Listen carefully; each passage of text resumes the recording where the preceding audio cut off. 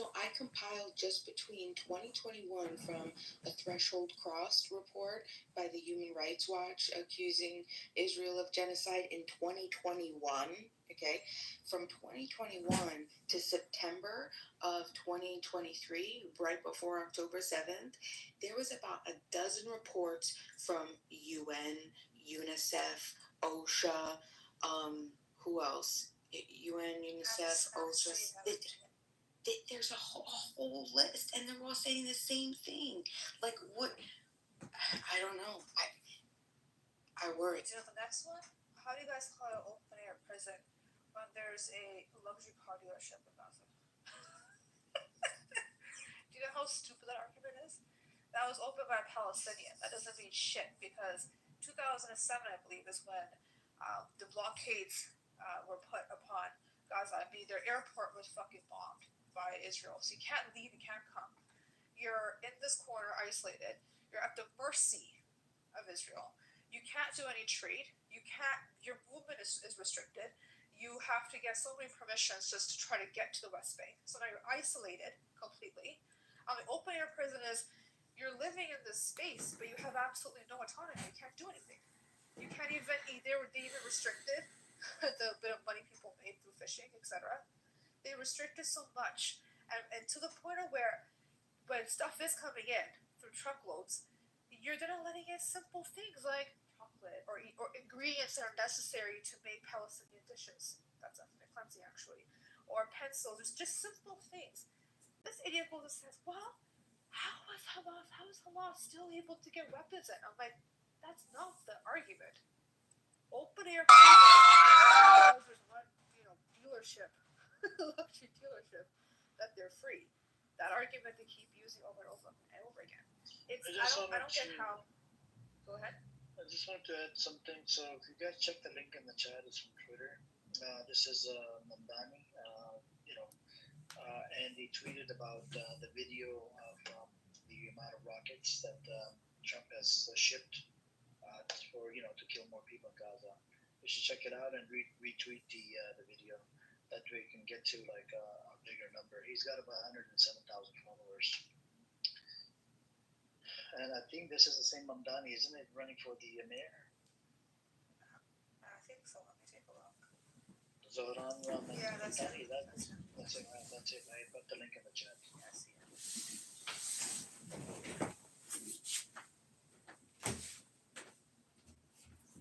Anybody else want to come up? Come on up, guys. Let's engage. We have Bima here. Crystal's here. Al is on silent. Al, are you eating, sleeping? No, he hasn't said a word.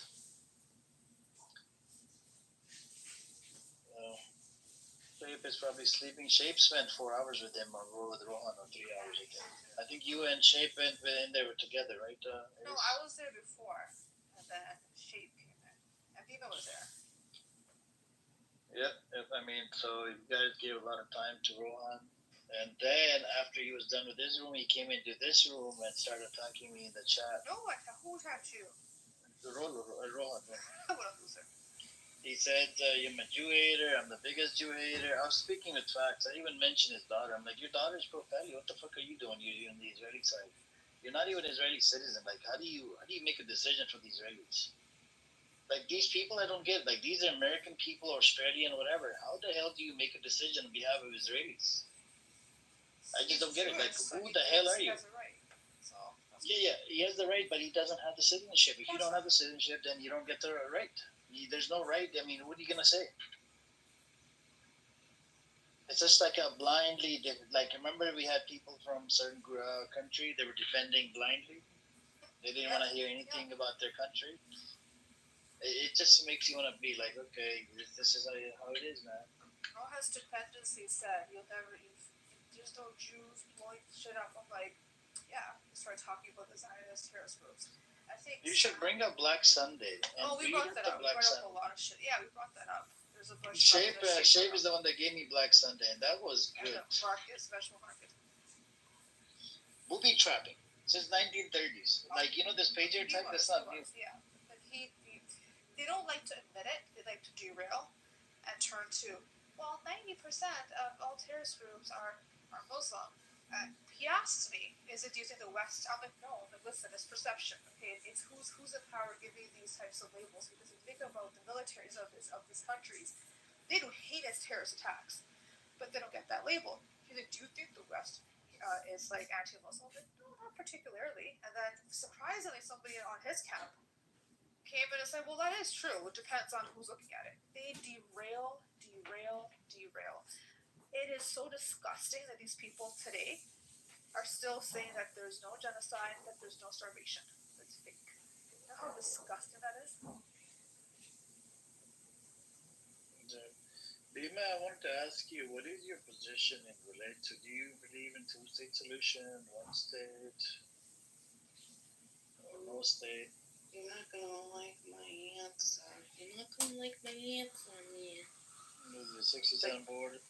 But I'll tell you, hell no. No.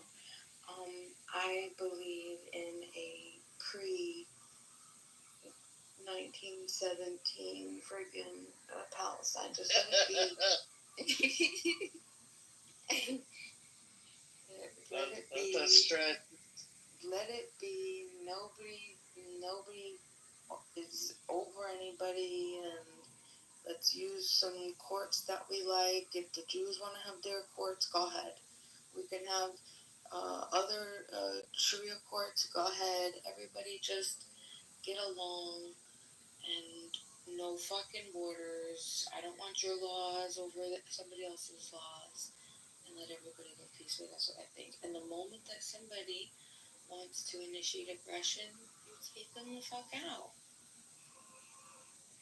I hear you, but I think we can give them the 6.6% of the land that was purchased legally. That was purchased. But everything else, the UN partition plan, that needs to be thrown, and they can't accept this because the other party would not agree to it. That was issued in 47. Okay, yeah, no, legal purchasing, yeah, sure. Private property. Sorry, I am an advocate of private property. If it was a legally, fairly, honorable exchange, yeah, uphold that. But were they? I mean, I don't know. I don't know. But yeah, no, I would agree then. Well, what is this 6% of the? Tell me more about this. So if you Google it, right, it will tell you the facts. The 6.6% of the land was legally purchased by the Jews, and the rest of it wasn't purchased. The rest of it is just stolen after the partition plan. And that's the part where the because the Palestinian, they had everything to lose, but the Jews had everything to gain, and they didn't agree on it, and that's when you had the Jewish militias, trying to do ethnic cleansing, and they did that in 1947. And when you bring up these facts, it just triggers them. Like I had Yaakov in here.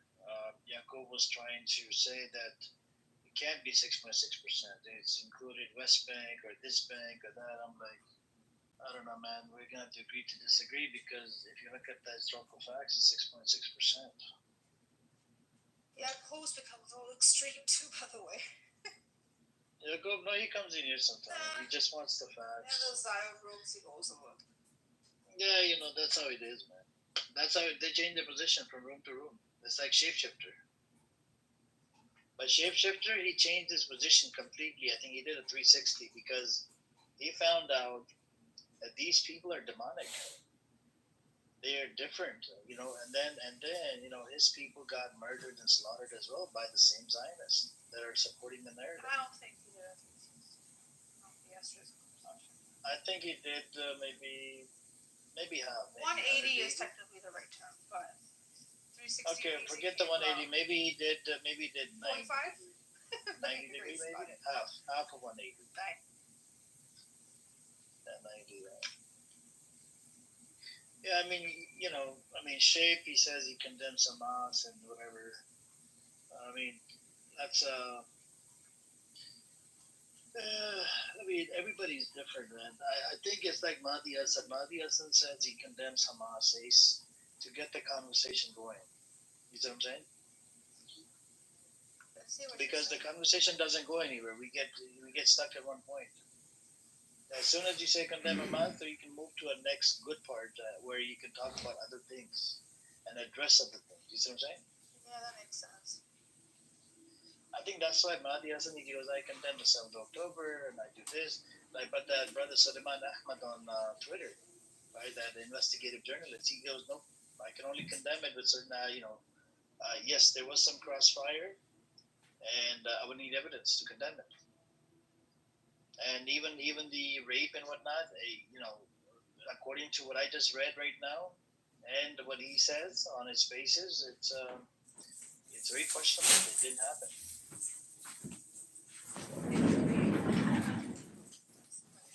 UN came out with it, and UN said it didn't happen at that whatever they're claiming. Look, it might have happened at the rave party because they were all high, not with Hamas. You see what I'm saying? They're trying to point the fingers at Hamas that Hamas did that. And there was one girl, her, I just read it out to you guys. Her pants was, down or whatever, but that wasn't because they forced it down. You see what I'm saying? I'll put the link in the chat. You guys can read up on it. I'll actually read up a small thing again. Let me see. Do you remember the Zionists that said that once from the nations or whatever, once these hostages come out, they must have been beaten and raped? Never happened. They're crazy. One of the hostages actually got raped by her trainer. Yeah, that girl. Yeah. In Israel. So I'll read you guys just two very key highlights, right? How they came to this report. So Chaim Otzmazgin, the Zaka commander, believed he found a teenage girl who had been raped because her pants were pulled down. He shared the account widely, but months later, Zaka learned soldiers had dragged the body during booby trap checks, causing the pants to fall while the teen had not been sexually assaulted. Another volunteer, Yoshi Lando, claimed to find a pregnant woman with her fetus removed from her body. That claim was also disproven, and the United Nations deemed it false. Right? And then the misinformation in the aftermath, operation amid mass casualties and chaotic scenes. Some Zaka volunteers drew rushed conclusions. Their mistaken assumptions spread quickly and fueled heated international debate. Though not forensic investigators, Zaka preliminary testimonies became central in early reporting and political discourse. And what verified evidence exists? Independent investigations, including by the UN Special Representative on Sexual Violence and Conflict, found reasonable grounds to believe sexual violence occurred during the October 7 assault. However, forensic evidence and survivor testimony remained limited. Witnesses, release of hostages, and some video photographic footage suggests widespread abuse, but the scale and specific remain unclear due to the lack of systematic evidence gathering. They didn't allow the UN to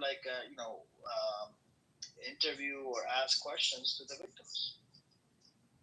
That was another problem. So how do you believe it?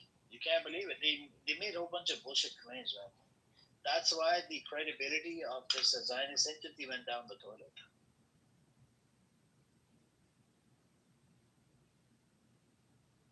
Did you say a border patrol guy to give testimony that during October 7th he got a message between a certain time to leave his post? Let me put the link in the chat for you. So you guys can read up on it.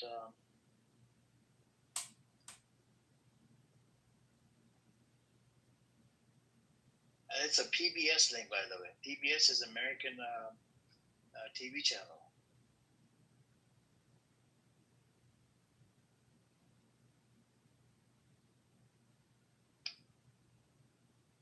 There you go. I put the link in the chat. You guys can read up on it. Ask ChatGPT to read up on it, summarize it for you, and you guys can read up on it. It's pretty interesting, and I'm finding new stuff in relate to 7th October, which is good, and a lot of this shit is getting debunked. We have Anan down there. He's not an Anan, he's an anus. He likes to record my rooms and streams it on YouTube, this fucker. Yeah, we know that loser. Yeah.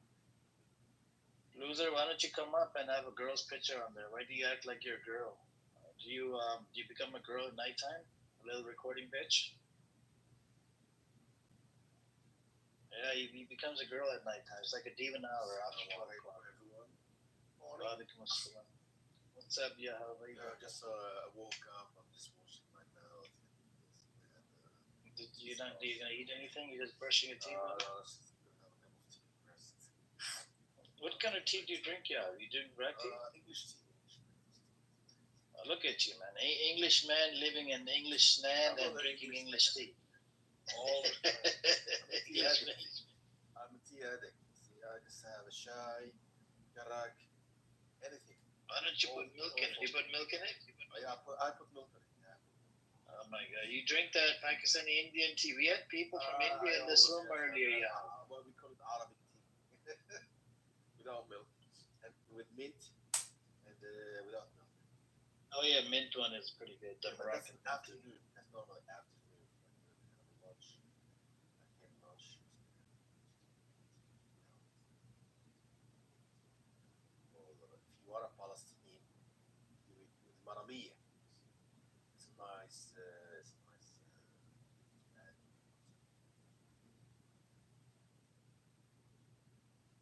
But in the morning, I have to be like English. With some milk. Right, it'll wake you up. It'll wake you up. You need Sorry. in the morning. I don't know if tea. If you're immune to tea, I'm actually immune to tea. Even if I drink coffee or tea at nighttime, I can still go to sleep on it. I have this immunity. Yeah, me too. It's just like give me some energy. Ocean, she's immune to it as well. Wow. Coffee is stronger, of course. If you're immune to tea, you just Sister, you drink a lot of coffee, sister. You need to drop it. Hey, Ocean, drop it. Drop it. Don't drink coffee. I don't drink too much coffee. Okay. I'm a tea guy. Yeah, you're the tea man, you know. So tea actually came in, I think it was from China or something.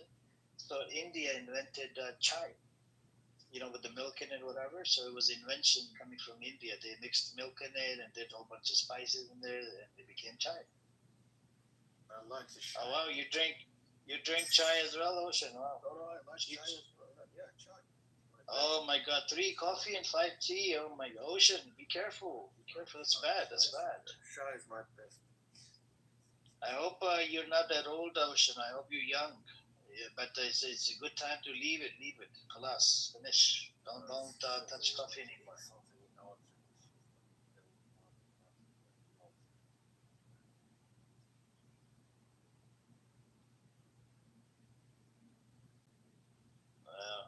Bima, I think he agrees with you. We have the free down in the audience. He's a Palestinian brother. He agrees with you. Yeah, Going back to the 1970s. Maramia. Right now I have a maramia with me. I put the chai all the chai maramia. Oh, bro, it's really good. Really. Let's go to the shop. Ask them about the maramia. Any Palestinians have Arab shop. Ask them if you have a maramia. Really good. I mix them. Yeah, no. Bima, by the way, free. Bima said she agrees to the 1917. You know, like live together. She's not. She doesn't even want the 48. He said, she want to go back to the 1917. That's like more than 100 years. Exactly. Leave them the fuck alone. You know, and I don't understand that arbitrary. Oh, it's cool that 1948. 1948. What 80? What about 1917? Oh well, we don't want to go back 100 years, 80 years. I mean, like, come on, fucking retarded. How about we just go back when people were peaceful and there were Christians and there were Jews and there were Arabs and they were just living peacefully. Just how about that? Let's do that. Obviously, this is a very contentious piece of land, biblical. All of the religions share a common. It shouldn't be owned. It shouldn't be owned by any particular religion. That is only asking for. You, Bima, one question he's asking you. He said, "Why do you have Israeli and Palestinian flag?" That's to show the peaceful unity. You're not going to get. And this is probably where like I'll lose you. No problem. Listen, I don't hate Jews. I don't hate Jews. I only hate aggressors that are Jews. If you're aggressing upon somebody and you're harming another peaceful person or their property, you're a problem. Okay, and that stands with law. Like you're not going to use the state because that's just gang violence, right? A bunch of people get together, they call it law, and then they initiate their or they execute their authority through that. That's bullshit too. I'm saying allow peaceful people to just live in a land, operate consensually, operate voluntarily, and it's very easy to identify who's the aggressor. All you gotta do, are you harming someone? You only have one fucking job, and that's to just not harm another peaceful person. You know what I mean? Like that's it. And once somebody else gets up, but you can't collectivize. You can't say that it's all the Jews' problem, or it's all the Jews' fault, or it's all the Palestinians' fault, or it's all the Gazans' fault. No, listen. If there's going to be one person who's going to initiate violence, you attack them. See, and this is the issue too. So, like, yeah, go ahead. Question: if you live in Palestine, like I heard that 80% of the Jews in Palestine are racist, fascist. We're talking about people really hate the Arab, like trying to kill, well, even the liberals. Is this true or no? So this is the thing. I see that. Forget about the settlers who are actually uh, mad racist. Talking about people who are actually in Tel Aviv, in Haifa. Talking about the people who are living in what we call 1948 Israel. These people, they are also racist toward anyone who's not a Jew. I'm talking about people now. I saw also the Jews in Thailand, how they are behaving. These people don't even don't respect what my people if you wasn't in a shop, in 7-Eleven. That Jewish lady came in and started shouting at the time. It was like I don't know what there's something wrong with Israel. Something they haven't really wrong. I'm really fascist. I'm sorry to say that, but I haven't seen anything. Like, I'm really worried. I mean, that some of them look good, some of them are fine, some of them. Maybe that's the old generation. Maybe this is all Jews and Palestinians. Maybe they're different. So Yeah, you're not gonna. So it's. I know most people don't agree with me, but I will radically protect a peaceful person. And when I say what I consider a peaceful person is you're not trying to force your preferences on somebody else. You're not telling them how to live. You're not telling them what religion they should subscribe to. You're not telling them how they need to operate their culture or anything like that. You can't. Okay, so I will radically protect you. I don't care who you are. I don't care what your religion is. And your only job is to just not harm the next person. Okay, all of this other bullshit. I can't get behind it. I'm not going to collectivize it, people, because I see both. Listen, there's a dude. I mean, like you could look in the chat. I'm not gonna see because the recorder's down there, so I'm not gonna say what I read in the chat. But there are some things that I don't condone that. I'm not. That's not me, right? I think that there are definitely people who don't want to live peacefully, right? And if that's you, you're the problem. But the thing is you can't be a baby. You can't be a baby. You can't be a whiny baby and think that you're entitled to control what other human beings are going to think in their brains. Okay, that's irrational. It's not logical, and it's immature. Okay, so you have to grow up. You have to accept that your neighbor is going to believe whatever they're going to believe, and the only control that you have as a human being on this planet is what you control, and that is your private property. It begins with you, and then whatever extension of your private property is. If you want to slowly, um, you know, buy up the land, then you know what? Then you can do whatever the hell you want with it.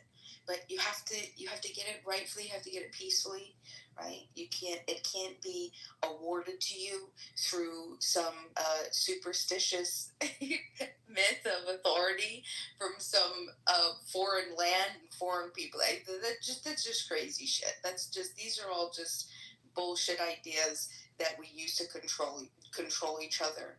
You know what I mean? So live peacefully, don't bother anybody, and that's it. So and the great thing about it is the moment that someone begins to tell somebody how to live, they would have to initiate aggression. They're going to have to use force in some way.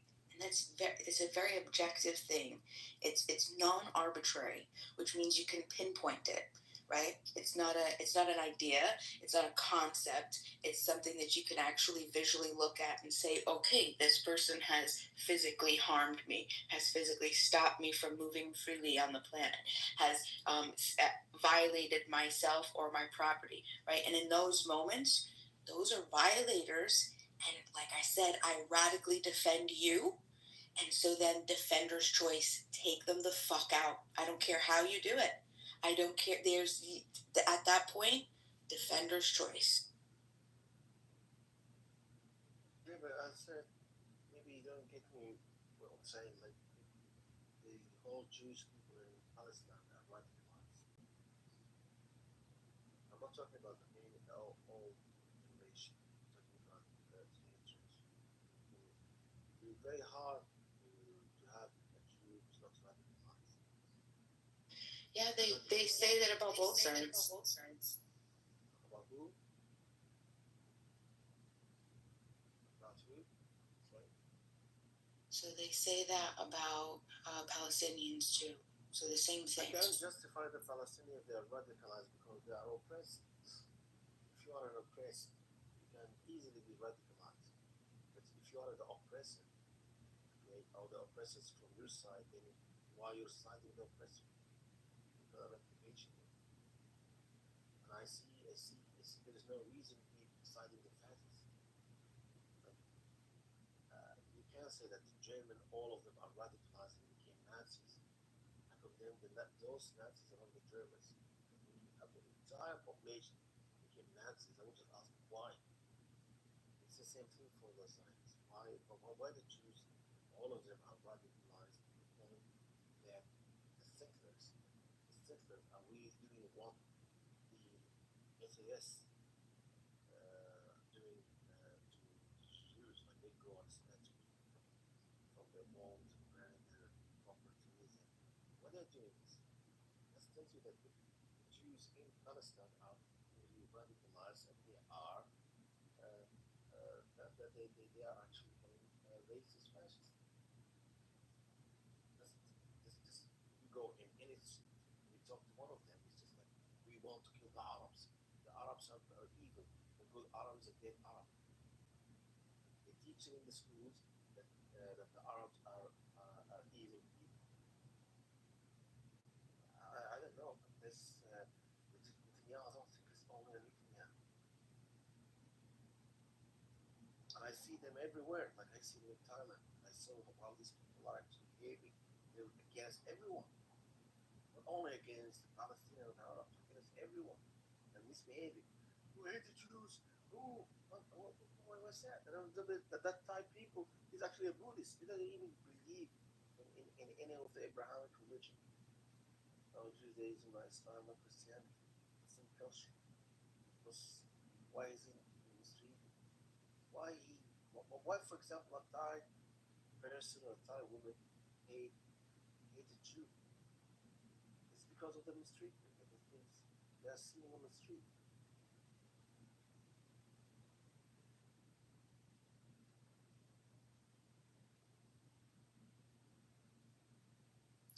So just to address some comments, the reason that I have the flags, because it's visual and I wanted to represent the two people. That's why I just used the two flags. All right, that's it. I mean, there's nothing else to that. But there is yeah. I don't agree in the state aspect of it, but if I remove the two flags, do you think anybody would know what the visual is? No, what I'm trying. So you're representing Zionists with Palestinians. No, I'm trying to represent people of Jewish descent or Jewish people with Palestinian people. That's it. Just the two religions.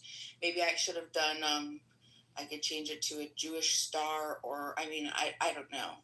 Maybe I'll use the religious symbols. Would that be better instead of the flags? That might be better. Yeah, I could do that. That's a good point. Yeah, AI did it. I didn't tell it to do the flags. I just I don't remember the prompt I did, but yeah, no, that's a good point. I could change that. What's up, Layla? Welcome. Assalamu alaikum. Are you driving, Layla? No, I'm not driving. Are you at the house? Did you make it home safely? I did, yeah, I'm at my house. Okay. I'm still thinking about a few days ago when you were driving. That was yesterday. Oh, okay, it was yesterday. Okay. Yeah, you made it home safely, right? Yep, alhamdulillah. Okay, good. Yep. I was just saying, we were just talking about, Bima was in the other room, giving them the new points and whatnot, and sort of like debating with them and whatnot. So, and then I think it just went sideways. I think I asked her a question about the idea of Israeli flag, but Bima is representing the Jewish people and Palestinians. So. Oh, is that Bima's profile picture? Is that what we're talking about? Yeah, that's what Free is addressing in the chat. I think it's they're going back and forth. There's animosity here between the two. I think we need to coexist. You want to come up, Free? Come up and let's coexist. This is the longest time I've heard Free not speak. He's been quiet for so long. Do you miss him, Layla? No, I'm just saying, just really shocking that he goes Seems long like without you speaking. miss him. Free, do you want to come up for Layla? No, I don't. Stop it. Sounds like she misses your voice. Can you stop him here? You're not funny. Sounds like Black Rabbi misses my voice. Fuck it. I think Black Rabbi just has a huge crush on you, and his religion doesn't allow him to. He wants to kill me, and he wants to pull up in Compton. He said he wants to kill me and whatnot. So, what's a better terrorist? Somebody that moves from Los Angeles? Black Rabbi? Yeah, he did. And he says everybody, including animals, are terrorists inside Gaza. And he says West Bank is not part of Palestine. West Bank is Judea and Samaria.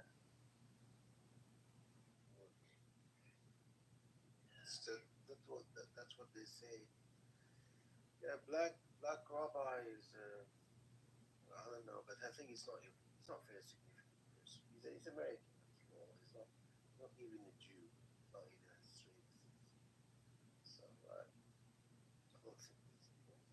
I think what he has said to you that if he's really will kill you, that's something he's there to really take seriously. Free. That's a good one, Free. Wow, Layla. Are you going to do it? I hate everyone. I hate everything. I hate this room. I hate this app. I hate Amir. I hate Free. I hate everything. Look, I respect you, right? Why are you hating on me? What did I do, man? I'm just here, just an innocent soul. Wait, I don't know nothing. Me no habla español, please. No, I do. You two generally, you're like on top of the list. Anyways, guys, can we not talk about my love life? Let's talk about Palestine. Here's the thing, right? Here's the hypocrisy. Free said, go on his profile, talk live. He'll pick up the live thing, but he does not want to come up and engage. You see the hypocrisy there?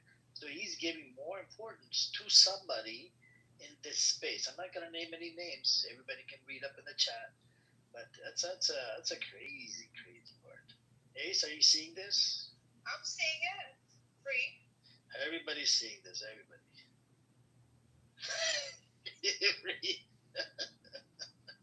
I'm just kidding, bro. That's your business. That's your business.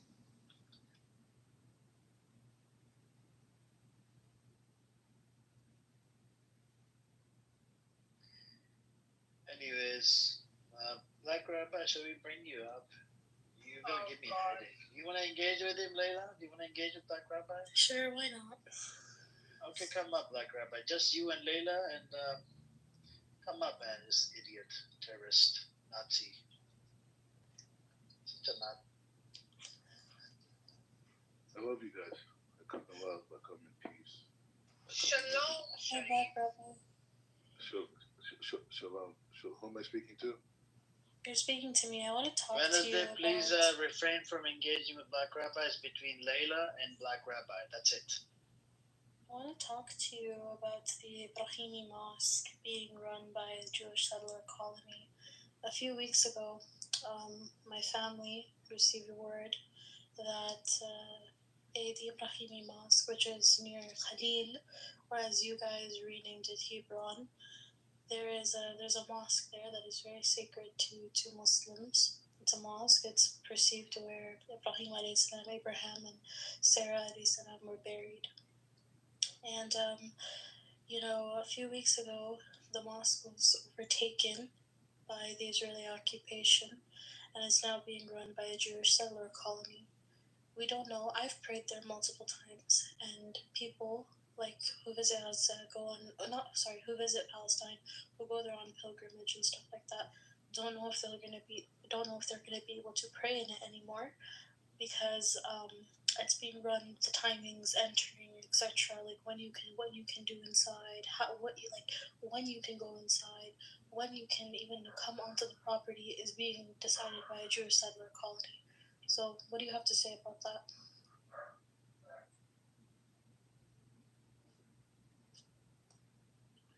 Yeah. So on that point, it's interesting. Hold on, let me go to a better area so you hear me better. So anyway, so it's interesting. So that place in Hebron, we call it Marat Metpelach, right? Marat Metpelach.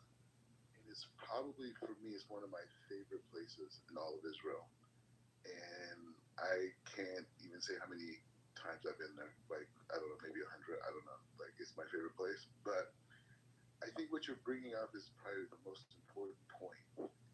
Is what does it look like when Jews have control over the Middle East or in particular areas, right? When Jews have control over areas, religious areas, spiritual areas, everyone has access, right? So the Muslims are not going to not have access. They're going to be able to do exactly, there's certain days of the times of the year where Jews are not allowed there, no Muslims, like Eid, certain times in Ramadan. So those things are going to happen, and that's the benefit of Jewish leadership, is because they don't have this impetus of converting people, or you have to be like us to be here. You know what I'm saying? Because Judaism is a very it's a very introvert, you know what I mean, community. They're not looking to convert people. So when it comes to fair distribution, even when the Jews took over in 1967, just hear me out, when they took over, they had the Temple Mount. They seized the Temple Mount, but they gave the keys to the Jordanians because they don't want to cause problems in that way with religion. You know what I'm saying?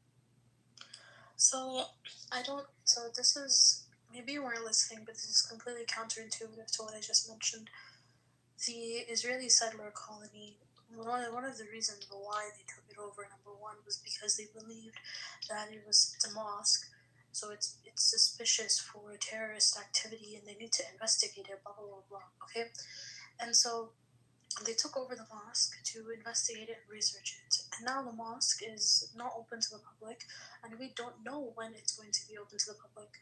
there are people, hundreds and hundreds of people, who go to Palestine every single year, every single month. They're entering Palestine in and out. People, Muslims from all over the country, who go to see Al-Quds, who go to see Mashhad al-Aqsa, and on the way they visit important places like Nazareth, Bethlehem, so that they can see, these important monuments. And one of the most important places that they stop is Al-Khalil, and they go to this mosque to pray there, and they don't know. Number one, they go there to pray on the Sahar, like when they're doing tasleeh, and they also go there to pray, as a religious monument. Like it's a historical piece. It's a historical monument, not only for Muslims but also for Christians, but also for Jews, and so. But this mosque, this being a mosque, is not. It's shut down, and we don't know when it's going to be opened again. And again, this is far from Gaza. This is far from the West Bank. It's in the West Bank. Sorry. This is far from Gaza. This is in a place where there's it's a place, it's a tourist attraction. People, Americans, Muslims from all over the world come there. In fact, the area that it is actually there's marketplaces and stuff like that. Like people know that tourists come there, so it's not like a space where there's necessarily going to be tourist activity. No, let me finish. Like it's like what I'm trying to say. It's a very touristy area, so it's not the most ideal place where quote unquote terrorist activity would happen. Okay, historically, if you look at terrorist, let me finish. Terrorist activity doesn't historically happen in these touristy areas. If you look at even if you look at like terrorist attacks throughout history, it doesn't happen in these places.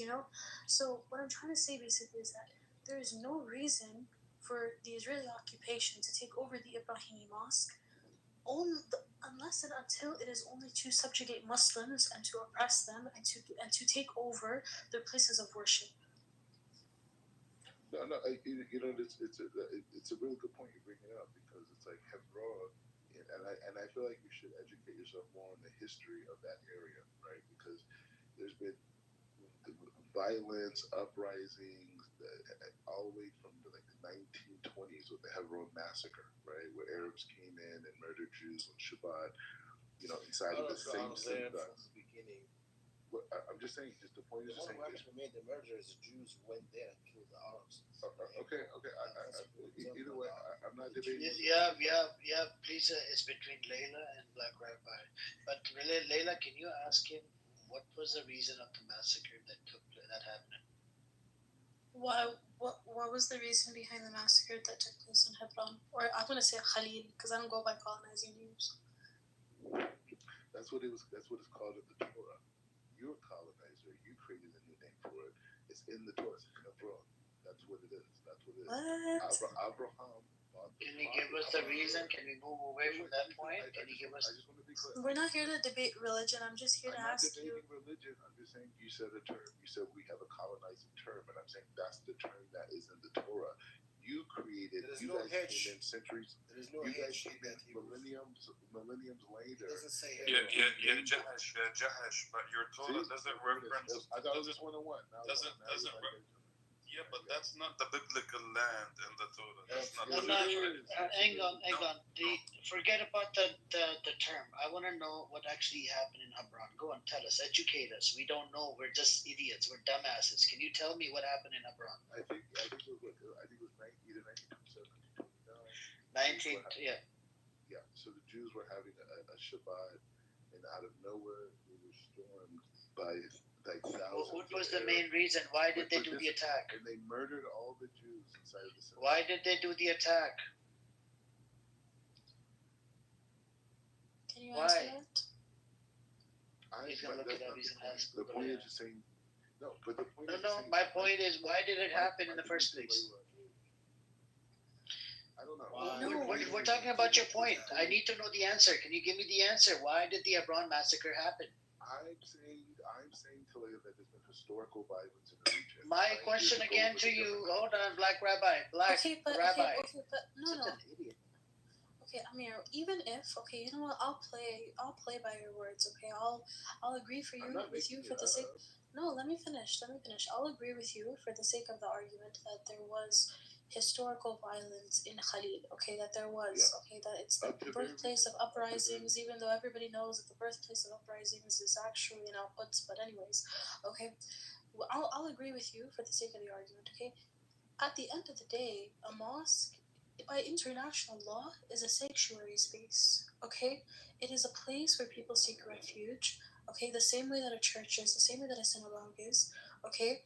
And for the Israeli occupation to justify, to go out and say that, okay, there is terrorist activity in a sanctuary space, we are going to go and we're going to take this sanctuary space and we're going to investigate it, thus then creating religious discrimination onto Muslim population that is constantly subjugated and discriminated against by the Israeli Authority.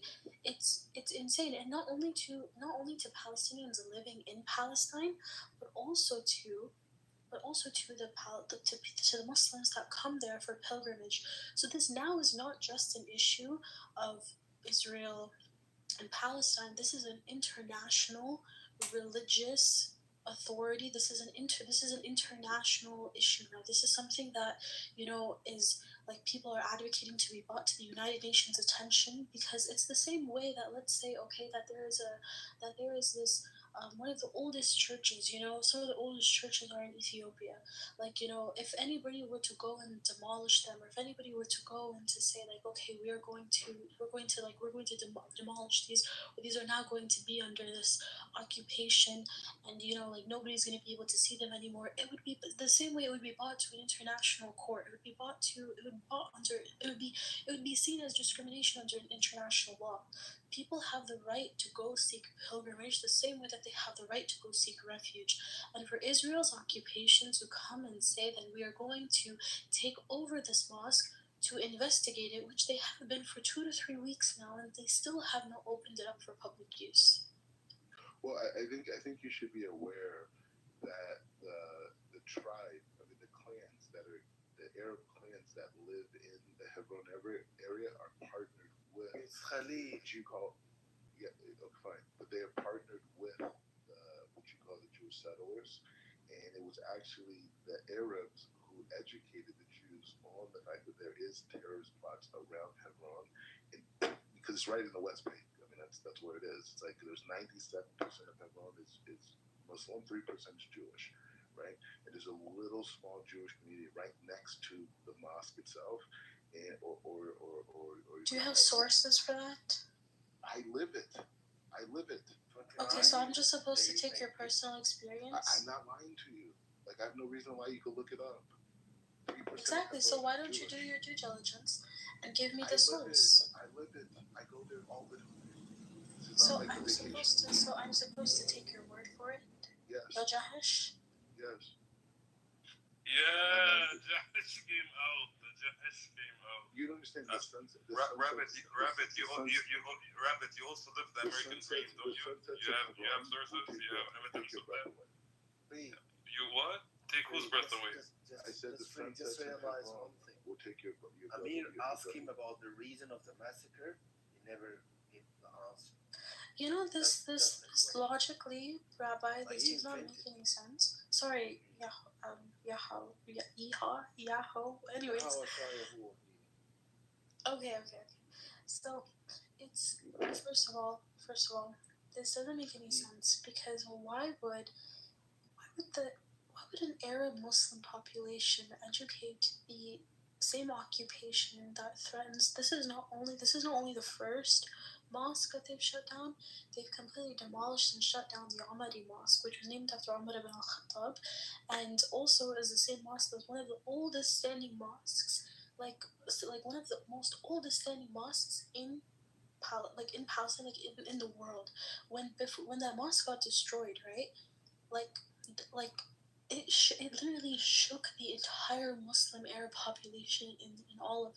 And for those of us who live in the diaspora, we know that our parents, our grandparents were talking about it, were crying on the phone. Okay, so this doesn't logically make any sense, because why would a subjugated population, why would a population that has historically seen places of worship being taken over by the Israeli occupation forces, go and tell the Israeli occupation forces that there's terrorist activity that is happening there. That doesn't make any sense. Even if there is terrorist activity that is happening there, no, listen to me, okay? This is generational trauma that we're talking about.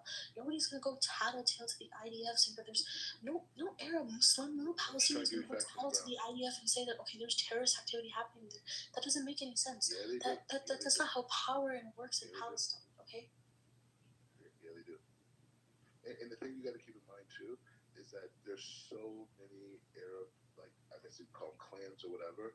They have been under the thumb of Hamas for like since 2005. Once Hamas gained power in Gaza, they subjugated all the Arab tribes, right? And so now that Hamas is out of business, now you're seeing all these different tribes. But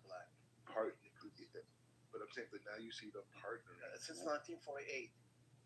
Okay, but Rabbi, okay, Hamas. Rabbi, you know what? I'm gonna frame the argument like this for you, okay? You cannot use international law. If international law, like, I feel like it's a joke at this point when it comes to Palestine and Israel, honestly, because if international law has any precedent, it is that you cannot bar a people, especially people who go there for pilgrimage, from seeing a place of worship. You cannot do that by international law.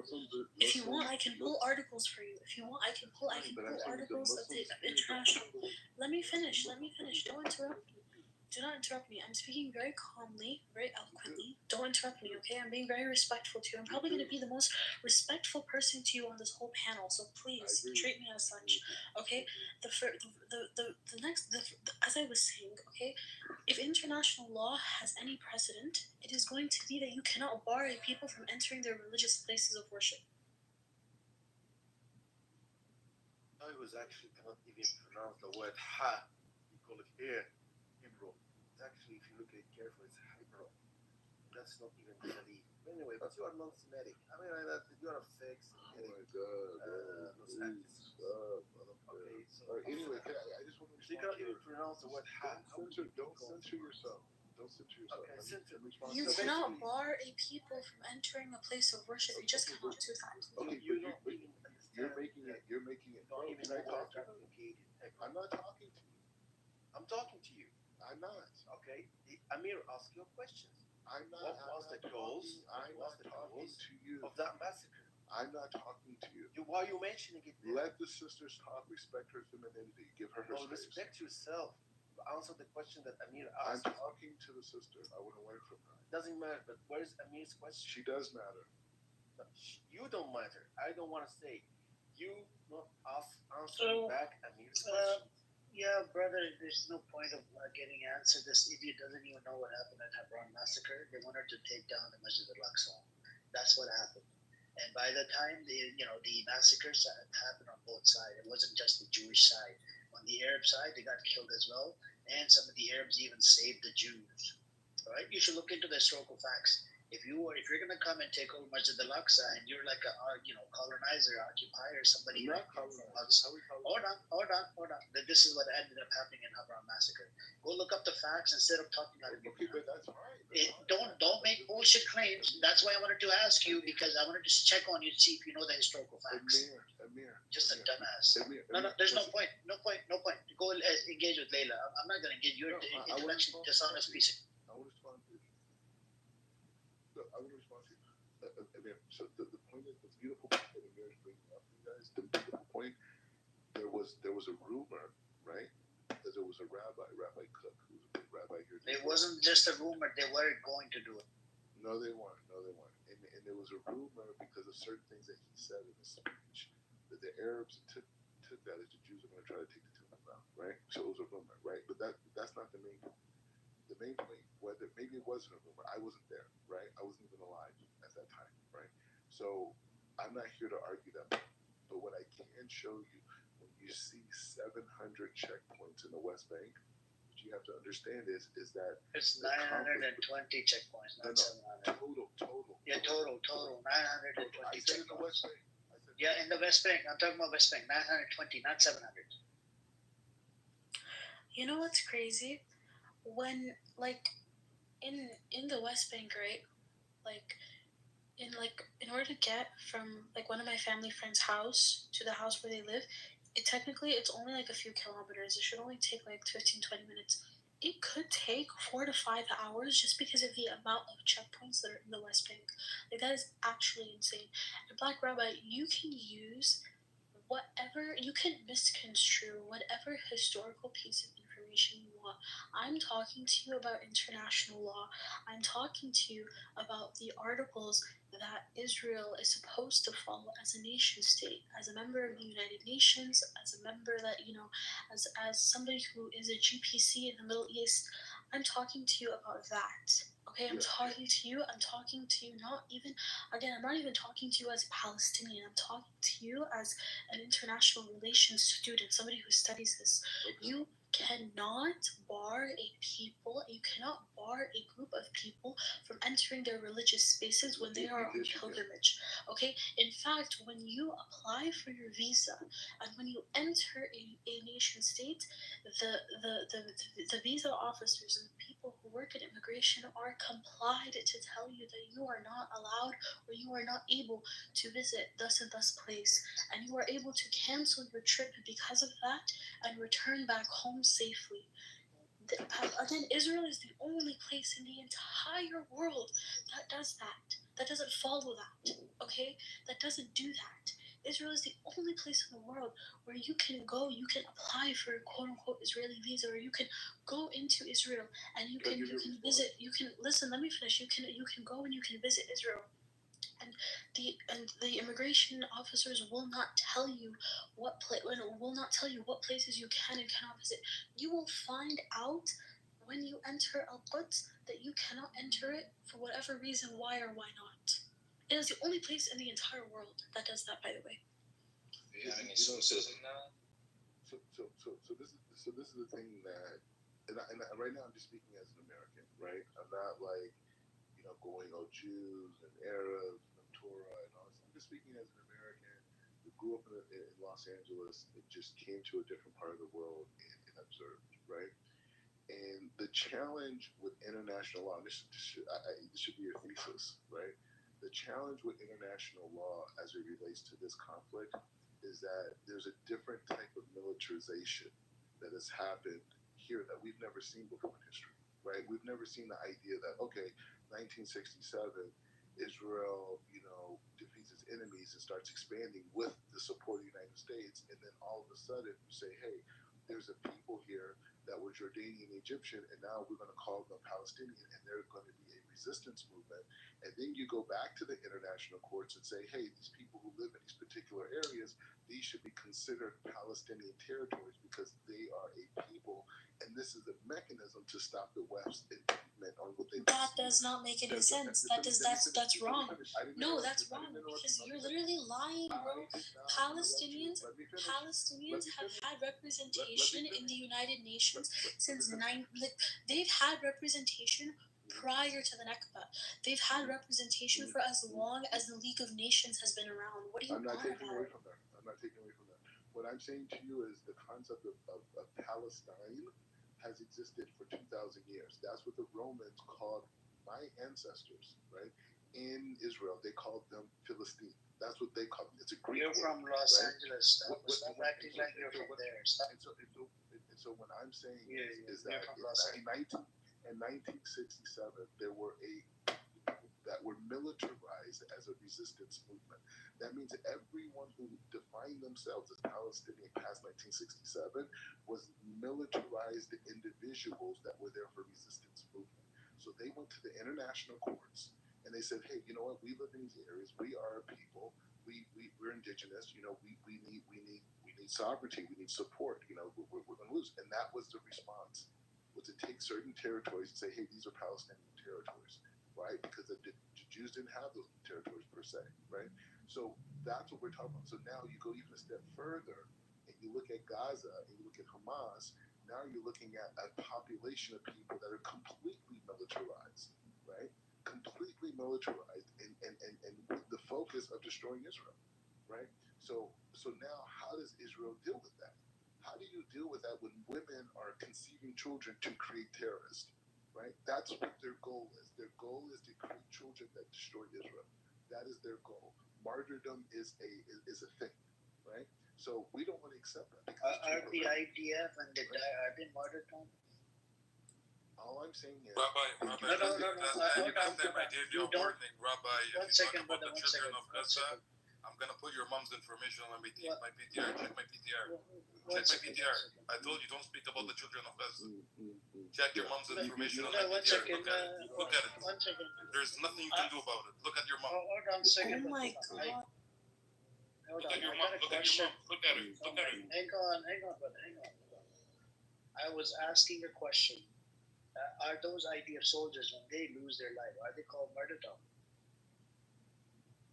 Yes or no? It's a yes or no. Don't give me a freaking explanation. And the people that died during Holocaust, were they martyrdom? Go on, tell us. When the Jewish brethren, your Jewish brethren and sisters and whatnot, they were working for the Nazis, they were putting them in the oven. Were they sacrificing them? Go on, tell us. Yeah, but I'm saying, but what? Why, No. Answer yes or no. Yes or no. Yes or no. Are the IDF soldiers martyrdom? Yes or no? Go on. The IDF soldiers, when they lose a life, what does Netanyahu do, or what does the IDF do inside Gaza, inside Israel? Go on, tell us. All right. The Holocaust, right? During the Holocaust, the Nazis, there was a whole bunch of Jews that were working with the Nazis. They were putting the Jews into the ovens and turning them into soap or whatever. Now, question to you is: were they doing it on force? Why were they sacrificing their own Jewish brothers and sisters and kids? No fucking answer. No answer. You just make up shit. I have a lot of talking points that relate to the Nazi, the Warsaw Ghetto, the Warsaw, the uprising. There's a lot of shit. There's a lot of similarities. What does this have to But do with you're just a deviant. Hold on, you're just a deviant asshole, right? And I called you out on multiple times. I'm saying to you, Okay. You never answered the question. I mean, she says she studies international law, and I'm saying what we see in Gaza, there's no international. We've never seen people take a population of children and use their deaths as a form of political activism. Right? We've never seen. No, that's not true. That's not true. Look, Black Rabbi, okay? This is absolutely insane to me because as somebody who has family in Gaza, like nobody, and believe me when I say this with my whole entire heart, nobody would raise their kids to say that, okay, I have no choice. I'm choosing for my kid I'm sacrificing. Nobody would go through. No woman. Let me finish. No woman would carry a child for 9 months in her stomach. No woman would feed her kids every single day. No woman would want to send her kids. No woman would want to send her kids to a rebellious camp rather than sending them to school. No woman would want to do that. That's not even my opinion. That's not even my opinion.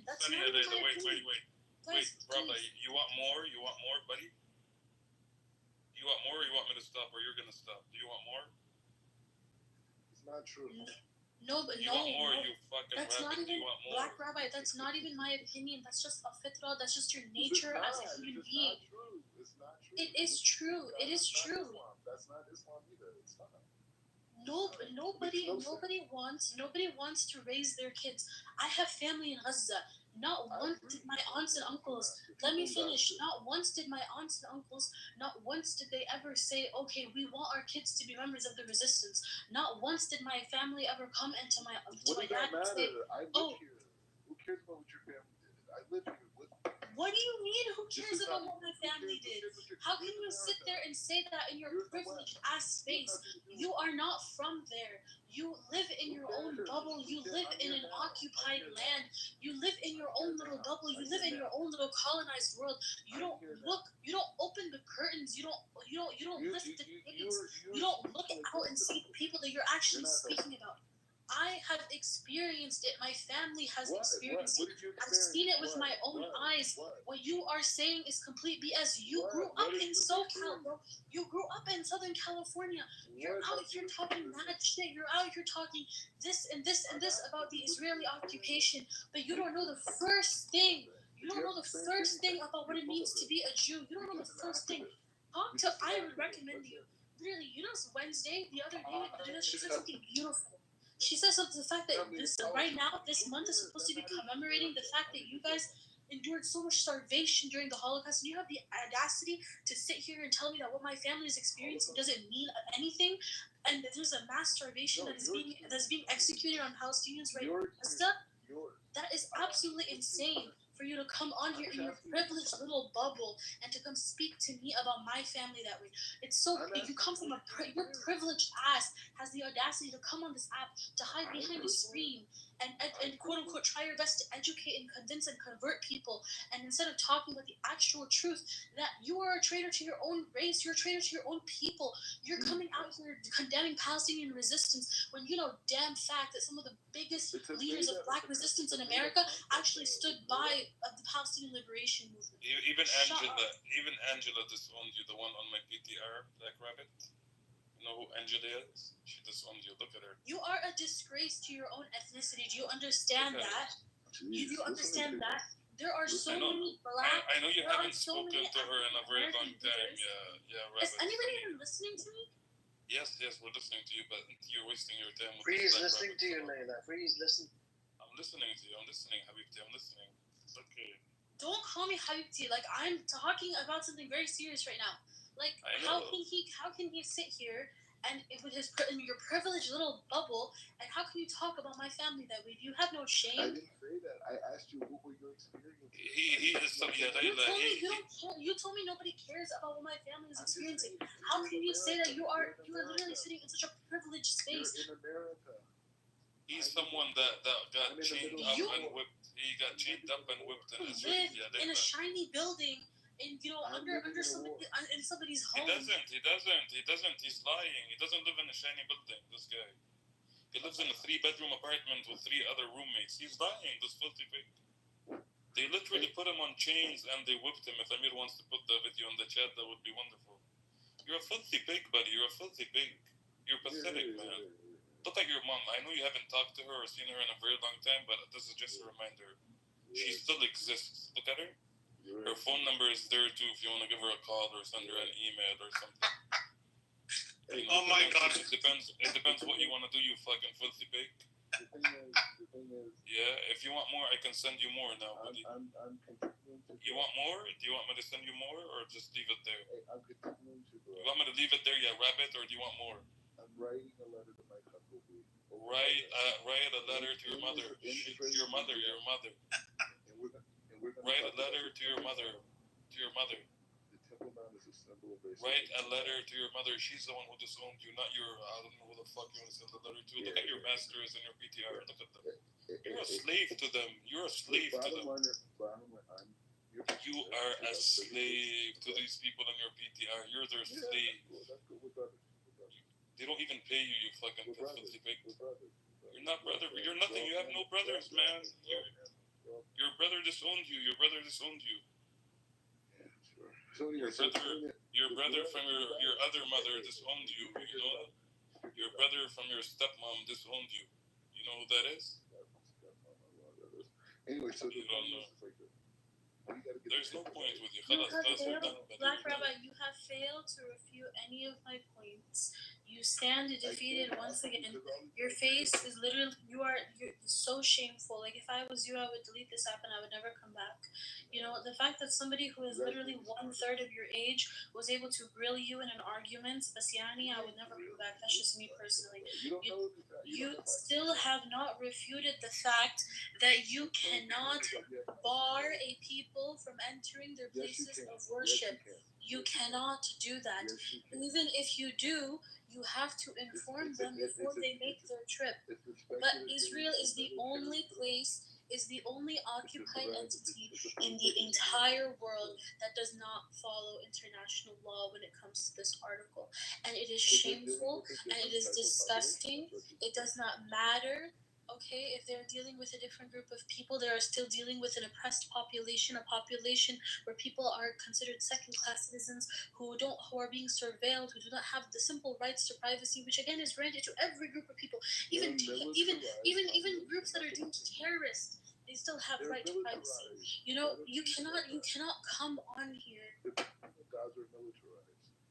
Palestinians, that what their families, especially Palestinians in the diaspora, that what their families are experiencing doesn't matter because you sit in a privileged place, you sit in somebody else's home, you eat from somebody else's dishes, you eat from somebody else's garden, you eat from somebody else's land. You guys create. This is fake. This is all fake. This is all fake. Bottom line is Israel received its land from the United Nations. Well, you're dying. The Arabs, the Arabs refused to take the reality. Now they don't have anything. Your reality is that you're dying. You're dying. You're isolated. You're being isolated.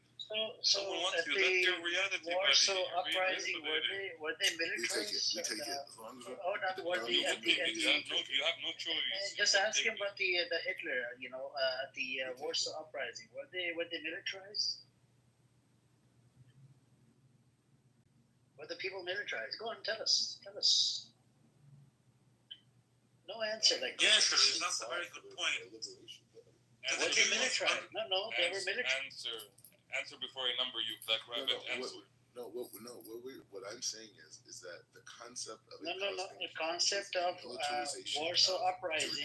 Hold on. Why do you keep talking about the Holocaust, bro? Because you don't Concept of understand Warsaw anything. uprising, right? Were they militarized? Yes or no? It's a yes or no question. Were they militarized? No, the Jews in Germany were not militarized. No.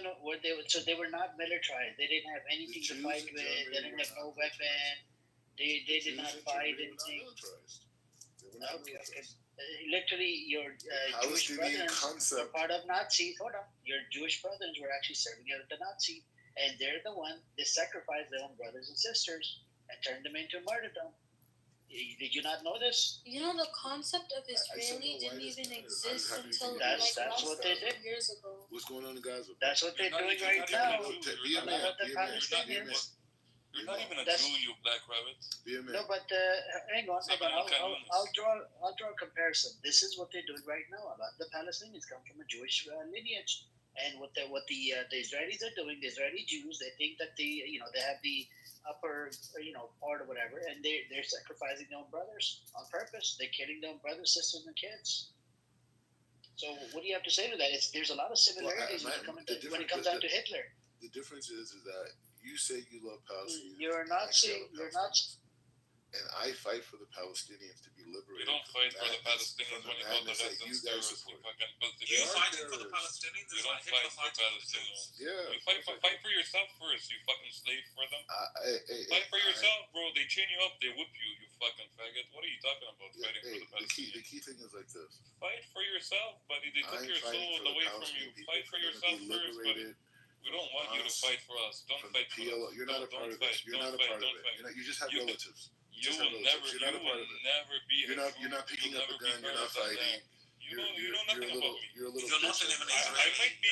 Yeah, Jahash. Little bitch talking about my mom. I might be You're a your little next. Yeah, your mom's on my PTR. You're a little You know what's bitch. funny? You're not a man. If you were a man, if my Nothing you can cousins do were about dying, Nothing you can do about it. Nothing you can do If about my it. cousins were dying, I wouldn't be on Look at your Clubhouse. mom. Look But at your you're a mom. bitch. Like Nothing you're a you can do bitch. about it. Nothing My you can do cousins about were dying, I'll be picking up a it. gun. I might be your next door neighbor, don't care. Rabbit. You never I know. don't care. So you I don't admit, care. you admit, You stupid hold bitch. on guys, hold on. So you admit Rabbit is that triggered, Palestinians and are there's lying. nothing you You can do admit about then it. that Israel is committing these atrocities to the Palestinians. Thank Who you for said admitting that. atrocities? They're at war with the people in Gaza.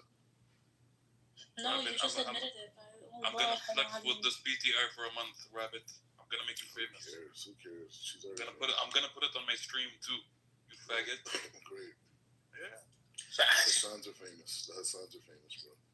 See how that goes. See how it goes. The point. I'm gonna teach you a lesson about the online world. You fucking piece of shit. Yeah. What? No, that's ridiculous. Just watch, Grow up, buddy. Just Free. watch. Free, grow It's up, not you, bro. rabbit. He's a Rabbit. loser. up. They're low Rabbit. You're Nothing you can do free. about it. You're Rabbit. ruining this app. Stop. Rabbit. Nothing you can do about it. It's You free rabbit. idea. Stop. People are Grow low up. Someone give this free a baby bottle. Listen, we're having a Put your discussion as nipples. Put your adults. nipples. That would be a We're good having a discussion as adults. Put your nipples If up you first. can't act as an adult, I Shut the suggest fuck up, you fucking piece of shit. Hang on, Shut hang the on, fuck hang up. on, hang on, guys, please. Let's not do this. So, by the way, Bima, what would you do to a person that says 1-year-old Gaza, newborn, and animals, everybody in Gaza is a terrorist? I'll put the link in the chat. Just listen to his testimony. He comes in here, says the same thing over and over again. He's a black American. He moved from Los Angeles to Jerusalem, living on a stolen land, right? And then he claimed that the God has promised him this land. So that's where Free's coming from. Free's Palestinian from Gaza. Who stole what? So- There's nothing stolen. Yeah, I'll put the link in the Oh chat. my You're just I like keep you. making a lie up. You're just lying. Hold on, Black. Let me Nothing was ask you. stolen. You said the UN gave the Jews the area of Palestine, right? It was they gave there was a partition plan and so. Okay, so pause. Right there. Okay, where did they get the authority to do that? International governance. Oh And where my did god. they? Hold on, Layla. shit. Hold on. Where did they get the authority to do that? America. Okay, where did Where did America get the authority then to America? Where did America get who gave America the authority to do that? God. Okay. So God, what evidence do you have of that? So I could look at that. I mean, it's a lot of factors. Hold on. A lot of factors. Do you realize that? I'll give you one. Okay. I'll give you one. All right. So for No. I thought you said you were going to give me the argument. To say that God gave America the authority to then give the national world the authority to then give the British the authority to then give the Jews the authority to have a nation state in a place where peaceful people were okay. Now explain to me where this authority came from. Go ahead. The authority ultimately comes from the United States, and the authority was given to the United States. To them by God, you said. By God, yeah, to have authority over the world. Okay, first of all, Black, And make it you better. just told Make me it better. you just told me that Jews are a type of people who never want to push their religious beliefs. Like, you guys are not universalizing religion. You're not trying to put your beliefs onto any people. So why would you use that as for sake of argument to justify colonizing Palestine? Why are you using your religious beliefs as an excuse? Which, by the way, I'm sure aren't even your religious beliefs, because literally I've talked to multiple rabbis who have told me that one of the reasons why, you guys are cursed for not having a land is because you disobeyed multiple prophets and their commands. That's one of the reasons why you guys were put into slavery multiple times, because you continue as a group of people to deny God's commands and to deny the messengers and the prophets that come. You are a deviant group of people. But anyways, you literally told me that you don't use your religion as a way to justify and to convert people. But then why are you using your religion to justify the genocide and colonization of a group of people that were already occupied there? Truthfully, many of the Jews that live in Israel, and just like a lot of the people who now define themselves as Palestinian, a lot of them are just kind of like caught in You the shuffle. fucking piece of shit. Right. What the fuck do you Right. know about Palestinians? What? You're literally a I'm black here. person that I'm ran here. away from the US I'm here. and you put I'm your here, ass baby. on the I'm here, table baby. for the Israelis. You I'm here, fucking baby. piece of I'm shit. here, baby. And You're not even a Jew, you fucking I'm the faggot. future president. You're literally a Future slave president. for them. Okay, great. You're literally a slave for them. I You're their enjoy it. slave. I enjoy it. Bro, you're a faggot. I enjoy it. This is why your mom disowned you. Look at I Angela. enjoy it. Look at her picture. Look at her face. This I ugly enjoy bitch. it. Look at her. Look at her. I enjoy it. I know you enjoy it. Everybody enjoys looking at her too right now. I'm gonna make you famous, you fucking scumbag piece of shit. I appreciate it. Yeah, no problem, buddy. I got you. And I have you on recording too, calling the 1-year-old I Gaza appreciate terrorist. it. I appreciate it. I got you, buddy. I got you. You will enjoy it. You will, and you know what's the best part about it, you faggot? There is nothing you can do about it. I want it. There is nothing you can do about it. I want it. I'm giving it to you. I literally just gave it to you. Yeah. And there's nothing. God is making you. Nothing you can do. God is making you do it. So just sit down and enjoy the show. You're serving me. Anyways, good point. Yeah, you understand? I'm a Jew. Don't you wish? You're nothing. You're at the aphis. God is making you nothing. God wants nothing to do with you. God didn't tell you to go to the white people and make yourself a slave for them. God didn't tell you to be a slave to the white people, you faggot. He didn't say that. They're white. Oh, they're white. Yeah, of course they're white Europeans. You Black fucking Rabbi, piece of shit. why What do the you fuck come are in they? these rooms? I have a question. Why do you come to these rooms? Why do you come to get degraded? Like, Well, I'm sure you have your own The spaces, degrading you thing, know? it hasn't been this way He's before. used to the degrading thing. They spit on his face and I just want to make They the spit on your face there when you walk in public. Amir's room, Amir did So show buy a lot yourself of a chicken or respect. something, you piece of.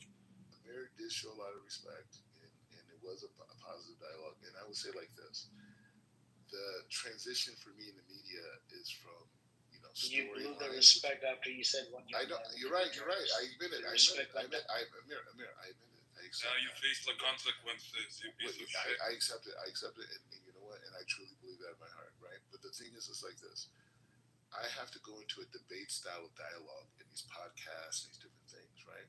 So the Hasbara type stuff that they have, Israel, with these like people that go out, they don't know what they're talking about. You know what I'm saying? I'm a real. You know what you're talking You know about? what I'm saying? Of course. And so You know what you're talking about? You piece of no, shit. it's not that.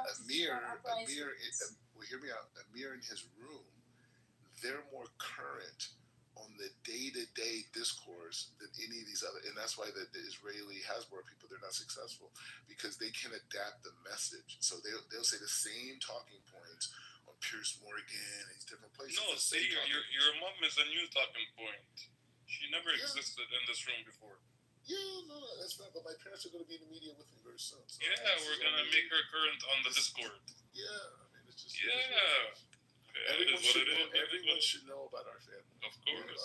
We are an example of American. I'll help you. You want to be famous. You want to be that person. I'm already famous. Yeah. I'm helping you. I'm increasing That's your what I'm followers. saying. You're serving. Yeah. Okay, you know what, Black Rabbi? But I love the Palestinians. Yeah, we don't fucking live here. You literally just said you don't care about my I'm talking about the real. Everyone, all Palestinians are real Palestinians. The real ones. You're the fakest person on this earth. Not the refugees. Bro, you're What the pathetic. You hell? don't even Is know that us, you is fucking that piece of shit. supposed to be like a religious perspective? Like I don't understand that. Is that, do you think, this is what your God? Is this the same God that gave America the authority? The same America that currently still oppresses Black people? How does America oppress Black people? Just like that. What the Oh hell? yeah, sure. So let's talk about it. So there are things like the prison to school, the school to prison pipeline. There's things like hold on. Talk about it.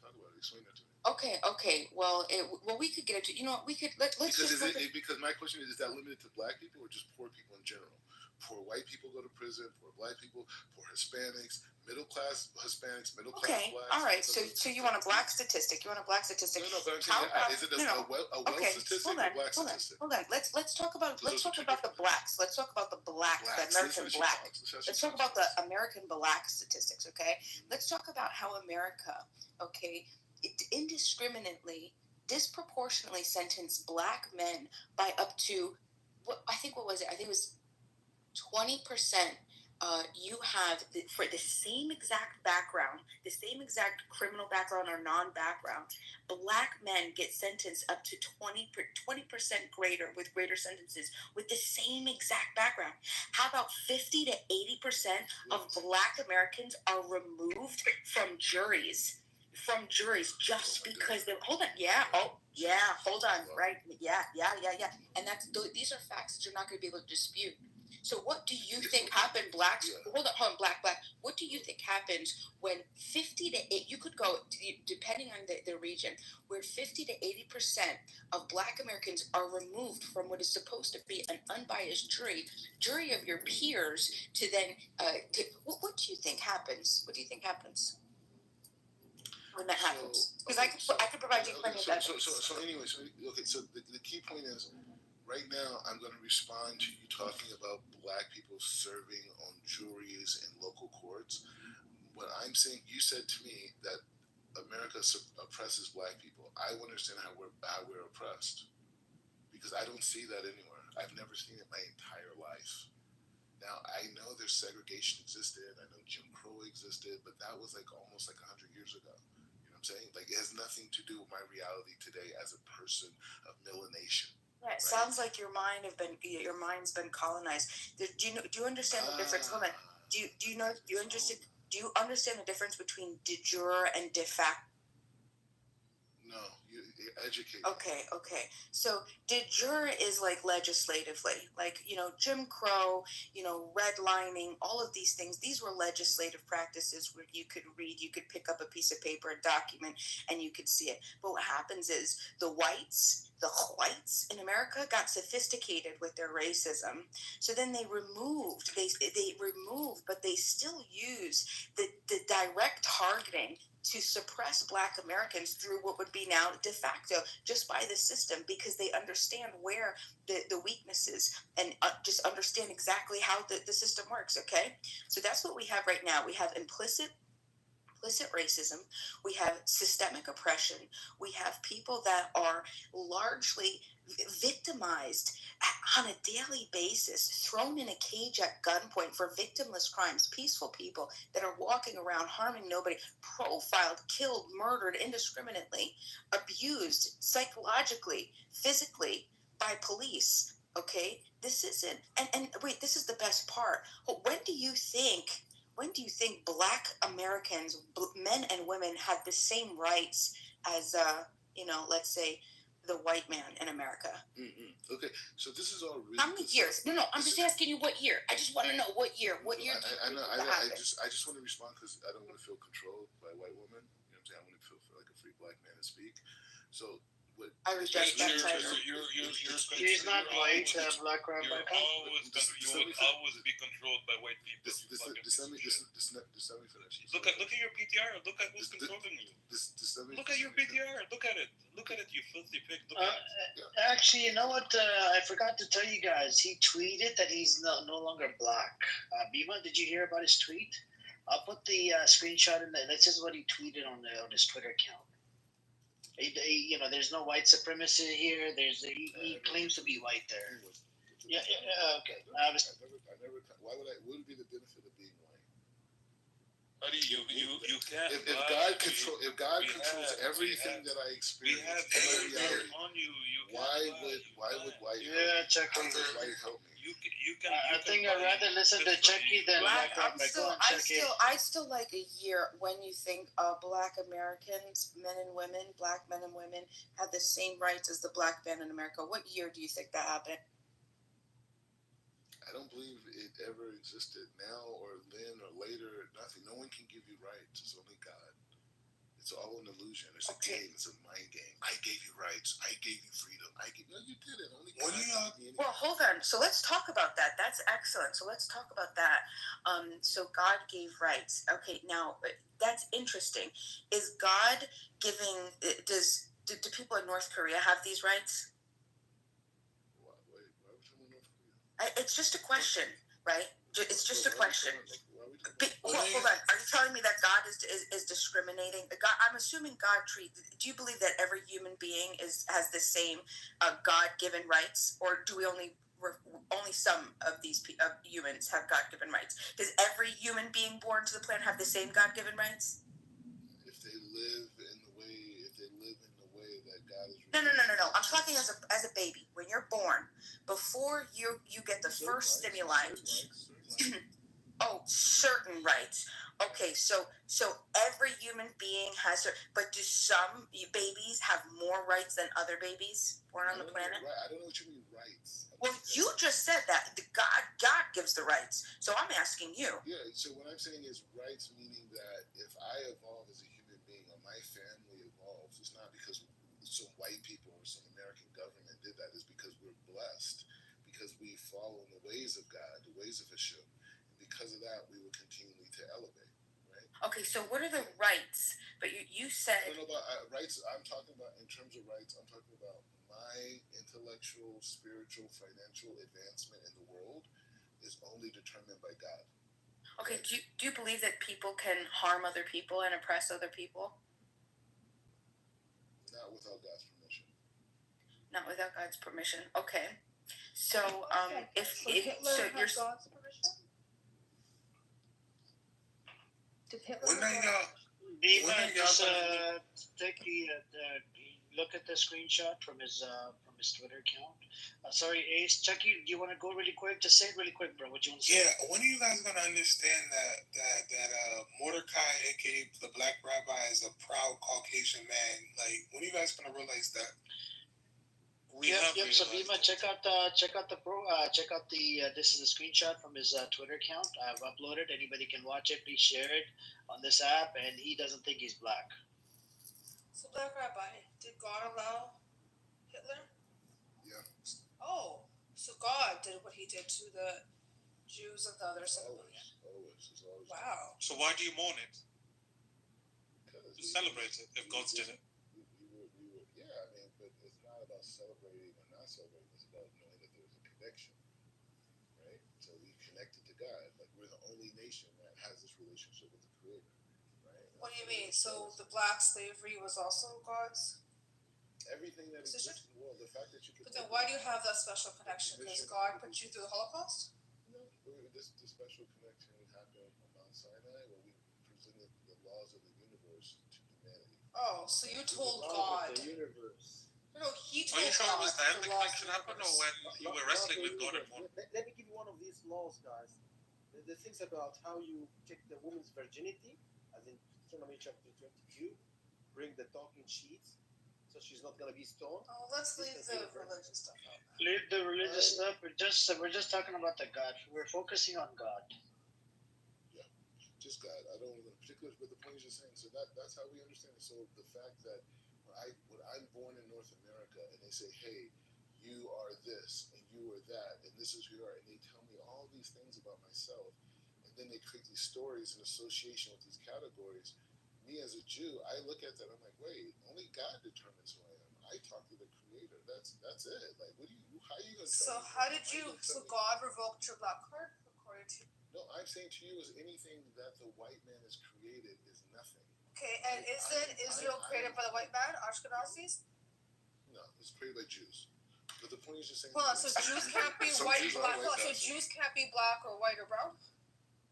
I'm Jews saying are by different your category. non-Jewish terms. No, can Jews be white and black and brown? Only using your non-Jewish I'm terms. asking you a question. No. Can they be? No. Oh, so they can only be Jewish. So I guess their skin Yeah. tone makes a difference. I guess we Doesn't should mean, ask it the only Ethiopian means Jews. something to the non-Jews. You guys are obsessed with skin tone.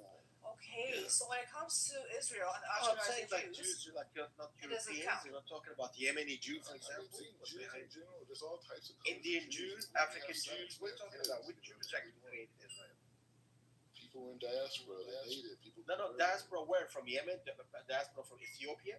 Either The way, one- the point is saying we're on top and we love you guys, and the power of Jews controlling the Middle East. Black Rabbi, you just insulted children. We're going. Okay, you just said that every child born is born. The woman, the people in Palestine have children No, not to sacrifice their whatever Gaza to sacrifice their lives. Do you know how barbaric that is? Do you know how sick that statement is? No, that's not the truth. You psychopath. You're psychotic. You don't know anything about. I do.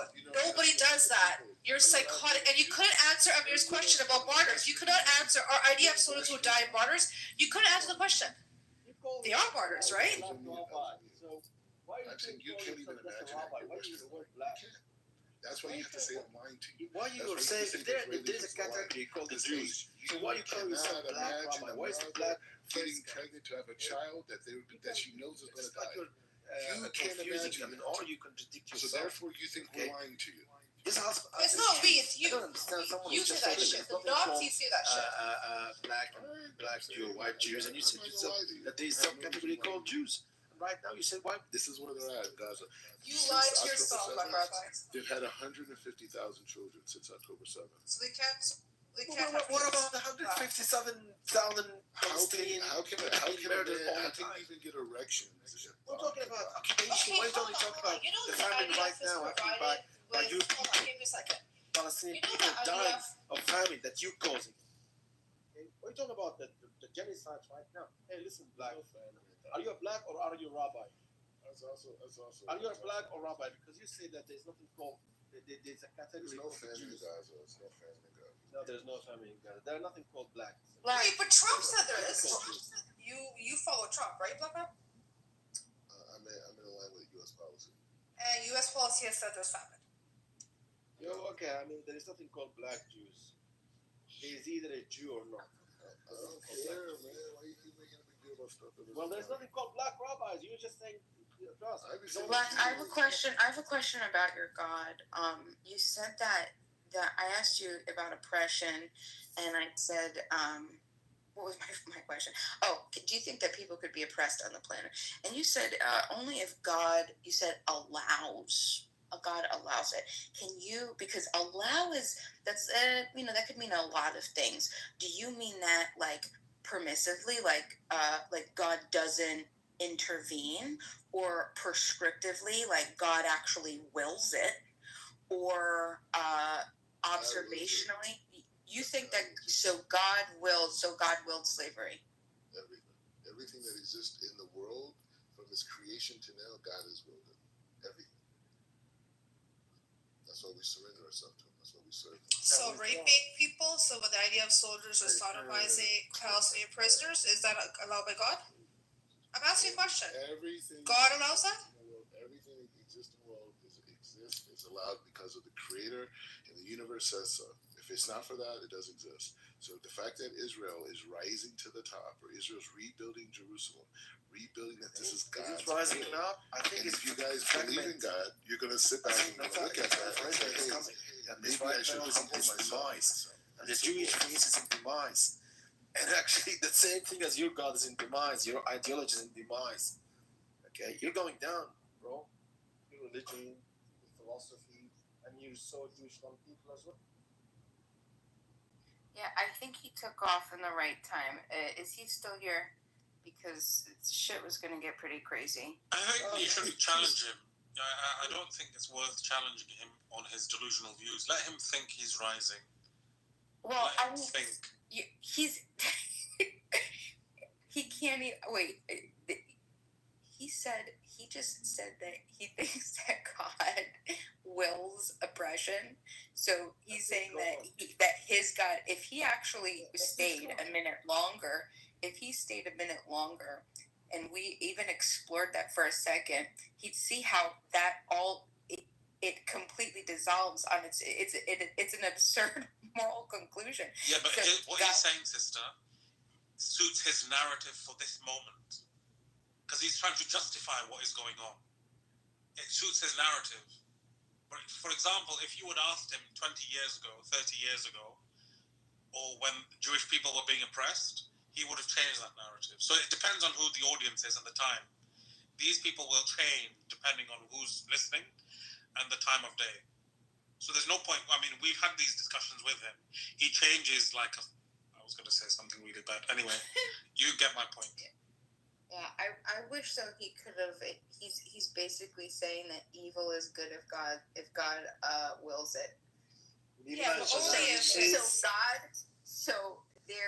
there's two options. Okay, we have then God does not will evil, or evil ceases to have any meaning, and thus so does good. But Bima, you're trying to have this philosophical conversation from back who literally said that every Gaza child born is a terrorist, and the mothers have these children so they can go martyr them. This is the nonsense he said here. He's also said there's no famine, there's no starvation. This asshole also said the other day that, oh no, these Palestinian mothers are on purpose starving their kids for a while. This is a nonsensical shit he says. You can't even... This is why, Bima, so you have to understand, when Free came up, he was cursing for a reason. Yeah. Because I used to be nice to him. I tried for about 6 months, okay? I've been running these spaces for the past 10 months. I know every single one of their positions, right? And I know where he comes from, what his background is. I know pretty much every Zionist on this app, right? I've debated them too much, right? But the issue is, when Free came up, he's from Gaza, right? Somebody from Gaza listening to his bullshit saying 1-year-old Gazan to be a terrorist and all of that other shit. So, and this guy gave me death threats. He wants to kill me and blah, blah, blah. And, what else did he say? He said a whole bunch of crazy shit. Yeah, that's where I draw the line. So all I'm saying is, so with him, there's no respect. I don't allow the racial slurs. That goes against my rule policies. But the other stuff, if you want to curse him out because that does piss you off, that why don't you concede to the point? Even he brought up in relate to Hebron massacre, right? I asked him a question. What happened at Hebron massacre? Right? He didn't want to give me the answer. He kept on asking. Yeah, he's such an idiot, and it actually was going to happen. How do you expect the people to react if they're going to take over your Masjid al-Aqsa, which is a holy mosque for the Muslims? You see what I'm saying? You have colonizers coming in from out of country like Poland and Ukraine or whatever, and there was a big, not just a rumor, they actually were going to do it. They were going to take over Masjid al-Aqsa, and the Muslims, it's a holy mosque, and they lost it. But the massacre happened on both sides. The other side, I think, was the Jews were like 70 or 80 people. On the Arab side, it was 110 people. British mandate got involved as well. And you wouldn't believe it. Some of the Arabs they actually saved the Jews. They said, come in, we'll save you. Yeah, I'm first of all, I'm sorry that happened. I didn't know that he threatened your life. I wouldn't ever allow anybody in. See, this is probably going to frustrate a lot of people. I'm an absolute free speechist. I believe that you could say absolutely anything. Where I draw the line is threats of violence or doxing or anything like that. That's beyond, like, you don't get excited because someone is intellectually, you can't keep up with the argument, right? If you can't combat the idiocy, then you're just not doing a good job. And to threaten violence or to dox somebody, I won't ever get behind any of that. That's bullshit, right? Just get a better argument, figure out your position better, right? No, I still stand the same. You cannot. But if you believe in free speech, you should let people speak, without interjecting, right? So if you believe in absolute free speech, and he didn't really threaten his life or anything. He just said something and there's context to it. Because what Black Rabbi was saying was ridiculously heinous.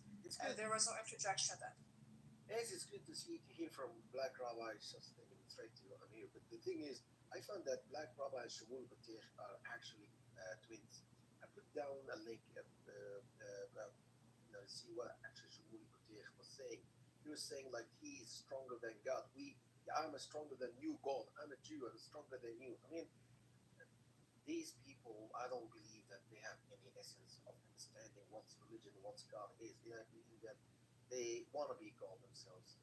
And what he's saying is that's basically why God's allowed for it, because he justifies his purpose, like murdering and raping is the way that God wants. Who is God?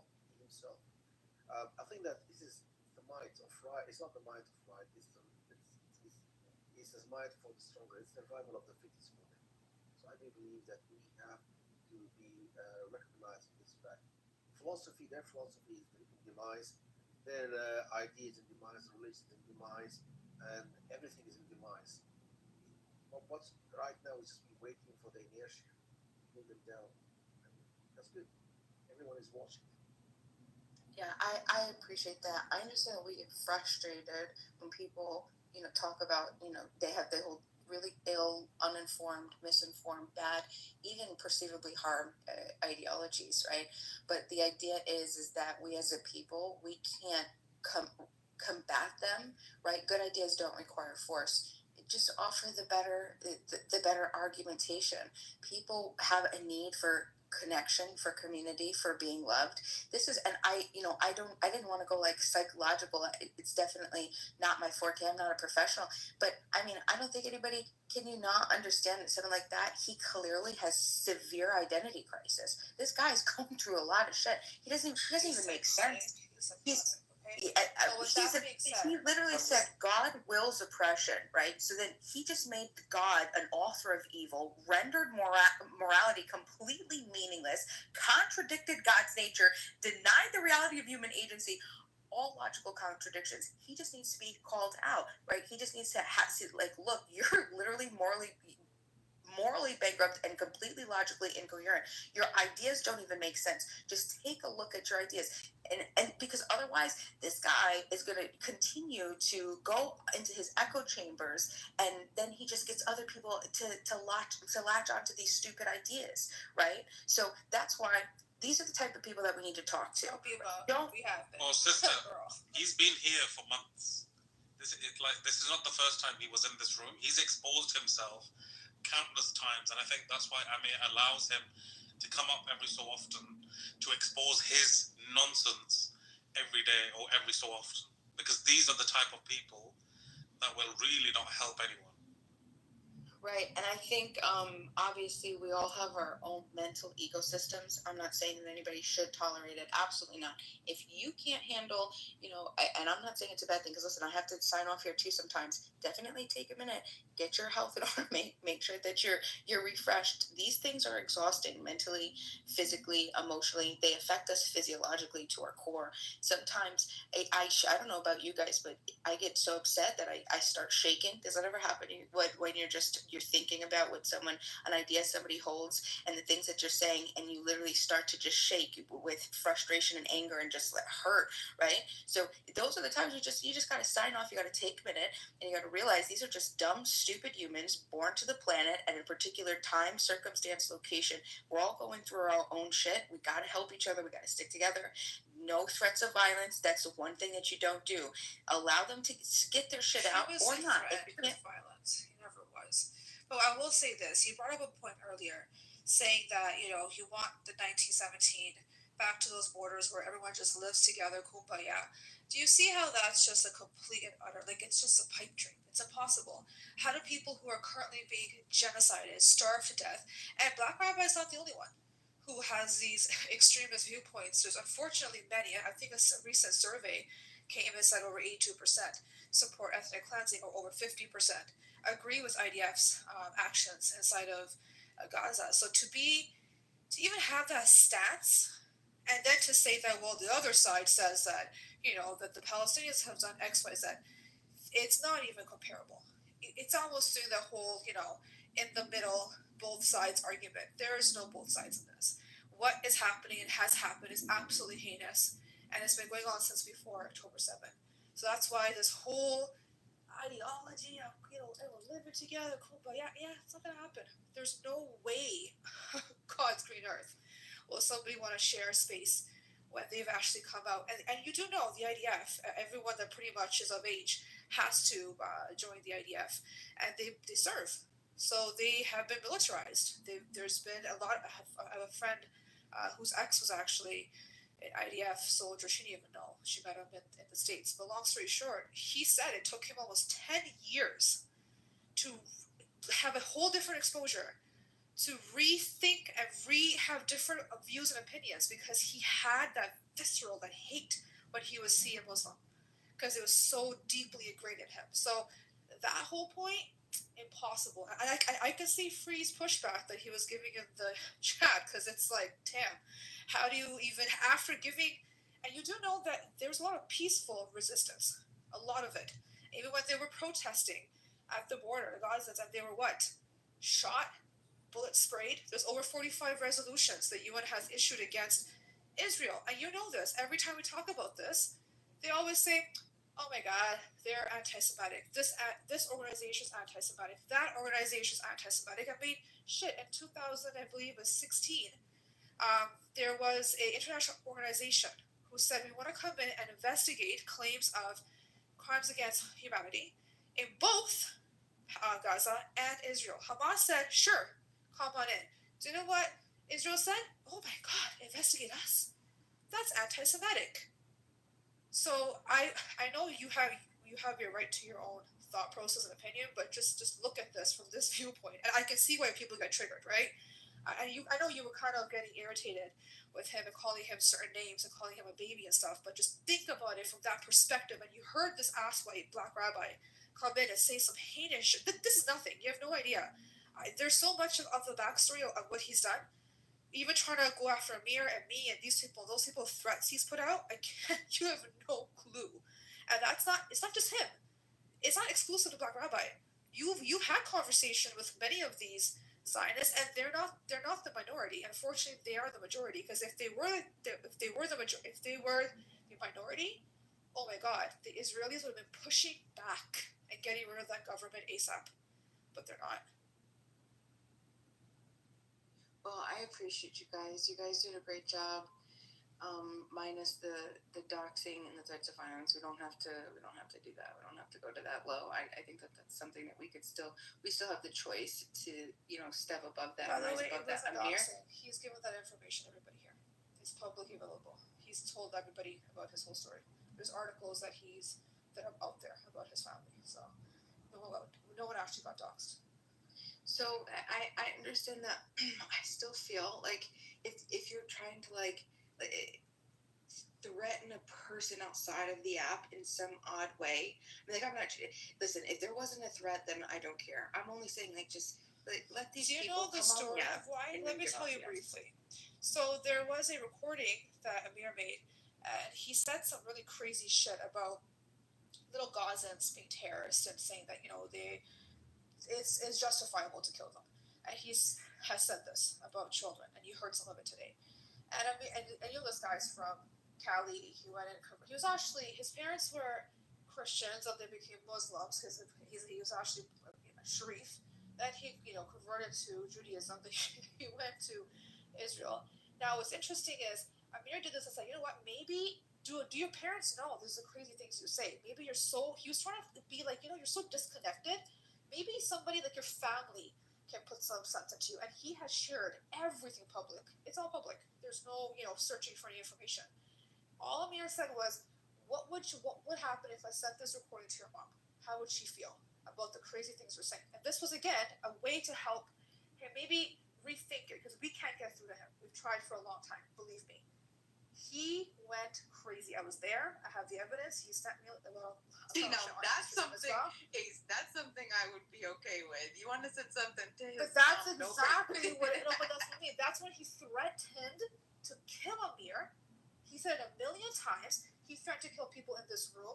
He said that, oh yeah, the FBI and these Israelis and whatever, they're like spying on you guys. And he tried to find out if Amir was a citizen or not. He wanted to get him deported, which is, he's a citizen for fuck's sake. He went so far to say that he came back. He doubled, tripled down. Many people heard. There's a recording of this shit. I'm an attorney, so I told him, I'm like, listen, stop. I told him multiple times, you're breaking the law. I'm like, you cannot do these threats. You're going to be in trouble. Stop. He didn't do it. He tried to say that Amir was a terrorist or he was doing something so illegal by potentially sending this recording to his mother. He went batshit crazy. He even said, you know what? I got some gangsters I know, and they'll come for you, and they'll kill you. These are the things he said. So when he puts up his... So the reason why... So when he put up his mom's picture, it was like a reminder, hey, listen, we have that shit. Maybe you should simmer down. And he swore he was never going to come back here. He came back a month later with a new profile. Wow, that's crazy. Crazy. And get this, he used to always try to talk to me on Instagram. He's a freaking dick. I got so much out of him and I screenshot and kept it just in case. I told him, I'm like, you just snitched on yourself, you dumbass. He went and blocked me thinking somehow I wouldn't be able to keep those messages. I'm like, you messed up. This is the level of psychoticness. So it wasn't trying to like threaten in any type of way. It's just, there's a whole context there. Thank you. I appreciate the context. Yeah, definitely, folks, keep your pseudonyms. Don't give your personal information out. This is a crazy world. But, oh my God, I can't even imagine. This guy, doesn't seem very well put together. And Bidna, he also threatened me with bodily harm. I'm afraid. Yeah, I apologize. I was here, he did. That's crazy. See, that's something that I don't tolerate. I'm a very peaceful person until I'm not. I will radically defend the innocent. Radically. Listen, maybe I'm not very well hinged, because I'll tell you what, I think this is what I dream of. This is how sick I am. Okay, guys, this is how sick I am. I think right before I go to bed, what I could unleash as like an unsuspecting person just in just put me in Israel. That's really all I want to be. Like just wild just yesterday put too. me Do you remember? just put me in there, and I swear I'll end this shit tomorrow. No, you said okay, that. I will organize. I'm yesterday. Do you remember? I'm a fucking You said that. You said you wanted to kill them all. That was hey, girl. You said kill. Only the aggressors. Only the aggressors. Still, very that clearly. is, Only aggressors. I know, Listen, but self-defense. I know, but again, it's not them coming after you. But do you see what I mean? Where this comes from? I mean, you said it yesterday, and they're all. Yeah, no. But I think that's different. That's much different. We're talking about self-defense and defender's choice. I will, like I said, I will radically defend the innocent. But you're not in direct danger, I suppose. No, just maybe some mental issues from this. No, I'm not. I'm okay. I'm fine. No, seriously, I'm fine. Yeah, it's just.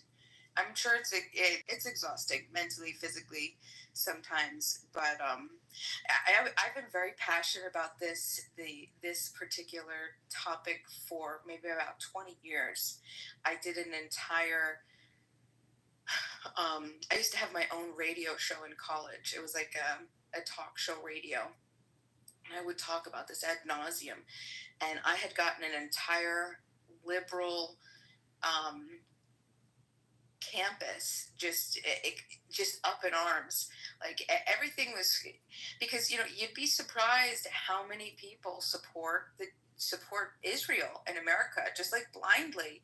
And at the time, 20 years ago, it was much different. So anyway, I've for the longest time I thought like maybe I'm supposed to. This is my delusion, guys. Okay, I'm going to give you a little. This is ammo if you ever want to shut me up. I thought for the longest time I was like, maybe I'm supposed to be here to solve the Palestinian-Israeli conflict.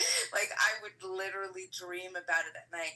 I have pages and pages of ideas that when I did as a kid, I was like 16, 17 years old. I loved manual typewriters, and I would just type and type and type all of these ideas of all of these schemes that I would come up with to unify and to unify and figure this shit out. But anyway, yeah, I appreciate every one of you. Thank you for giving this guy the time of day. Did not realize the level of he's back. insanity. There you go. He's back. Your friend's back. I wanted to ask Mima, do you believe in a one-state or two-state solution? I do not believe in a state solution. I don't believe in authority granted by might makes right, by gang violence. I don't believe in gang violence. I believe every human being has been placed here, and we all have the same moral inherent authority, and we all need to just be adults and live peacefully. Fuck any type of idea that you could congregate and then use your majority rules as might makes right and force other people to submit to your preferences. If you believe that you're the problem, just leave everybody alone. That's your only duty. And as a human being on this planet, don't harm other peaceful people or their property. If we have issues, we work it out. We don't need violence. Those peaceful people resist using violence and nothing else works. I mean, if private property is violated, so if your person is violated or your private property, then that's self-defense at that point. What about your rights, your liberty, autonomy? So rights.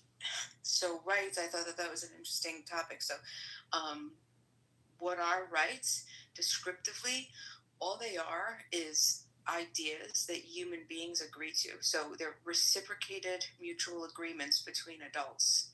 And we say, okay, well, that's why rights aren't the same everywhere on the planet. That's why the life, liberty, and happiness, or life, liberty, and property in America, the rights are much different than they were 30 years ago, and how different than they are on North Korea and in Kenya and in Saudi Arabia and obviously Gaza and Israel, right? So there's no God-given rights is bullshit. But can't we just let's just make it clear. There's some things that we just know are right and wrong. you don't need to have laws in place. You don't need to have anything in place to tell us that you don't even need to believe in religion or anything of that sort, God given or not. It is absolutely wrong to rape somebody, whether or not that's a law that's written in a book. It's absolutely wrong to target and kill innocent civilians. It's absolutely wrong to withhold food. It's absolutely wrong to not allow a people to progress. It's wrong to blockade them. It's wrong to violate their liberty as human beings. So I think we don't have to do that whole very semantic way of looking at this. There are just some basic things I think we can all agree on. And with that being said, you're talking about private property. These people are refugees. Their property is taken from them years ago. So they may be living in refugee camps, let's say. They're literally relying on foreign aid. So technically their property isn't being violated, but their self and individual is. Their children they throw a rock at the border and the child gets sniped, killed, taken. There's no, again, remember Israel is a Western style democracy in the Middle East. When it comes to dealing with Palestinians, all of that goes out the door. So don't you feel like once the peaceful side doesn't work, that the aggressors, they have to be met with resistance that sometimes requires violence? Oh, absolutely. And that's exactly where that comment from me came yesterday, right? Like I said, I will radically defend the innocent, the people who are being aggressed upon, right? So yeah, once you stop reciprocating rights and you begin to violate a human being, another human being, you then are the aggressor. You are morally accountable for whatever your actions are, and you can't just collectivize.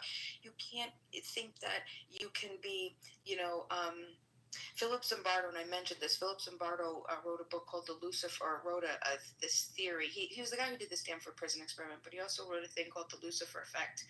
And it's basically this idea that once we get into like these collectives and we, a badge or a uniform, we then sort of like our moral accountability is removed, right?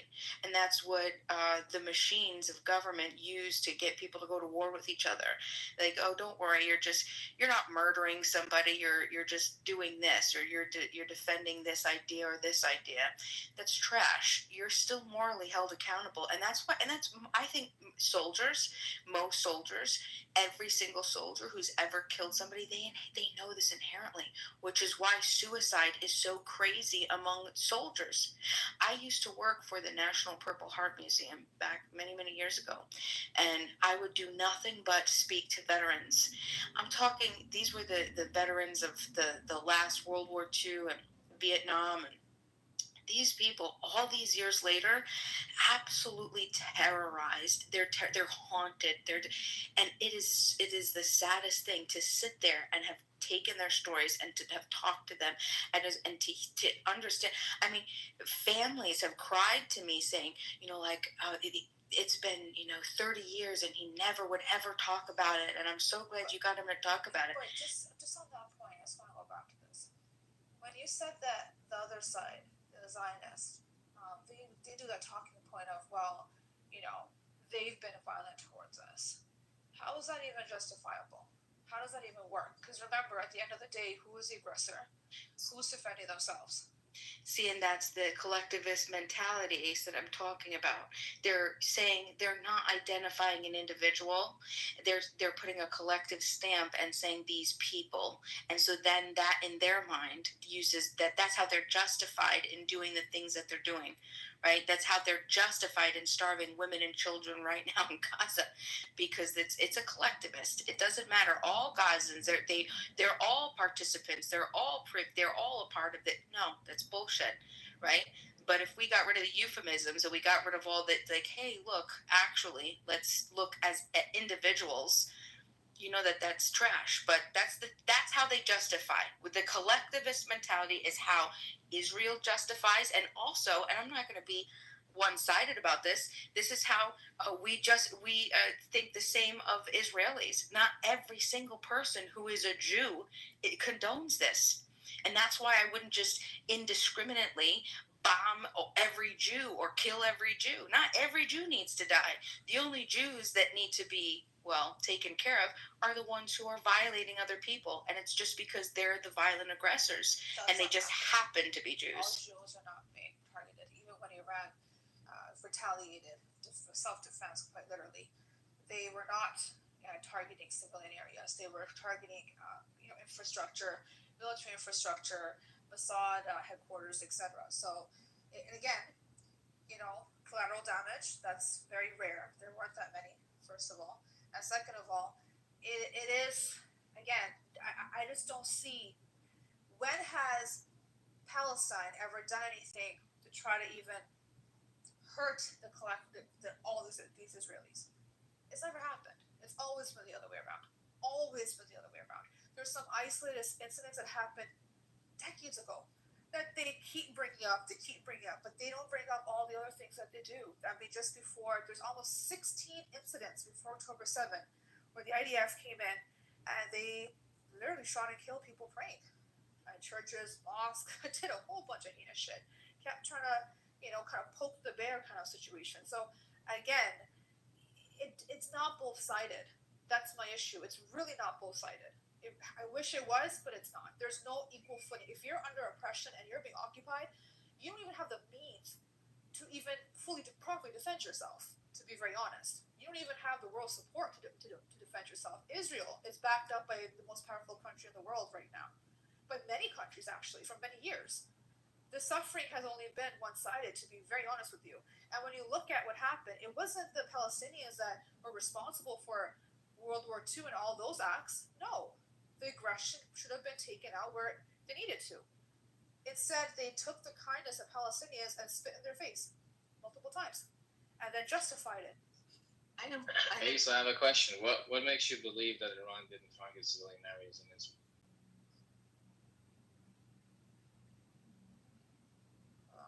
By exploding. Because the evidence says so. The evidence. So if I show you civilians haven't been killed, if I show you videos that's a collateral damage. Because if they have the Mossad headquarters in a heavily populated area, Tel Aviv is very small. They have military equipment literally in Tel Aviv. So I guess they use their civilians as shields, I suppose. Are you aware that Palestinian Muslims how many Iranians? One second. Yeah. Well, that's the thing. Are you aware of that? Hold on for a second. How many Iranians were killed versus how many Israelis were killed? You know how. Let me know how many Iranians were killed versus how many Israelis were killed. I can tell you how many Iranians were killed. I don't have an issue with that. Tell me. But you're not being honest. And how many were them Jews? You mean how many Jews have been executed in Iran? No. How many Jews were killed in that? Jews or Jews? What are you saying? Jewish people. When Israel attacked Iran, or what are you referring to? When Israel attacked Iran. Okay, 0, but Iran has executed Jews in Iran. Roughly 1,000 Iranians. Do you want a testimony from a rabbi that says that we got more than 35 Jews living in Iran? Do you want the testimony? Look, I'm looking at official. Hold on. Should I take a rabbi, right, that his testimony holds more weight than your fucking testimony because you're a Pahlavi supporter? What do you want me to do? I'll take the rabbi's opinion. Supporter? Pahlavi, right? Raza Pahlavi? I'm not. No, I'm not. No? Okay. How did it make you I don't understand when Church? these numbers are from the Islamic Republic themselves, okay? Why would they not be interested in saying that Jews have been targeted by Israel? Samson, are you justifying the killing of the Iranian kids? Are you justifying the killing of the Iranian kids? I've been trying to get you on the stage for a while, for almost a week or 2 weeks. Regime not be interested in saying that Jews have been killed by Israel? I'm asking. Hold on. I have a testimony from a rabbi. He said, no, you're not answering my question. I am answering your question. I said they're getting treated good. This is the testimony from a rabbi. Are you going to deny the testimony from a rabbi? Are you going to deny the testimony from the rabbi? I don't care about your rabbi's testimony.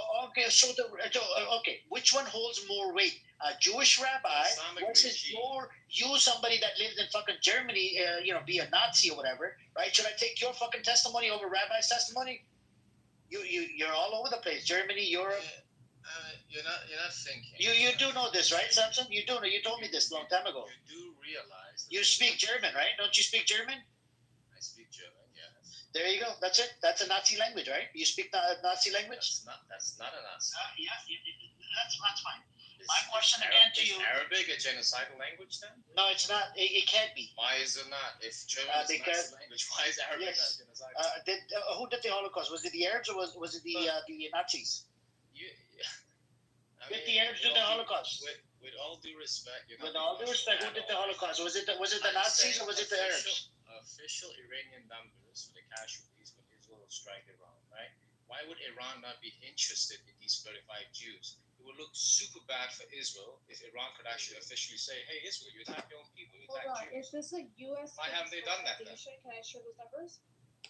Show which numbers? Yeah, let's talk about the numbers. Are you justifying the killing of 50 children, or was it more than 50 children that got killed? I'm not justifying anything. I'm saying in okay. Iran, Do you feel bad? Do you condemn the attack?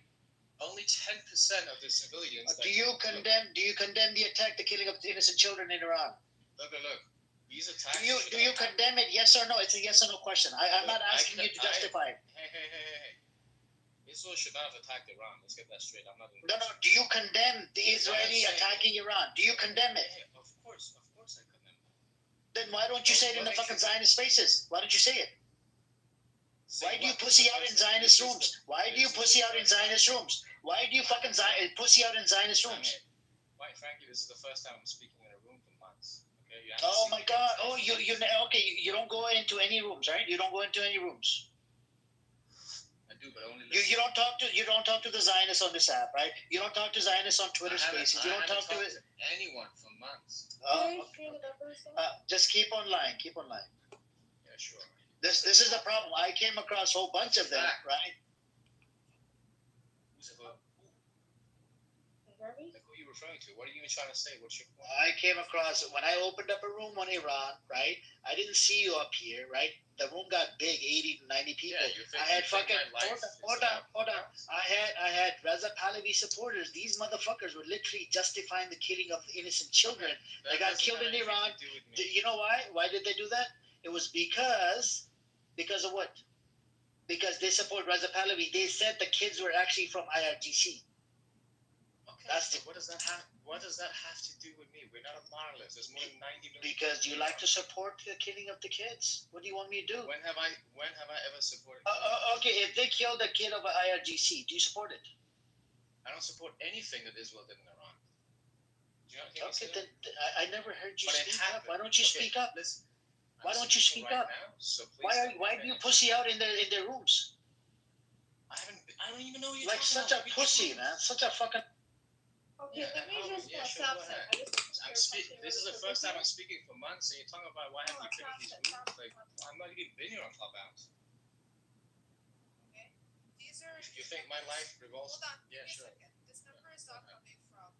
This is actually a U.S.-based organization. Okay, that's reported that 1,190 people were killed by Israel and Iran. Over 4,000 were wounded.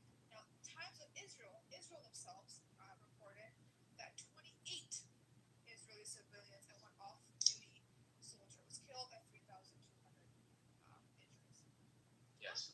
So can we talk about those numbers there? 28 casualties versus 1,100. Yeah, Iran doesn't have Iron Dome. Plus, it was a preemptive. Well, they call it preemptive strike, but you know how it is. Like, when you get taken down, you get taken with your pants down. Obviously, it's hard to defend yourself.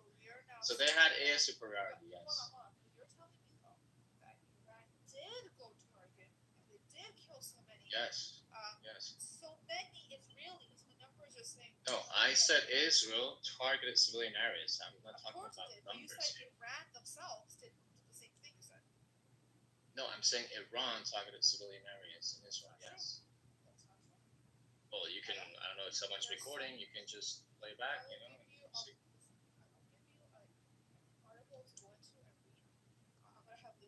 Ace, quite honestly, this is quite disrespectful. You know why? I can pull out names of the people who were killed in these civilian areas. I can show you videos of these areas. I have a friend who got injured. I think this is so disrespectful. 1 second, but again, I'm telling you, this does not go along with your whole argument that they targeted civilian areas. If they did, were the casualties being fucking really high? No, casualties are low because of Iron Dome. Actually, Iron Dome wasn't really big much at all. Iron Dome wasn't doming. Did you not know this? Shit. I think you forgot about that. There was reports from the U.S. and from the Israeli sources that the Iron Dome wasn't working. Anyways, I think Layla wants to chime in. We have the Layla go on. Yes, Salam, Amir. How are you? Walaikum salam. I just want to go by his narrative, yeah? Let's say Iran did target civilian areas. So what? So what? Yeah, I just want Yeah, to. so what? Why is that an issue? Because Ace said it didn't happen. Okay. Yeah. So what areas in Israel So was stop impacted? glorifying What this areas? conversation. Hold on. You seem to know numbers, yeah? What areas in Israel was impacted during that 12-day war? Several areas. Such as? Ramat Gan, for instance. What about in Haifa? What do you mean about Haifa? What, like areas in Haifa? What were Everywhere. they targeting? What were the Everywhere in Israel was civilian areas? Can you name them? What were they? I don't know what you're trying to do right now. You expect me to give you names of every single No, I'm trying. So Israel attacked a building, apartment building. That's how civilians have died. They bombed streets where cars, civilians. You can see videos in Iran. I can tell you that much. Oh, you mean that video where we don't know who placed those bombs and those? Oh, okay. Okay. Let's say that's fake. Let's say Iran is the evil one. What areas did they bomb in, like civilian areas that got impacted in Israel? Later, if you're being genuine about this, like I'm actually being genuine about it. I want to know the civilian areas. In that case, you would know these barrages, like Israel, the entire area of Israel was attacked. Is it civilian it's not just area? The city or two. Many civilian areas, yes. Okay, and I think it's quite stupid to say that just because there were only 20-something deaths. No. So what were the numbers though? What were the numbers? Like, are we comparing apartment buildings that had people in it? Look, we're not comparing numbers. We're comparing intent. Okay, the Israeli intent was not to kill civilians, and I can demonstrate that because if we compare what's going on in Iran to, for instance, other areas, you will see these were very. Sorry, I just want to clarify what you just said. If we look at the numbers, Sorry, they said 1,000-something people have been killed. Can you pause for Out a of those second? 1,000, Can you pause for a second? 140 were women and children. I just want to clarify something about what you said. When you say they don't target civilian areas, are you talking about just Iran or general? I'm talking about Iran. We're talking specifically about Israel and Iran. Okay. I just wanted to clear that up. So the first attack was apartment building. Was that not a civilian area? No, I actually see leaders living there. What about the other people that were living there in the apartment Other building? people where? In the other apartment, penthouse buildings in the really nice areas of Tehran? All I just No. That same apartment building, other people that died there. I don't care. There you go. You don't care.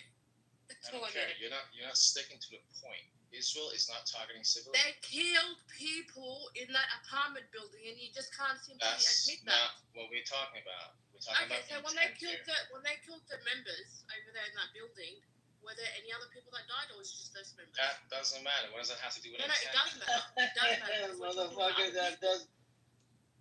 That We're doesn't talking matter. Because you have the ability to snipe people. You know this, right, Samson? No, I'm not. Okay, how did they assassinate Ismail Haniyeh? Can you tell us how did they assassinate Ismail Haniyeh? This is your issue. This is the reason you don't Samson, B'Tselem, and the Organization for the Physicians that came out from Israel. They're saying it's genocide. Okay. We're gonna stick to the point here. Are you denying B'Tselem report? Are you denying the B'Tselem report? We're gonna. Are you denying an Israeli source called B'Tselem? You have to finish the topic in Iran. Are you denying the Jewish source called B'Tselem? Are you denying the genocide claim from B'Tselem? The strategy doesn't work on here. No. I'm asking. This is the new one that just came out. B'Tselem and physicians from Israel. Yes. No. Okay, you're denying it. Okay, you're a genocide denier. I didn't know that. Okay. I'll go back to Iran. So, how did they kill Ismail Haniyeh? How did they kill Ismail Haniyeh? It's Iran. How did they kill him? I think they placed something in his air conditioner. How many people were killed when they killed Ismail Haniyeh? He doesn't know because he doesn't care. I didn't. No. He's Iranian. Are you So can you tell the repeat what you said? Yeah, he's Iranian. Oh my God! You could have told me that from the Yes. Can you tell us how What, are many you people racist, did they kill? Layla, are you racist? What's Samson. wrong with me being Iranian? No, she's not racist. Let me ask a question first. Yeah. Can you tell us how many people did they kill when they killed Ismail No, Haniyeh? wait, what was that reaction? I don't get it. What was that reaction? Forget the reaction. Why are you deflecting that? No, I'm not deflecting. Lastly- We're actually talking about this Can right you now. can you answer that question? How many people What's did wrong? they kill? What's when wrong with being Iranian? And then we can address whatever you're Sam, saying. Sam, What's wrong with Sam, being Sam. Iranian? Hold on. You want to talk to me? All right. How many people? Yeah, what's how wrong many with people Iran? were killed? How many people were killed when they assassinated Ismail Haniyeh?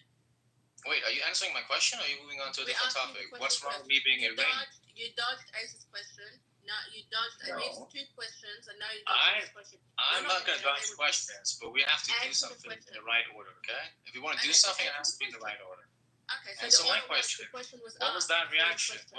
What was that reaction when you realized that was The Iranian? question was asked before your question. So do you mind answering the question first, and then I can answer you? Yes, can you answer the It question? doesn't matter. You can ask me 10 questions. If they're not related to the topic, Samson, I don't answer. she'll answer the question that you asked about Iran, that you being Iranian, right? My question was, how many people did they kill when they assassinated Ismail Haniyeh? I don't know exactly. How many did they kill? How many did they kill? Wasn't it I less don't than know. 2 or 3 people? They sniped it, right? They sniped it. My understanding, only people in that room died. No, they didn't snipe them.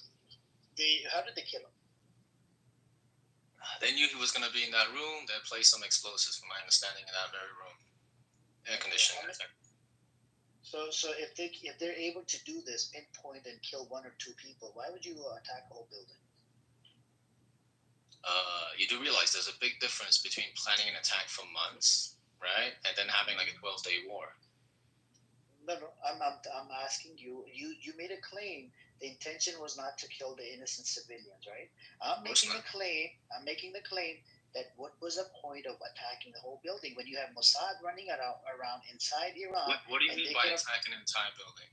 Where do you see that? Where did an entire building get demolished? You didn't see the whole building getting attacked? No, I haven't seen a single entire building getting demolished. Can you show me that? No, not demolished. They got attacked on the side. So people that lived in the building. So what do you mean? So how do you think attacks are conducted? So if the children got hurt, you're justifying right now.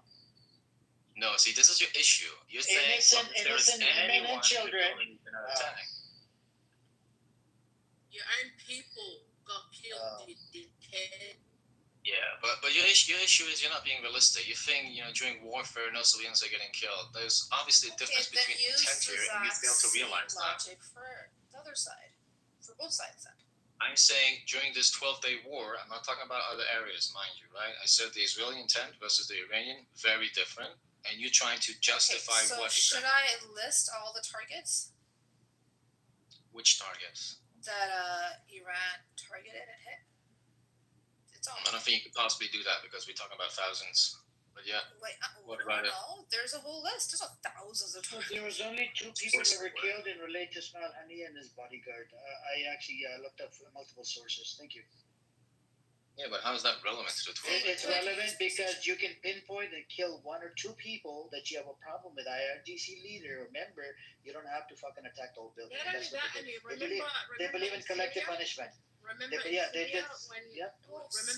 when they targeted the Iranians in Syria? They only killed them. They didn't kill other people.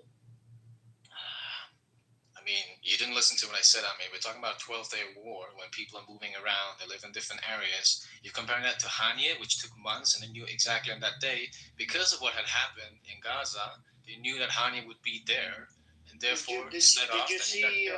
There's one more important thing. I think you guys forgot about. Samson, you forgot about this. So.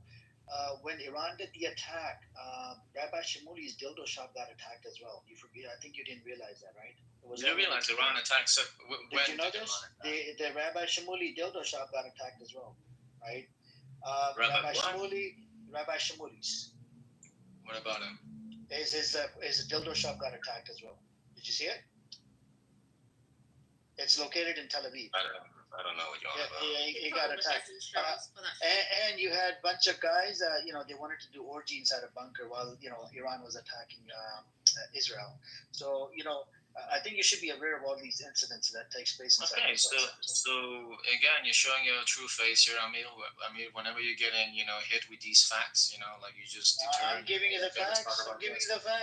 You're denying the B'Tselem report. You're denying the physician. These are Israeli sources. They're saying We're not genocide. talking about that. We're not talking about that at all. We're talking about And Iran. if they can kill Ismail Haniyeh and his bodyguard, 2 people, then it was so easy to kill 5 or 10 IRGC members instead of killing 1,000 people.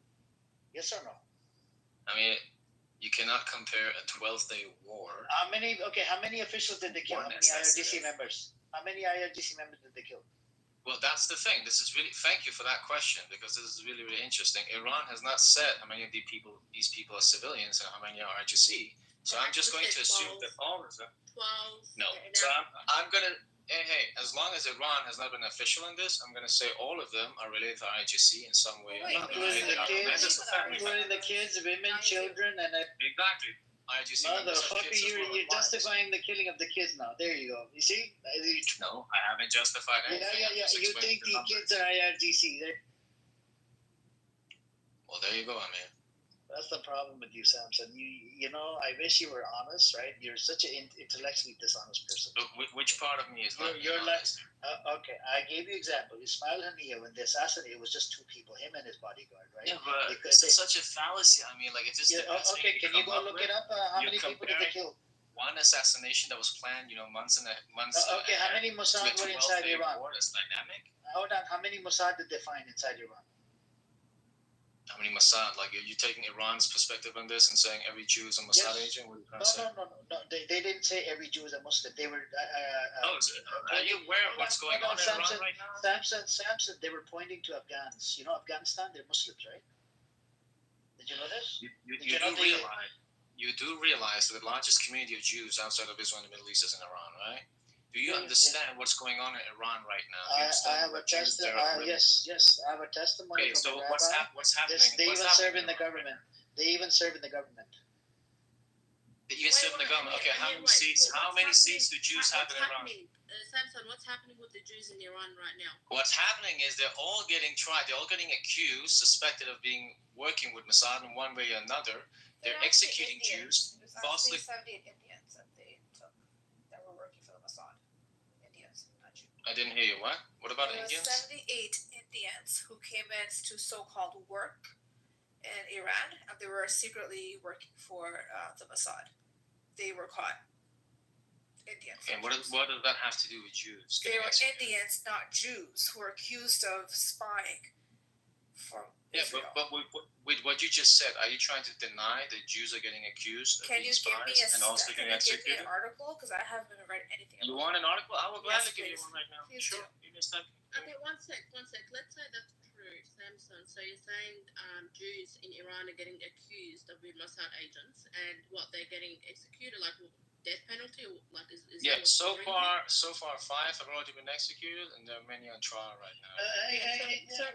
Such a bullshit, Leila. Hang on, such a bullshit. Hold on. I just want to. Since 1994, it's only one. That That's got fine. executed. Let's This say- motherfucker let's say- lies every day. That's fine. I mean, I just want to get a point across to him. Let's say they accused 100 Jews, but they're not Mossad agents. So what? The Palestinians were nice to the Jews, and look what happened. You can't trust a fucking Jew. So what? What do you want? You're saying you can't trust the Jews? Leila, so what? We didn't talk about the facts, Leila. So what? No, I'm saying so what? You can't trust them. Oh my God. Wait, You excuse can't me. fucking trust them. The Palestinians were nice to them, and look how they fucking turned. You can't trust them. So what? What's your argument? Okay, so you're telling me that even prior to this Israeli attack in Iran, because they can't trust their Jews, they should do what with their Jews? Yes. You know how many They can thousand do Jews live in whatever. Iran? They can do whatever. Do whatever. What do you mean by do whatever? History, and what's happening right now proved that Jews basically are what they are right now. Why are you crying? What are Jews? What are they? So what? I mean, you're basically. No, I asked you a don't question. mind- What are you? Jews? You don't mind the killing of innocent kids. So what? Who gives a fuck about the Jews in Iran? Hey, I can talk about my own people, okay? I'm not talking about your people. But why do you say that we can't trust Jews? What are we supposed to do with our Because Jews? of Huh? Palestine. Because of the history of Hey, Palestine. Palestine is not my issue. I have no skin in the game, okay? What should I do with my Jews? I'm What should I do talking with my about Jews? in general, they cannot be trusted. So what? Okay, you're telling me I can't trust my Jews. Okay, what should I do with my Jews? Leila, that's Leila's position, respectfully, right? Because there's a rabbi that came out, and rabbi said, we're happy they're living in Iran. We have the largest Jewish community in Iran. And if you want the testimony, I can give it to you. And how many executions did you say? 5? So far, 5 execution of. Okay, I'll give you the names. Right, the first since the November 2024, Arvin Garamani. I can't even pronounce his name. I'm talking about post 12-day war. I mean, I don't know what you found. I'm talking about post Israeli strikes. Yes. Okay, can you provide that data, please? Yeah, I was about to when I got interrupted by this anti-Semitic lady that says I should do something horrible. Hold on. Anti-Semitism and fuck the Jews. Hold on. So Okay. Samson, she's Semitic, by the way, and I'll give you one more Yeah, example. but she can still be anti-Semitic. Hold on, Samson. The person that coined the term called Vilmar, okay? He coined the term anti-Semitism. Wait. Are you gonna talk about the origin of anti-Semitic to someone who speaks German? Okay, Samson. Right. The person that coined the term, his name was Vilmar. Anti-Semitism, correct? Do you agree? Yeah. Do you know that he married 3 religious Jewish women? Leila, you hate Jews. No, you are Samson. anti-Jewish. I don't care. You don't have any answer like the for term it. anti-Semitic? Samson. If you want to discuss the term anti-Semitic, I don't give a shit. You are anti-Jewish. You Hang on, hate Jews. Samson. My question to you: this Vilmar that coined the term, he married 3 religious Jewish women. Was he a Jew, low key? Why would you marry if you're such a Jew hater? I'm gonna make the claim that he was a Jew. I'm gonna make the claim that he was a Jew. I don't care.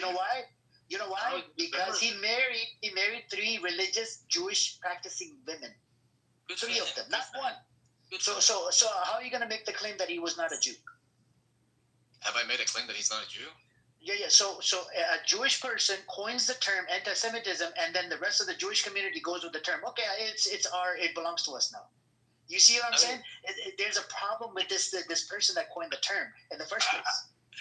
Is there such a thing as Jew hatred? Yes or no? Jew hater, sure, but not the anti-Semitism. Okay, is Leila a Jew hater? Yes or no? No, she's not. I'm proud. She's not? I'm I'm sure. Oh, there you go. She said herself. Be genuine. I mean, she's saying it herself. Okay, no, I know the Leila. lines. Oh no, I'm Samson. I know Leila for she's just trolling you, okay? Well, she's a Jew hater. Nice. No, okay, she Leila, don't hate the Leila. Jews. Get No, according to her religion, she can't hate the Jews, okay? She's following the same religion that I have. Where in your religion does it say you can't hate Jews? You don't even know anything about Jews. Lakum dinukum waliyadin. Do you understand Okay, that part? in the same book that says the Jews they glorify Ezra, the son of God, you got that wrong. Okay, did you hold on. So what did the Jews do according to Quran Karim? They Look, spread the corruption on the land. Quran doesn't know anything about Jews. Go read the Quran, okay? They spread corruption on the land, correct?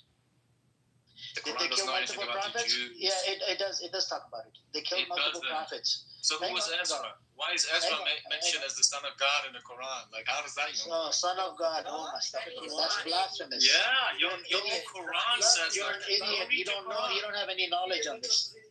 No, I don't. I don't know about the Quran. Yeah, you don't have any knowledge. You just I think you should just listen to read the Nazi book because you sound like a fucking Nazi. Yeah. Go read You were the justifying Quran. the Iranian kids. You were justifying the killing of the Iranian kids. You're just a Nazi. So today we realize he's a Nazi, by the way. And this is a very. If I'm a Nazi, Hold on, Samson. I'm not a Nazi. I'm anti-Nazi. I'm anti. All of this shit. Give me 1 second. Hold on. You said that the Palestinians not my people, not my fight. You're Iranian. I have not mentioned anything regarding Palestinians so far. You said that. You said that a second ago. Palestinians are my fight. It doesn't pertain to you. I have no skin in that game. I know, you have skin in the game when it comes to your people. Hold on, you said it comes to your people. But you're over here freaking defending the shit out of Israel and justifying their actions on your people in Iran. No. So which one are you? Are you Israeli or are you Iranian? Hey, when did I talk about Israel's actions regarding Palestinians? No, I'm talking. You said that a second ago. Everyone heard you here. What have I said so far regarding Israeli actions? You said no. Israeli what does that actions have to do towards with Israeli Iran. You said that you care about your own people. You could You tell know how to do that. Congratulations. Once Alright. everyone is stuttering really bad. Yeah, I know. Like, what the He hell? suffers from not knowing who he is. I don't know what's going on, but okay. So you corrected yourself. So Israeli actions towards Iran, yes, instead of the Palestinians. Okay, go ahead. What do you want to say? Oh my God! You said that you care more about your people, your cause. Your people are No, I've never said Israeli I or care Iranian. more Which one? about my people. Why are you putting words into my mouth? I've never said I care more. No, which one are you? What matters more to I mean, you? you're putting words into my I'm mouth. asking you a question. Iranians, Germans. What is it? Israelis? Look, are you asking me who I care about the most? Yeah. Whose plight do you care more about? Which one are you connected to? I don't have a specific group. I don't care. Okay, then why do you have? So which group do you have the skin of the game with? If you don't have skin of the game with Palestine, where do you have skin of the game? Do you believe in God? How about that, Simpson? Yeah, I believe in do you believe that Just to Christ help is you out, king? just to help you out, there's a term called dayus. He supports dayus. He's one of them. Oh wow. Okay. Layla. Ooh, what does that mean? King. Wow. Let's go there. Okay, your true colors are really showing now. Okay, and this is your religion of peace. You don't even know what you are. Islam is a religion of peace. Well, why is Like, that I'm getting here here- Islam, bro? I haven't even brought up Islam or any religion so far, and all of a sudden I'm like, okay, Layla, this is the religion of peace. I see. You know, it's religion of justice and peace. Samson is all about peace. Peace to the devil. How can we bring peace to the devil? It's a peace and justice. Who's We're the not devil? talking about religion here, guys. The Talking only about devil I countries. see here is Layla. Samson, you're one of those Iranians that want your grandma house to be blown up so you can wear a bikini, bro. So I don't understand what's going on. Yeah. He's an insecure baby. Does anyone have an actual point, or is my timer up here? So Time's up. look, I think what Layla called him a pimp or something. I don't think he's a pimp. I don't think he looks like a dayu, by the way. I don't think he's nowhere near the. Did you just look up that word? So Learn that word Samson, now? no. I already knew about it. I was just thinking about Oh, what really? to tell you. What to tell you is because there's a lot of problems with the way you're looking at things. If the Iran wanted to attack, wanted to kill innocent civilians, they would have done it a long time ago inside Israel, but they didn't. The casualty number was pretty low, like less than, what was it, 50 people or something, or 60 people. Why is this again? Hold on. And in Iran, we're looking at over 1,000 people that got killed. Now, let's say about 25 of them were IRGC members. Is it justified to kill the rest of them? Let's say if it's fucking 50 of them. Is it justified to kill 950 innocent people? I mean, I don't understand what your question is. Are we doing That's my numbers? Are we doing question. Is it okay to kill 50 or 100 people per each suspected IRGC? Why do you hypotheticals when we actually had a 12-day war? Gosh, We actually have the numbers and we have the send you an intent. olive branch to try and understand where you're coming from so that they can communicate with you better. Well, I've I've already expressed my opinion on this. I've already expressed my opinion on this. Trauma dump because you're insecure and you're lonely. They're trying to have a serious conversation with you. Insecure Don't and waste their lonely. time. That's good. That was new. Respectfully, I mean, you're deflecting. I've already expressed my opinion on this. You're It's not a question of projecting numbers. trauma It's a dump. question of This isn't a intent. trauma dump. Your opinion hasn't got any relevance. Trauma. You're not gonna take the reality. Yeah. Well, good luck with whatever is going on, down there, But peace. That's what everybody I wants. think you need luck, and I think you need a little bit more than luck. What do you mean down there? What do you mean by that? Where? Yeah, exactly. Where are you guys? Where are you? You said down there. Talk about these things, right? Where are you? Your head's in your ass. We know where we're at, though. Where are you? Just a question. Why are you here every single day? What is the point of Samson, this? Listen, Samson, I have a quick question. I think we're all seeing what's occurring, the famine, the starvation, the deliberate starvation of Palestinians, Gazans. Do you see the same thing that we're seeing, or do you think that's not happening?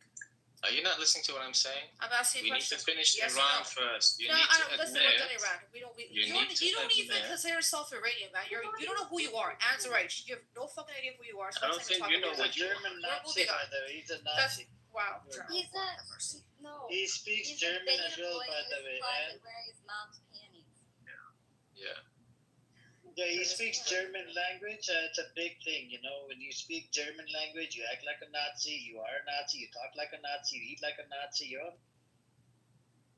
Yeah. I also know Arabic, so that makes me a genocidal fuck, right? Oh, it makes you great. You're so awesome.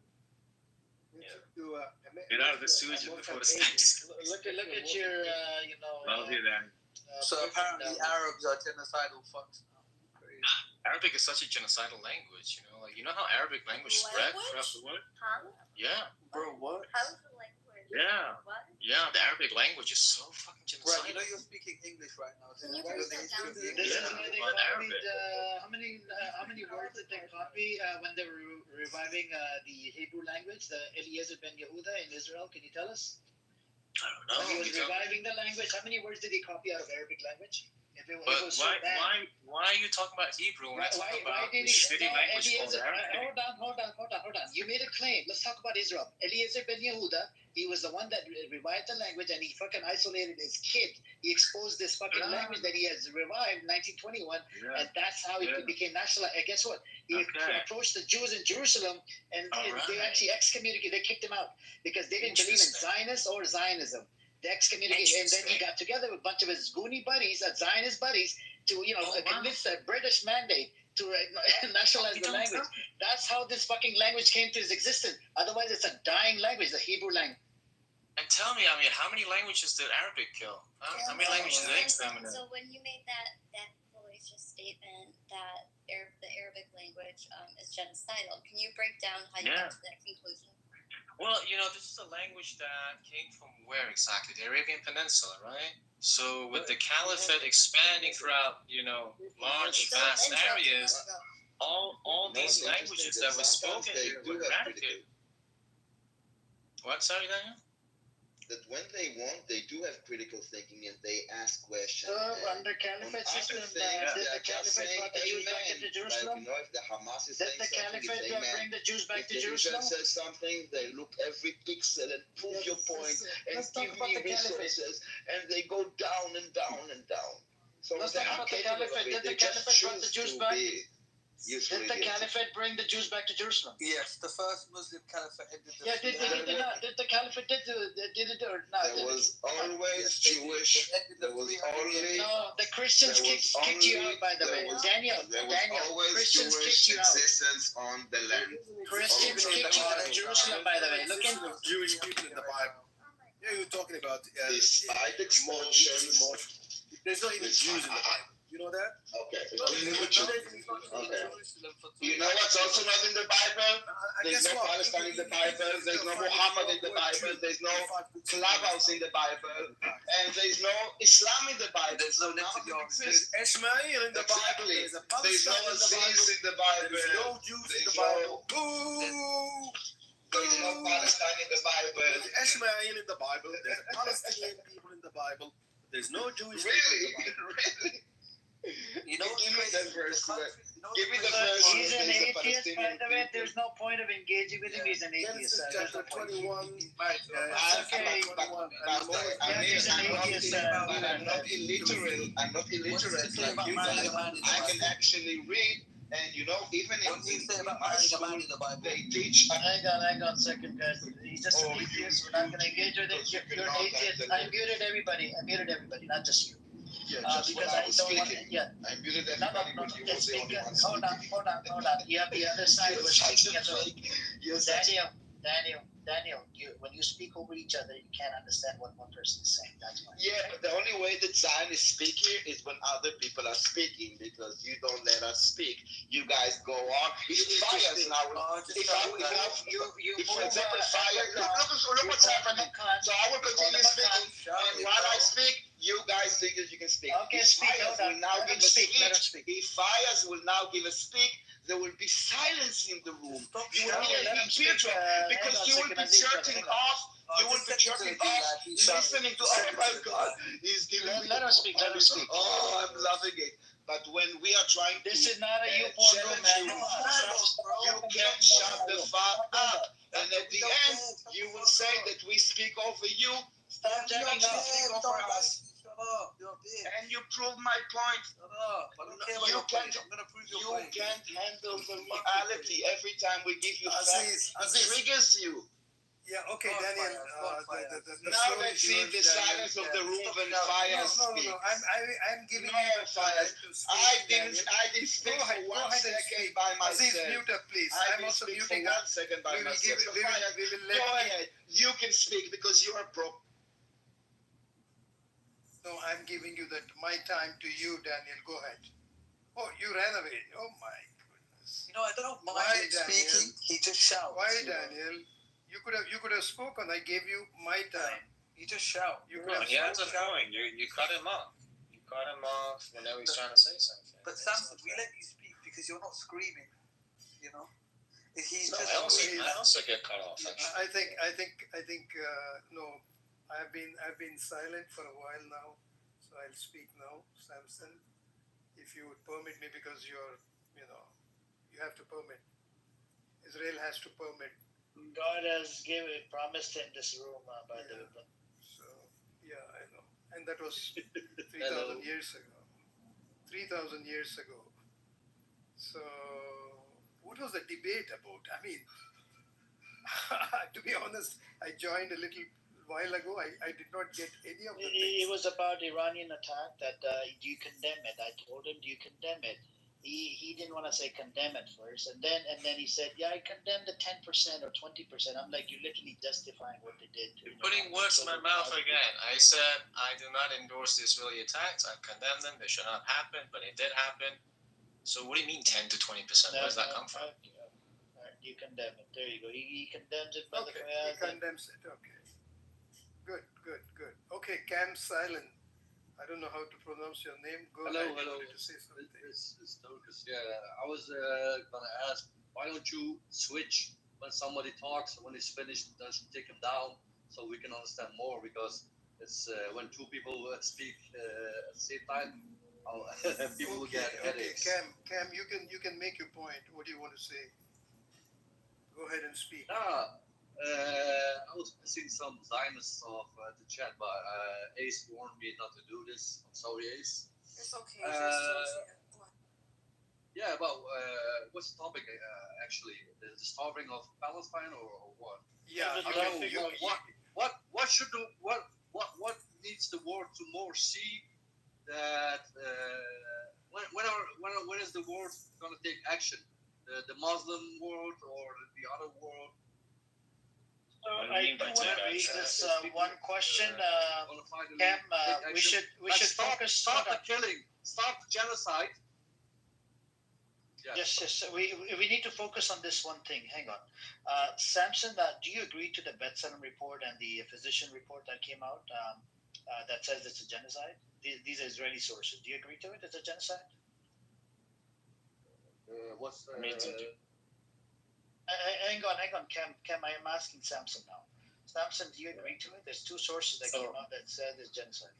So, I told you from the very beginning, I will not proceed to this topic before you correct yourself and admit that Iran did attack civilian areas in Israel, and Israel did not attack civilian areas in Iran. Intent. Intent is important. Don't talk about numbers here. We could agree to disagree, right? We could agree to disagree. I mean, look.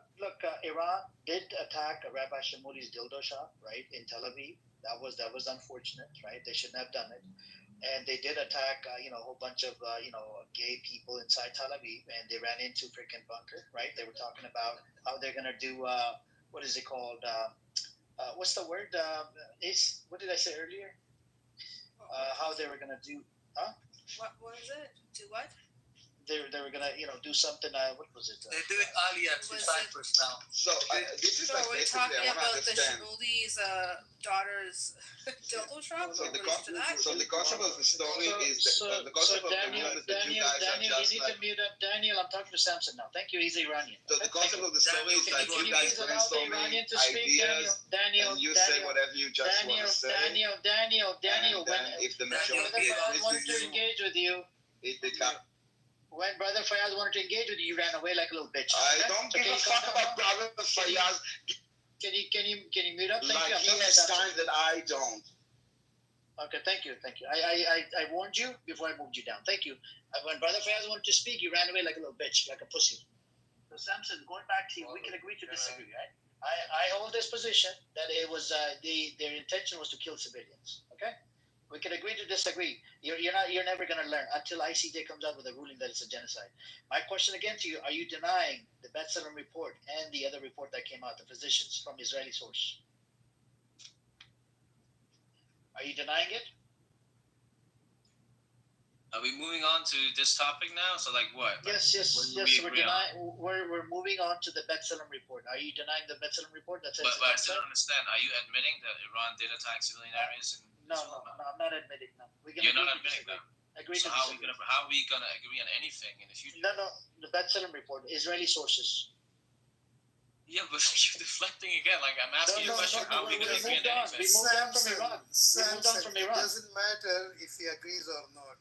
Okay. No, it does. No. Because look, if I look. Let me finish. It does matter because if I intend on engaging with this gentleman regarding a different topic, how are we going to reach a conclusion afterwards? No, we are not supposed to be reaching a conclusion. How are we supposed to conduct a debate with like valid arguments when you can't even agree that Iran was attacking civilian areas in Israel? How? Okay, fine. But agree to it. Go ahead. So I'm going to switch the topic now. I'm going to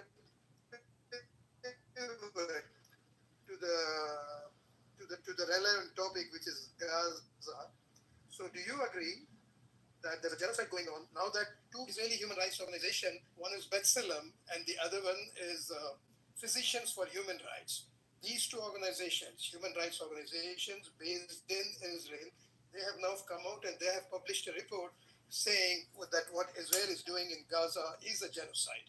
Do you agree to that? What does it matter what I think?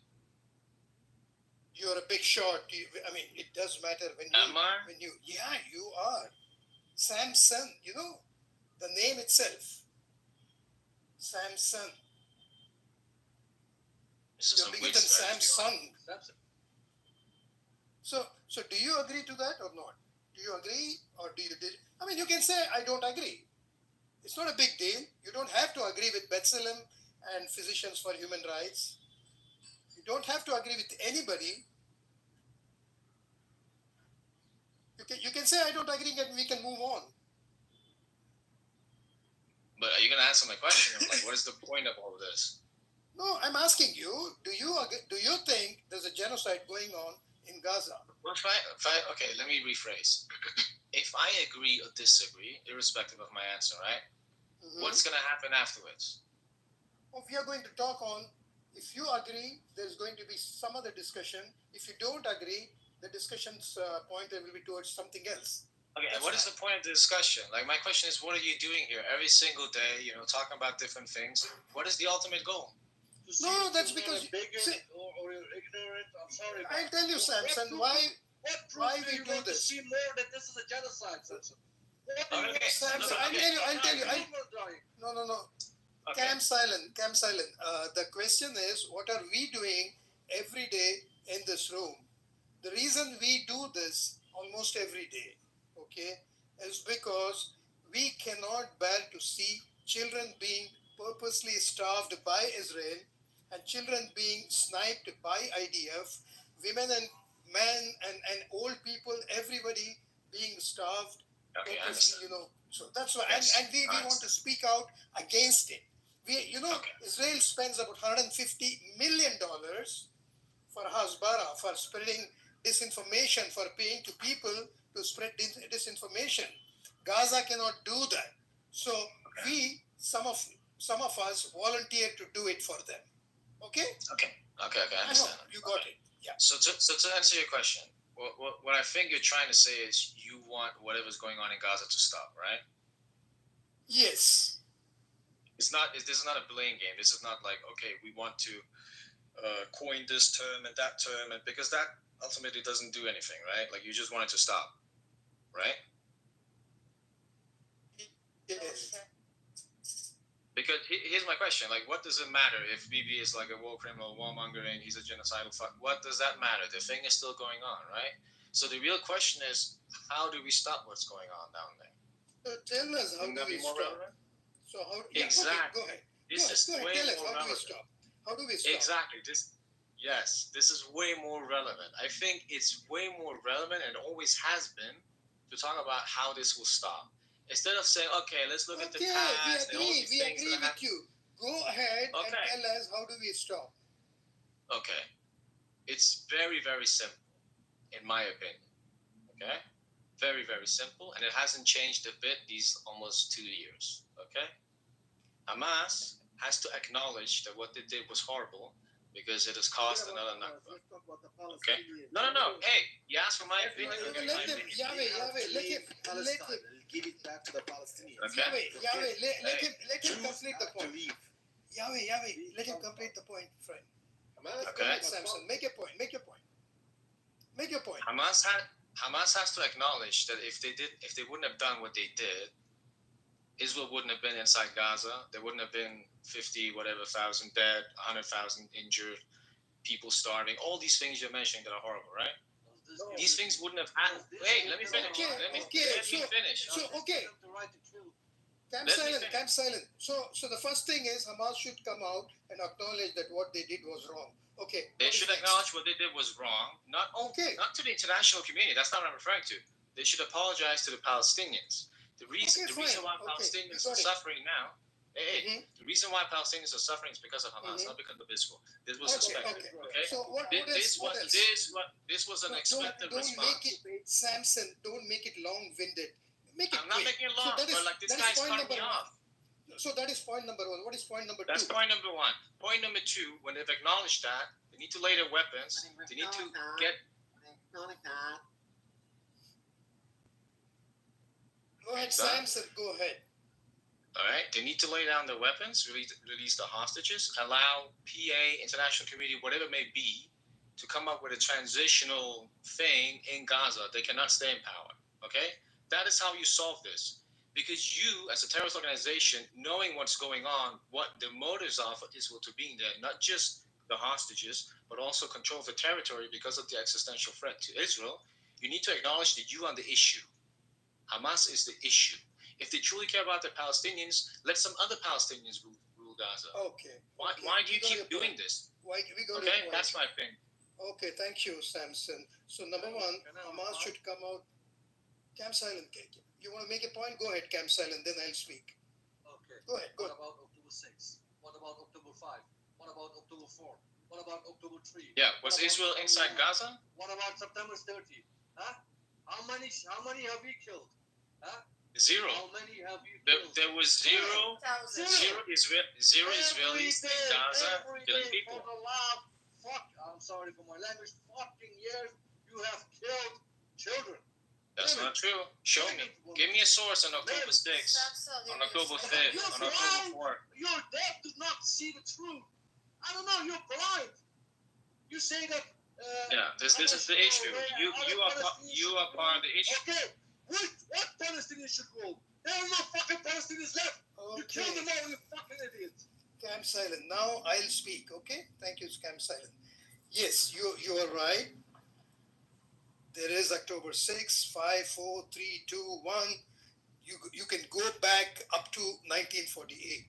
And every day, literally, Israel has been doing something bad for the Palestinians. Wait, killing them. Can I comment them. that for you? No, I'm speaking now. I All gave right. you the time. This is my time. Okay? Thank you. So, first of all, you said Hamas should come out and apologize and acknowledge that they apologize to the Palestinians and acknowledge that they made a mistake or whatever it is that you said. Okay? Now, this is between the Palestinians and Hamas. For them to decide if they want to seek an apology from Hamas, they can. And if Hamas wants to render an apology, Hamas can. There's nothing that you and I can do about it. Okay? That's as far as Hamas and Palestinians go. Number two, you said Hamas should lay down its arms and get out of Gaza or disappear. Somebody else should rule Gaza. Okay, I understand. Hamas itself has said that we are ready not to rule Gaza after the ceasefire, after everything is over. We are ready to give up power. Hamas itself has said. Okay? Even after Hamas said this, Israel is the one that is blocking the ceasefire. It's not Hamas. Israel wants a 60-day ceasefire in which period it wants all the hostages to be released, and after the 60th day, Israel reserves the right to resume the genocide. And I'm going to call it as a genocide. It's not a war for me. It's a genocide. You can call it as a war. I have no issue with that. So Samson, this is the main bone of contention between the two sides now. Okay? Hamas wants a permanent ceasefire against the release of all the Israeli hostages at once, whereas Israel wants a 60-day ceasefire, and Israel also says that in this 60-day period, there can be phases. In each phase, you will release X number of hostages. Hamas doesn't agree to that. In my opinion, Hamas is right. Why should Israel have the right to resume the genocide after 60 days? It is the very reason that it is asking for a 60-day ceasefire is because after getting the hostages back, they have nothing else to worry about. At least now, even though Israel doesn't really care about the hostages, especially Netanyahu doesn't bother what happens to the hostages. If Israelis had cared about the hostages, they would have had the hostages back long time ago by making a deal with Hamas. No, every time there was a deal. In fact, in March, there was a very good deal on the table. It was being implemented. The first phase was implemented. Before the second phase could take effect, Israel started bombing Gaza again, broke the ceasefire. So it is Israel that doesn't care about its own hostages. Okay? So in my opinion, what ultimately Hamas will do, we don't know. Or what Israel will do, we don't know, and we don't have the power to tell these two sides. But this is what I think should happen. Hamas should not agree, whatever the pressure, because, see, Israel is a genocidal, maniacal country. It's not just Netanyahu. The majority of Israelis are nuts, who literally are cannibals, who would even go to the extent of eating up the Palestinians. This is what I think about them. Having watched them for the last 2 years, listened to them, listened to the videos, listened to Channel 12 of Israel, I have come to the conclusion that if they had an opportunity, they would even eat up Palestinian babies. This is what Israelis are. So my beef is not at all with Netanyahu. He's just a symbol. The problem is the Israelis themselves, majority of them. No, there are good people in Israel. I'm not denying that. So if Hamas gives up everything, if they agree for 60-day ceasefire, and if they release all the hostages, after the 60th day, literally, the genocide will resume and it will be completed the way Israel wants to do it. And just last week, Heritage Minister Amichai Eliyahu openly said that no, we want to fast forward the ethnic cleansing of Gaza so that we can have Gaza to ourselves as soon as possible. This is what your own heritage minister said. Then 2 days ago, 22 cabinet ministers and lawmakers, Knesset members, signed a letter and gave it to the defense minister Israel Katz, asking him for permission to allow a group of people, including these 22 Knesset members and ministers, to visit northern Gaza. Sorry? To visit northern... Is 22 out of 34. 22 out of 34 to visit northern Gaza, to scout for land, to see where they can start creating the new settlements. This is all in the media. It is in the Israeli media.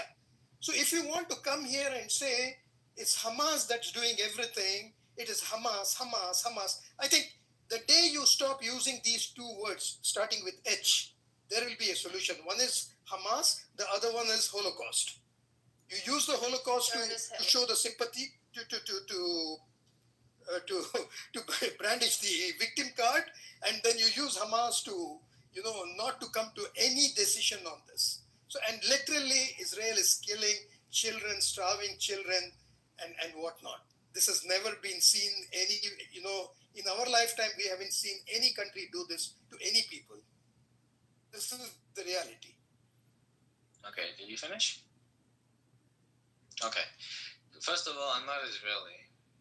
So this you thing doesn't apply to me. Secondly, I'm not Jewish, I'm not Muslim. I'm not part of all of this. I don't agree agree with what you just said regarding stop using those two words like Hamas. By the way, I have not used the word Holocaust. Again, I'm not part of this, right? But I think we ultimately disagree on what the core of the issue is here. Because I heard someone say, what about October 6th? What about October 5th and 4th and so forth? But you have to remember that Israel, IDF soldiers, nor Israeli civilians were inside Gaza. No one was getting killed. You know, there was none of this going on. This was caused by what happened October 7th. I mean, I don't understand why you're denying this. And whenever I ask for sources, no one is giving me a source on who was getting killed inside Gaza. I'll give you a source. I'm talking about West Bank. Nobody got killed in the West Bank. No, West Bank is different. We're talking about Gaza. So West Bank is not a Palestinian state. It's not part of Palestine. No, that's not what we're talking about. I mean, you're deflecting that. We're talking about it's Gaza. Part of Palestine. It's part of Palestine. Okay, but we're not talking about Palestine. We're talking about Gaza. Okay? Bro, that is part of Palestine. I don't know what you're on about. Okay, but you first of all, you're cutting me off. Dishonest person. I let Fayaz speak, and now you're cutting me off on me. Like, why are you cutting me off? And I'm trying to give Fayaz an answer here, or like a comment. Okay? We have to acknowledge this. Okay? We have to acknowledge that Israel was not doing anything inside Gaza prior to October 7th. It's simply not true. When you acknowledge this, you also realize that the casus belli, the reason why Israel was forced to going in, not just for the hostages. I understand you saying that they don't want their hostages. Fine. But that's not the only goal when it comes to Israel. Israel also wants control in Gaza to make sure that what happened on October 7th will not happen again. When you understand these two simple things, you will realize it's not just enough to release the hostages. Israel needs to guarantee, this cannot happen again. It cannot repeat itself. How is this going to be a guarantee if Hamas will still be in power? They can't be in power. There's no way. Samson, so what happens then, what's been happening before the 7th of October, it's been happening for a long, long time. The nightly raids when Israel just go into territory that's not theirs, even in the West Bank, and do nightly raids. Not in Gaza. You're talking about West Bank. I'm talking about Gaza. Let me give you the stat. Can I give the stat? I'll put it in the chat, okay? So Palestinian deaths, 5,360 in Gaza. There were before October 7th, before October 7th, before October 7th. Yeah, but from when? From when? Okay, give me a second. I'll put it in the chat for you. Thank you very much. You are claiming that 5,000 Palestinians got killed between which 2 days? Since the time. Can I? I'll put this in the chat. Give me a moment. Let me read the stats. It's not about when. First, you said there's been no deaths of Gazans. That's the first thing you said. It's on October 6th. By the way, yes, prior to October 7th. This is a collective. This is wrong. I didn't say prior to October 7th. I said October 6th, October 5th, October 4th, because there was a gentleman in here who mentioned those dates. Figuratively. Don't you understand what No, he's not. No. Don't bend his words. No, he's not. No, he's not. Oh my God. Okay, no, he's not. I want you to show me October 6th. So let's just talk about the total. October 4th. So 5,360 in Gaza alone. Okay? Listen, you are referring to civil wars in Gaza in 2008, 2012, 2014, maybe 2018, 19, 20, 21. We are not referring to the continuous war, active war inside Gaza. This is what you're trying to make it sound like. You said there were no civilian deaths. There are civilian deaths, okay? So stop. Give me a civilian death in Gaza caused by Israel on October 6th. Caused by Israel. Hold on. Do you not know the UN has 45 sanctions against 45. What do the sanctions have to do with civilian deaths in Gaza? No. For crimes against humanity, against the Gazans and the Palestinians, that's what Israel has done before October 7th. Just so you know. Okay, you're not being coherent now. I'm talking about October 6th, 5th, and 4th. Give me dates. Give me a time frame. Give me a name. Who was killed in Gaza by the Israelis? Hang on. So do you think the West Bank is not part of Palestine, Samson? No, that's not what I said. It's part of the Palestinian territories. I'm asking you a question. Is it part of Palestine? Yes or no? It's part of the Palestinian territories, yes. Oh, okay. Do they have the right to fight on behalf of the people that got killed in the West Bank? Who? The people that live in Gaza. Do the people of West Bank have a right to fight for what's going on? Do the people in Gaza have the right to fight for the rights of the people that live in the West Bank, the Palestinians? No. They're separate entities because after 2000. Why is it separate? Because they decide we can't agree. Hamas wanted Gaza. It's both East Jerusalem. No, they're two separate entities. No, I mean it's they're two separate. Palestine.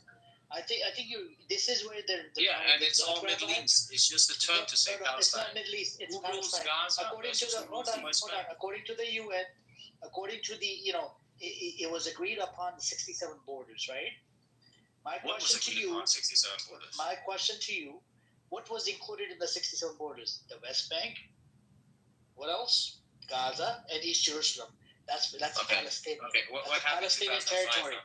I'm not talking about 2005. I'm talking about right now. Well, I'm talking about 2005. You're talking about 1967. That's a long time ago. I'm talking about the 67 borders. What was agreed upon? What was the latest event? What was agreed upon? Can you please tell us? Can you please tell us what was agreed upon?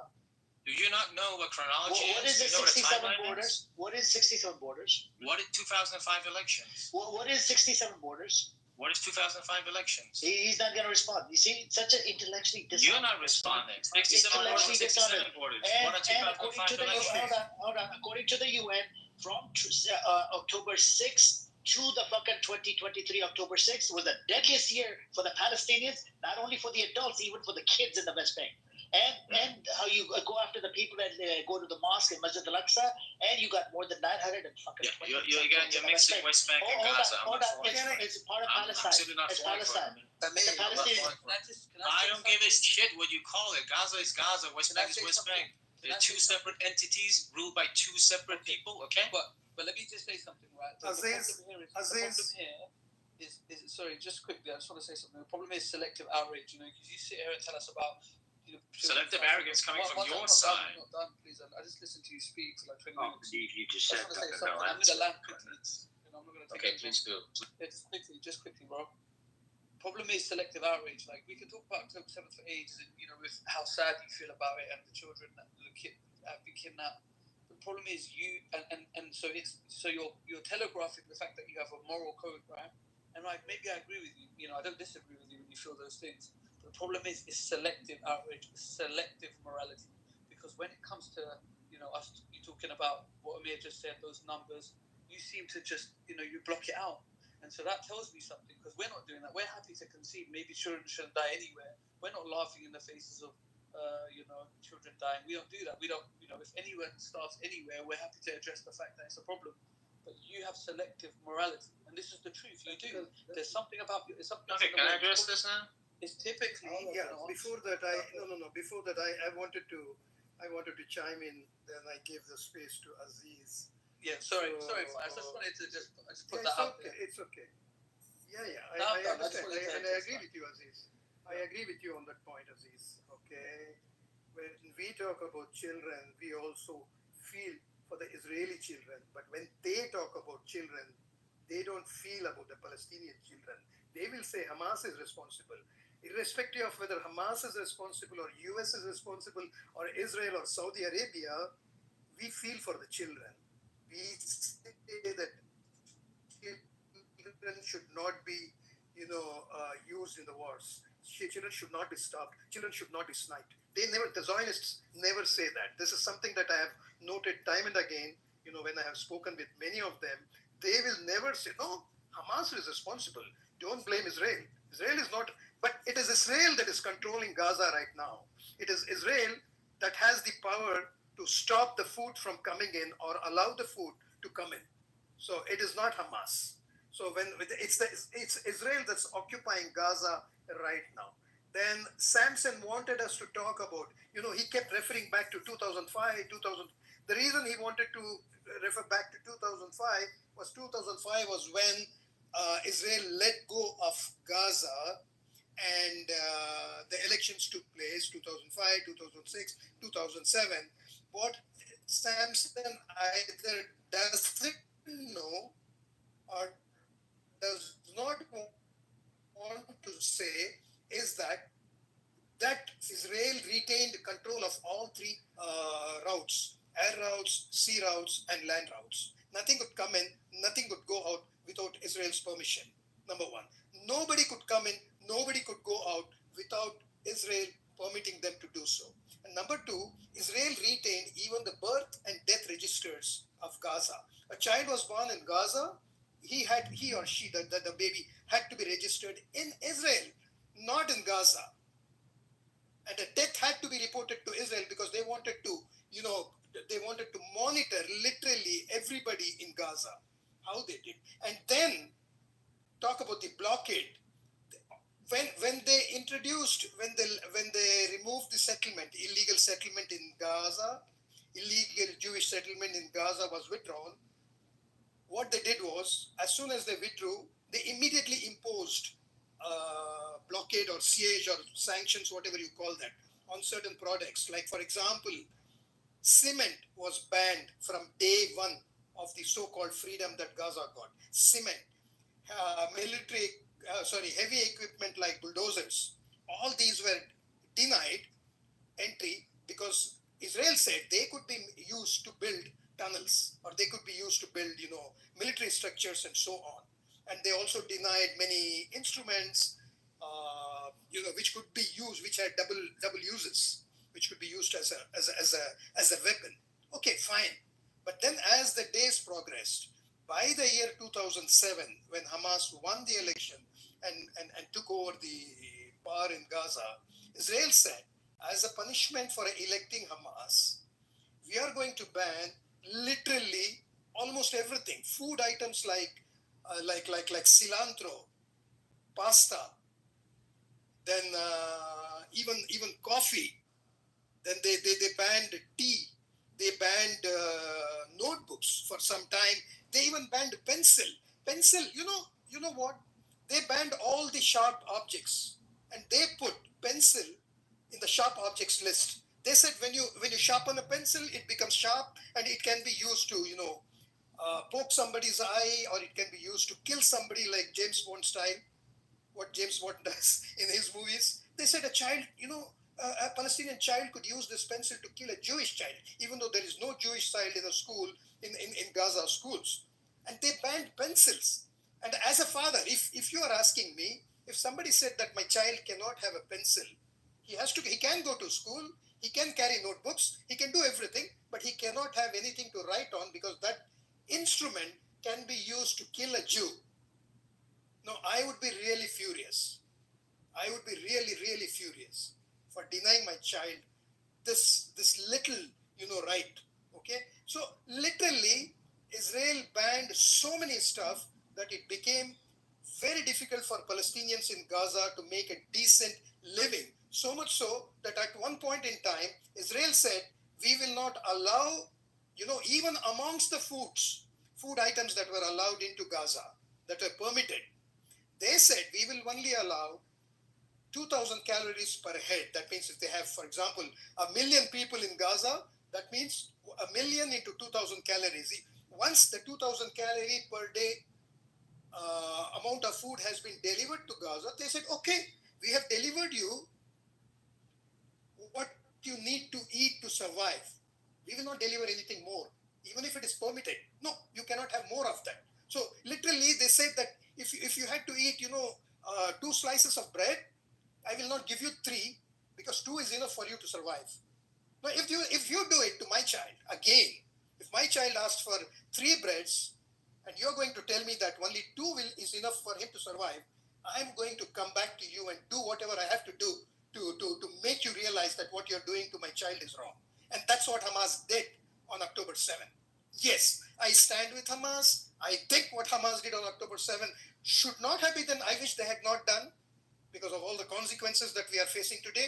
But I totally understand why they did what they did on October 7. And the only question that I have for Hamas is, why the hell did you wait for so long to do October 7? Why did you allow your people to suffer for 17 long years of blockade? 17 years of blockade. Imagine, you want to cook something. We all have families, right? Everybody, we all have families. We all cook. Our women cook in the house. We cook. I cook sometimes. If I don't have one particular ingredient, you just can't make certain dishes. And Gazans were literally facing this every day. Every meal, they would be cooking without something or the other. Go and ask them. Go and read their, anecdotes.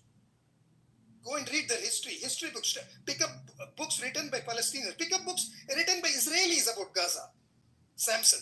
So these are all the things that happened that led to October 7. So if you're going to keep saying that nothing happened on October 6, and incidentally, October 7, there were 5 October 7s perpetrated on Gaza by the Israeli Defense Forces before October 7. In 2000, before 2023, there were five major attacks on Gaza. In one attack in 2008, okay, and this is mentioned in the book of. Okay, I'm going to share that in a while when I remember. You know what they did? 2008, Israel said, you know, they told their commanders to wait and go and drop 100 tons of bombs on Gaza between 11 a.m. and 1 p.m. They said all the bombs need to be dropped in X location only between in these 3 hours, between 11 a.m. and 1 p.m. Nobody knew why they are giving this time frame. Nobody knew. Within Israel, nobody knew. Then later on, you know, people and in that attack, 1,400 people were killed in Gaza. Many of them were children, many of them were women. I don't exactly know. I don't remember how many were there. This is called the Operation Cast Lead.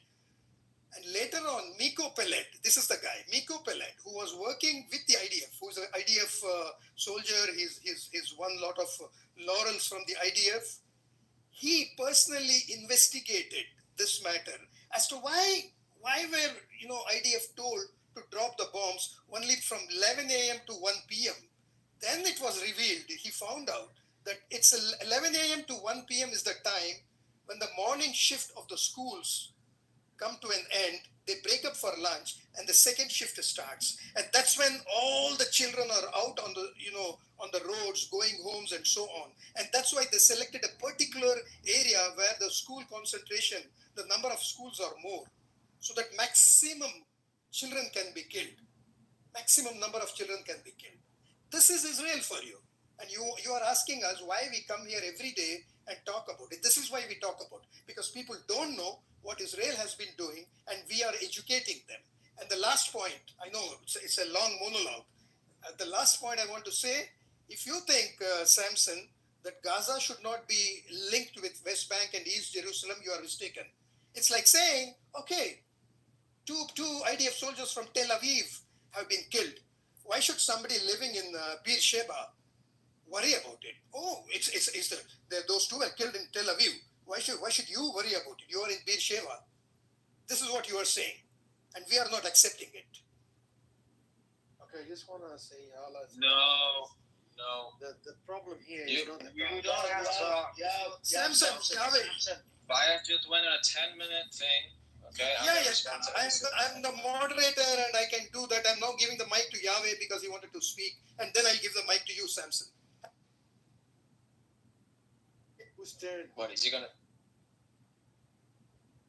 Yahweh, go ahead. Yeah, baby. Well, but just 30 seconds, not more. This is the problem, the mind of the colonizer, that actually is always right and the rest are wrong. So whenever you present them facts, they're not going to accept it. Palestinians are less than them. Okay, they're entitled. The Palestinians are not entitled to anything. Not state, not right to live. That is the problem, brother Faiz. And you should take it from there. Okay. Samson, don't try. It's not room for facts, logic, and stuff. It's fine. I will address everything he said. So first of all, there was a claim by Aziz that I'm selective. I will show to you people how I'm not selective, but that you people are selective, and I will do it this way. When I said I wanted evidence for October 6th, 5th, and 4th, I was given none. Ace gave a number saying 5,000 Palestinians have been killed so far in Gaza. What she fails to mention is that this is a number for the entirety of Gaza, its existence, right? You don't mention that there was a war in 2008. You don't mention that there was a war in Gaza in 2012, in 2014. I think in 2018 there were some clashes. In 2021, all of these, the casus belli being that Hamas either abducted Israeli soldiers or was sending missiles into Israel. You fail to mention this. You fail to mention that when Israel disengaged from Gaza, right, that Hamas not only had control of Gaza, but for some reason decided to still attack Israel. right? They call themselves liberated Palestine, but for some reason they still have a need to attack Israel. Why? Israel is not present there in Gaza.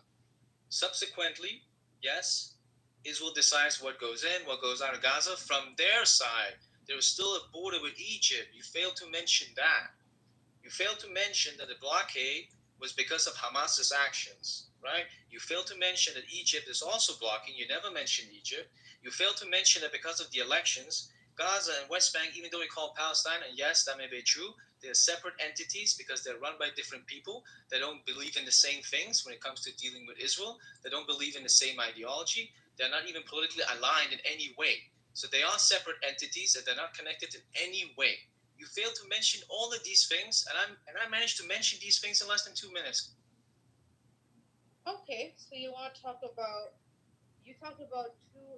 No, before that, if I may, why don't you, Samson? I mentioned about the blockade of foodstuffs, restricting the food quantity to 2,000 calories per Palestinian per day. Why don't you talk about that?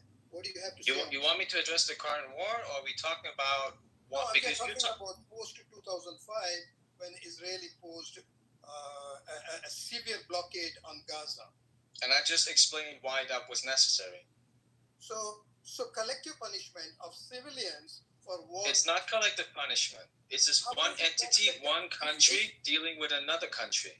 No, it's everything. You are right. Egypt is also culpable. Okay, I don't deny that. I agree with that. So the question is this: you deny certain things for everybody. When you deny something for everybody because of what your country's government does, then that is what exactly. That's how the world works, Fayaz. Look at all the countries of the world. Look at sanctions. Okay. Look at Russia. Look at North Korea. Look at Iran. That's how it works. Then okay, if that's how it works, then don't blame for picking up the hostages from Israel and keeping them there. That's also a form of collective punishment. If collective punishment is right for punishing, what is collective punishment? You make a mistake and I get punished, or I make a mistake, all the people in the room get punished. That is called collective punishment. Okay, so I think in that respect, since you believe in collective punishment, I believe that Hamas was right to pick up the hostages and keep them there. Oh, I didn't even address this. This is just wild. You're supporting Hamas and you're even acknowledging that what they did, like you believe in that, and how can you say that and at the same time say that you don't find it indifferent? One baby's life being Israeli life or Palestinian. No. How can you say that collective punishment is how it works in the world? No, your definition of collective punishment is different from mine. When one country decides to say, we sanction you because we don't like what you're doing, that's not collective punishment. So, just 30 seconds. Sure. There are close to 10,000 Palestinian hostages in Israeli prisons. Wait, before you move on to that, are we done with what we talked about? I don't get this. It doesn't have to be talked about. Okay, I'm mentioning it to you now. So when you I know all these things. Look, Fayaz, I know all these things that you're mentioning. Why don't they have not brought up a single thing that was new to me? You know all these things Look. October the 2nd. I have a quick question for Subs. Scotty, just give me 30 seconds, Scotty. Then I wanted to actually chime in after Brother Fayaz, and then I'll pass the mic around because I need to address the whole bunch of Okay, Amir, just 30 seconds, Amir. Then I'll go out for a while and come back. What I was saying is there are about close to 10,000 Palestinian hostages kept in Israeli prisons in very bad conditions. Okay, if you're going to talk about hostages, Israeli hostages, then also talk about Palestinian hostages, number one. Number two, if you're talking about collective punishment, then talk about collective punishment for both sides. If you accept that collective punishment is justified for the Palestinians, then I will say that any form of collective punishment is also justified for the Israelis. That's my stand. I don't give a damn about what you think. Oh, you support all these nonsensical diatribes. You can use it somewhere else. I don't get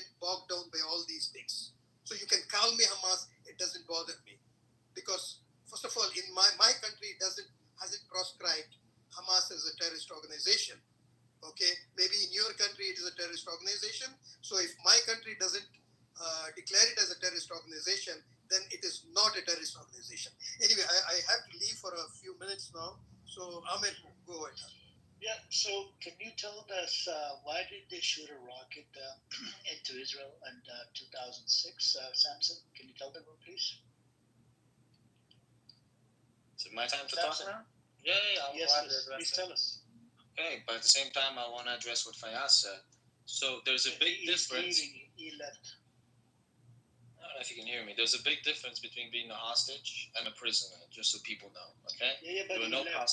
hostages. Can you address him when he comes back? But for the room to know, I will also address your point with all due respect. But first of all, it's important to know that there's a big difference between being a hostage and a prisoner. And it doesn't matter what happened. I mean, we can agree, like if something horrible happens to a Palestinian prisoner in Israel, that's horrible. But why is there a need to change the definition of what a hostage is? Why is there a need to change the definition of what it means to be anti-Semitic? Why is there a need to change the definition of apartheid and genocide? This is something I see constantly from your side. Okay, you were talking about the hostage. That was it, right? You should have stopped at the hostage. I want to address something you said. That was the hostage point. The second point. With just one hostage. Why are you going apartheid all over the place? No, it was just an extra comment. Yeah, it was just a hostage thing. I want to address something else that you said. Sure. Second point he brought up, and I will come to your point. Your point is the third one. Well, he's not here. I don't know who you're responding to right now. I'm just responding to everyone. This is relevant to everyone. Because you're saying a whole bunch of bullshit. Because one of your Knesset members recently came out and he's calling the. What do you mean your Knesset members? I said multiple times I'm not Israeli. Hold on. I can provide you an article from Times of Israel. One of the Knesset members recently came out. He said we're going to change the definition. We're going to call them prisoners. The one that Hamas has. Do you want the article from Times of Israel? Do you want that? No. It's Israelis that are changing the definition, not the fucking Palestinians. Okay. I'm not talking about an Israeli definition. No. Because we need to freaking have this. Instead of being intellectually dishonest, right? We need to have an intellectually honest conversation where one of the people that you support in the Knesset has said this. I don't support anyone in the Knesset. Okay. You booty clap for Israel all day long. So I want to address something else you said. Stick to the point. Okay, but let's get to the point. I'm not talking about domestically within Israel what the definition of a hostage is. That's not what I'm on about. They changed the definition. Okay, but I mean, let's continue. This is not what I'm on about. Can I please ask you a question? Can you respond to the question, please? I'm also responding to it, but with all due respect, I need to go with the second point. He's about to come back. When he comes back, you can respond to him. No. This is not just only going to him. You already responded about the hostages. Listen. I mean, if you've already moved on with the hostages, Samson, focus. Yeah, focus. You can't cut me off. Yeah. We already talked about the hostages. I mean, you can't direct the conversation like this, the supposed dialogue. Because you said you made a whole bunch of claims in your previous. Hold on, you made a whole bunch of claims in your previous bullshit that came out of you like a diarrhea that came out of your fucking mouth. Yep. That's what I wanted to address. Okay. But you asked me a question, and I want to. No, I didn't ask. I asked you a question. Why did they do the attack in 2006? Yes, and I've already answered that. In that short discourse. No, I haven't. I haven't heard you answer. Didn't I just literally say that Hamas, even though Gaza was liberated, decided to fire rockets into Israel and also attack Israeli soldiers? In 2006, why did they do the attack? The first attack. Okay, so the reason why it is absurd, quite outrageous to support Hamas, whether it has status of being a terrorist organization or not in your country, that doesn't really matter. Can you address what I said? I will get back to that. Can you address what I said? Can you address what I said, please? Can you address what I said? Can you address what I'm asking you? I said yes. Okay, my question to you, it's clear cut. My question to you, why did they do the first attack in 2006? Okay, but I mean, I said yes. I didn't say I will do it now. I will do it after. No. You made a claim in a previous, you brought up a whole bunch of bullshit when you were responding to Brother Fayaz. I want to address every little thing that you made. You guys say bullshit all the time, but I patiently wait. I don't say bullshit. I talk with facts. I mean, you're a dictator right now. Fayaz spoke for 10 minutes. Not a single person cut him off. Brother Fayaz not a single person cut him off for 10 minutes. Why can't you do me that courtesy, huh? Bro, you literally gave the mic to Brother Fayaz. He gave you the time to speak. You said, I'm just going to take 2 minutes and that's it. And you were done. It was I your. didn't give the mic It's to up to you. anyone. He asked politely, I want to speak. Oh He my spoke God! for 10 minutes. You Not a literally single ended person the got a fucking. mouth. You literally ended saying that I'm done with 2 minutes. Are you That's it. afraid of the truth? Why am I not allowed to speak? Oh my God! Or you So I'll give you 1 minute. Hold on. I mean, prove me wrong. Hold Give on. me 1 minute. This prove me guy, wrong. this guy wants Okay. to go on tangent, right? You want to troll. I understand you're here to troll. You're nothing but a fucking troll right now, right? My question was clear cut. Why did they do the first attack in 2006? Why did the Hamas do the attack? Because you brought up Hamas. Oh, Hamas, we withdrew from the fucking Gaza, whatever. I want to address all of those questions. My question to you, why did they do the first attack in 2006? You still don't have a fucking answer. This is the problem. I've already answered that, but you don't take it for What an did you answer. answer? Okay. Let me educate I you. said Hamas fired rockets into Israel and also abducted Israel. Why did they do it? Why did they do it? Because they want to destroy Israel. Okay. I'll educate you today, all right? The first No, major you attack. can't educate me. I'll educate you You cannot today. educate me. Okay, because mute up. Thank you. I'm going to educate you today, okay? You can't The educate. first major attack. Mute up, please. No. Mute up. I'm going If to speak now. I'm going to leave. I'm going to leave. If I'm Okay, not leave. Get lost. Leave. I don't care. Get You're not lost. dying. Thank you. Yeah, just leave. Yeah, get lost. Fucking intellectually dishonest piece of shit. The first major attack, right, that took place in 2006 actually was framed as a retaliation for Israeli airstrikes and arrest of Hamas members in the West Bank. But apparently, he didn't address any of this. That was a retaliation for Israeli airstrikes, and they arrested a whole bunch of Hamas members in the West Bank. But apparently, he doesn't want to address that. That's why they retaliated. When they were shoved in and they were kicked out of West Bank, they were shoved into Gaza. But you're not gonna respond to that, right? And then you sit here and you want to talk smack about it. Fucking bullshitter. What a bullshitter, man. Seriously. Doesn't have any knowledge, but you want to come up and have a conversation. All right. I'll send you an invite, Daniel, if you want to come up. And let's talk about the Hamas. Why was the Hamas in 2006? Why did they do the first attack? If you want to come up. Otherwise, it's okay. No problem, man. And that's how they did the blockade. You want to say something? No, they always do that shit. They never want to answer directly questions. They always want to go into I'm tired of discussing this stuff. So tired of that shit. You know what I want to know? I want to know that if Netanyahu is convicted of war crimes and corruption, will you still support him? And if so, then we will know your true intention. Because ultimately, if he's a convicted war criminal, then when everything that you said and everything that you claimed is just a lie, because we know he's disingenuous, and then we'll know that he got rid of Yoav Gallant, and we'll know why he got rid of Yoav Gallant, and all our suspicions were correct, and that we know that Hamas are not an existential threat to Israel. And so, did you need to flatten more than 60% of the residential buildings? What was the real intention there? Because now you're growing the borders of the state as well. And Netanyahu mentioned this 25 years ago. It's not a coincidence, I mean, maybe it's news to these guys, but it's not news to us. You know what they're going to say? I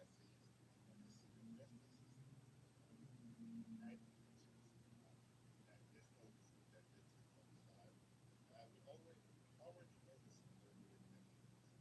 Yeah, but that only lasts so long. I mean, now they're saying Britain's corrupt. I mean, Britain mandated Palestine and actually created Israel. So, I mean, they're going to call them corrupt? Or they're essentially going to legitimize themselves in the process. So there's no limit to what they'll say and do to justify themselves. I was in a room the other day, and they were defending Jeffrey Epstein. That's how deep it gets. There's no upper limit.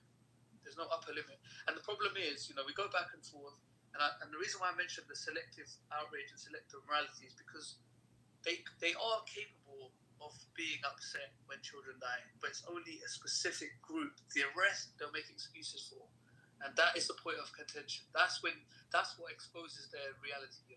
When you address the fact that they're willing to overlook this. Why is that a problem and this isn't? These are the points. And that's what makes them run away when they can't control the narrative.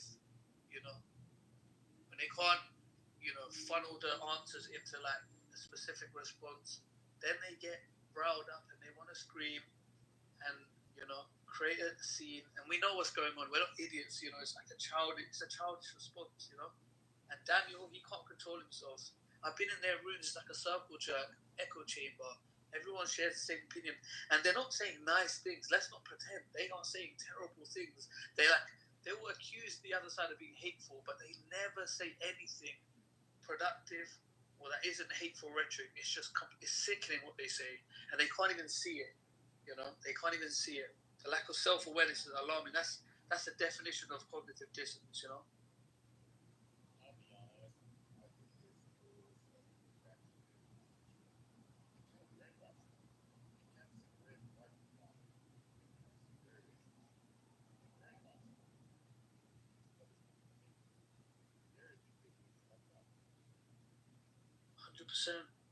100%.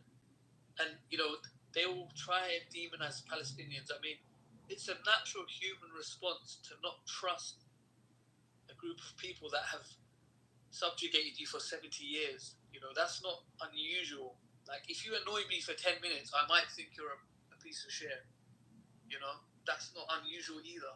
You haven't given me any evidence on the contrary. And so for them to act as if the Palestinians are unreasonable in their interpretation of the IDF, that is disingenuous, and they know it as well. They know the brutality, they know the settler violence, they know the illegal occupation.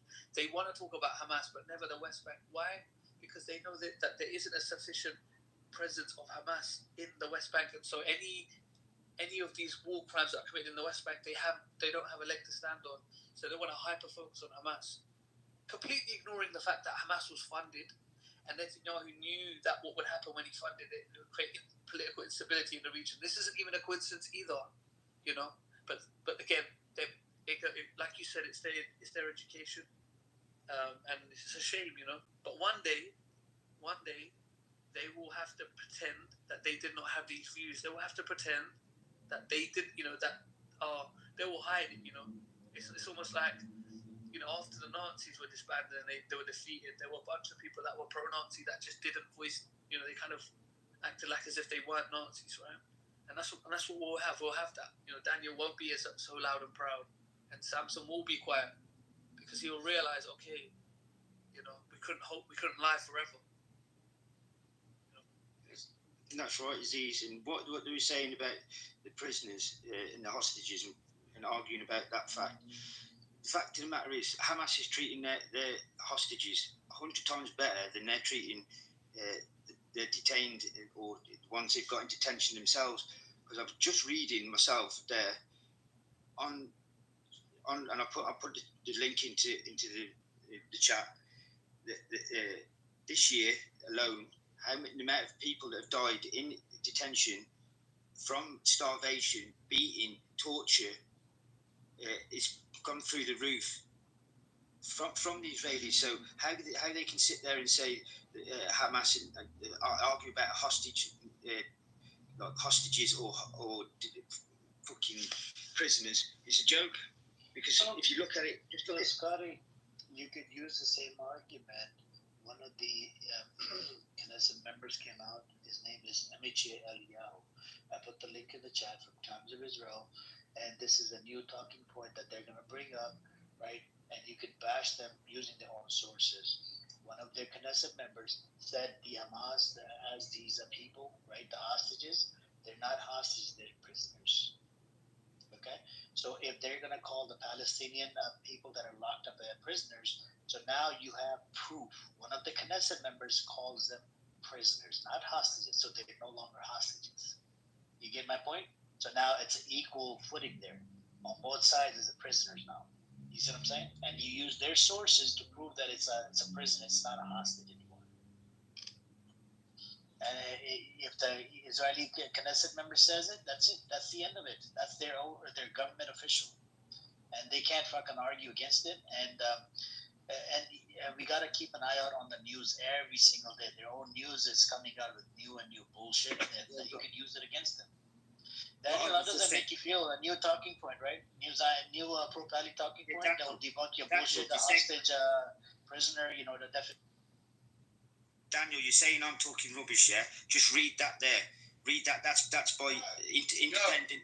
The UN. That's by. It's even by your own people. So read that and tell me that I'm lying about how many people you starve to death in detention, how many people you die in detention through torture.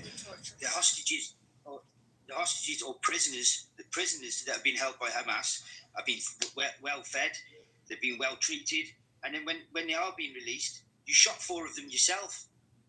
You shot 4 of them with their hands in the air, shouting that they were hostages and that they were being freed. Your soldiers are that ineffective that they even shot them.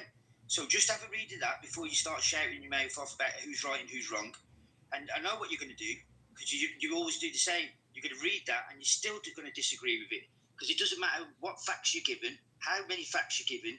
You're so warped in your head. You just will not agree with anything. You can't change your if you're proved wrong, you will not admit it. Scotty, you're exactly right. You know what's crazy? You're giving facts, right? And he's just replying with, "Oh, you're corrupt," or like, what is the basis of your claim? Please refute the evidence that Scotty has provided. Don't just say hateful rhetoric, because that is essentially what you're doing. Is you're exposing yourself. You have no facts. You are just trying to demonize everybody. You have no figures. You're just lying, basically, right? So where is your evidence on the contrary to what he said? You don't have any. You don't have any, Daniel. And the world isn't. You know, you're not on the wrong side of history. The world is waking up. Half of the countries in Europe are condemning you. You're starving children, Daniel. You can't even see it. Your hatred for Hamas has just got to a point where you're having a blood rage. Your eyes are red. You're on a rampage and you can't even see it, Daniel. You know, when the dust settles, you will not be allowed to be loud and proud about your support for what we've seen. You won't be allowed to. You will be the criminal. Netanyahu will be the criminal. You will be the criminal. You can't even see it. You're in a blood rage. It's insane. Like, countries that don't even have any political ties or economic ties to Palestine have condemned it because they simply cannot stand for it anymore. They have to save face. Even if they don't want to, they cannot stand on that side of the fence anymore. And you can't even see that. That's how bad your education has been. And it's a shame. It's a shame. You know, I almost feel sorry for you. Genuinely, I almost feel sorry for you. You're so right, Aziz. You're so right, Aziz. But the thing is, Daniel and people like him are going to have to explain to their kids and their grandkids and their great grandkids exactly what they stood for, how they stood for it, how much of a donkey face they are, because the report I've just put on there is written by Jews themselves. Half of it, it's an independent panel with Jews from all people from all over the world, and he won't even read it. He won't even bring himself to read it. That's how much of an idiot he is. And I was listening to him the other day in another chat room, and he started, and everything he said. Fair enough, he's a passionate person. Fair enough, he believes in what he believes in. But everybody has to give and take a little bit. I'm learning every day. Everybody's learning every day. He thinks he knows it all, and by thinking he knows it all, he knows absolutely F all. That's all I'm saying about Daniel. And he's got to explain it to his kids, and they will go down in history. Just like you said, just like the Nazis did. They didn't even want to admit they were part of the Nazi party. They didn't even want to, because how many percentage of them voted for them how they were part of killing the Jews. After that, we didn't, in Britain, we'd stopped calling German Shepherds. We called them Alsatians after the Second World War, because we didn't want to call them German Shepherds, because nobody wanted to be associated with anything to do with Germany. That's exactly how they're going to feel when they realise they're on the wrong side of history. It's only now, our generation sees, that we're actually calling German Shepherds again, and not Alsatians. Yeah. Because we've progressed, and we've learned from the mistakes of the past, and we've integrated with each other, and we know it was wrong. 100%.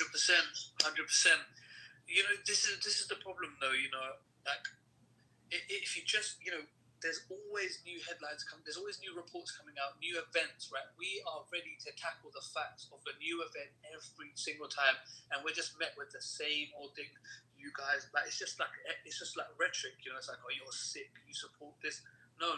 We are looking at a new situation with new information on the ground, and we are just simply reporting the facts.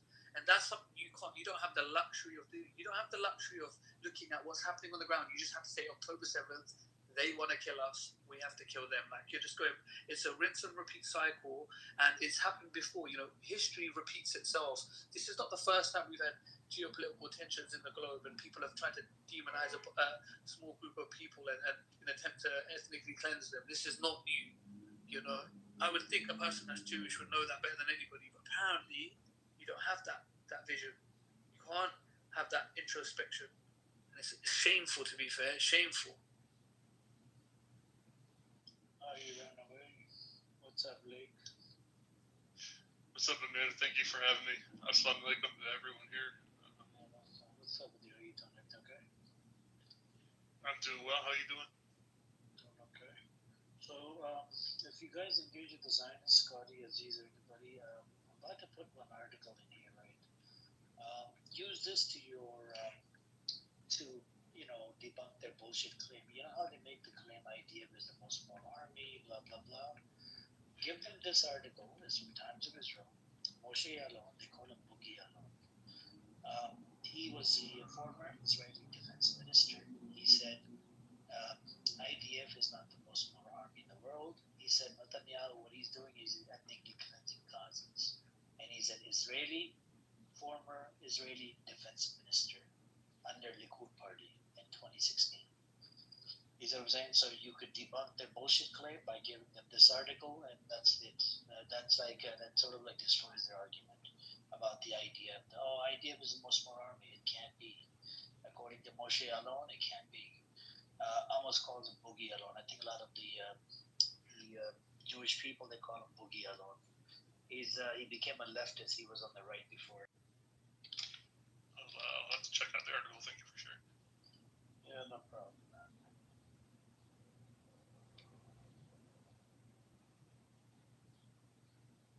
The thing is, they just never address the facts, you know. It just always goes back to October 7th, and let's just keep repeating ourselves. It's just a disingenuous attempt, you know. We keep looking at new pieces of information, new people, aid workers buried, 14 of them. This person was shot, they've been sniped, they've been starved to death, they've been, it's new stuff. Where's your new stuff? You're claiming that the Palestinians is all they want to do. Where is the new reports? They are none. It's just a lie. You know, it's an overextension of military aggression. You did not need to destroy 60% of residential buildings in Gaza. You did not need to. If you can kill a man in his bedroom in Tehran, we can block beepers in Lebanon. I'm sure you can just be a bit more precise. And fair enough. Let's say you wanted to show them a heavy hand after October 7th. It's 2 years later now. You are now the terrorist, regardless if you thought they were. You are now the terrorist. It's official. You know, you have no excuses. Over. The fuck? Fucking hate Daniel, man. There's somebody like him. He's not the only one. Are you gonna degrade him as he said for you to come in, right? Yeah, right. Okay. Yeah, okay, no. Oh my god, it's so hard to engage with him. Crashes out and starts doing some crazy ass cusses, like what stuff he was saying about your family. Like, this guy is a freaking loser.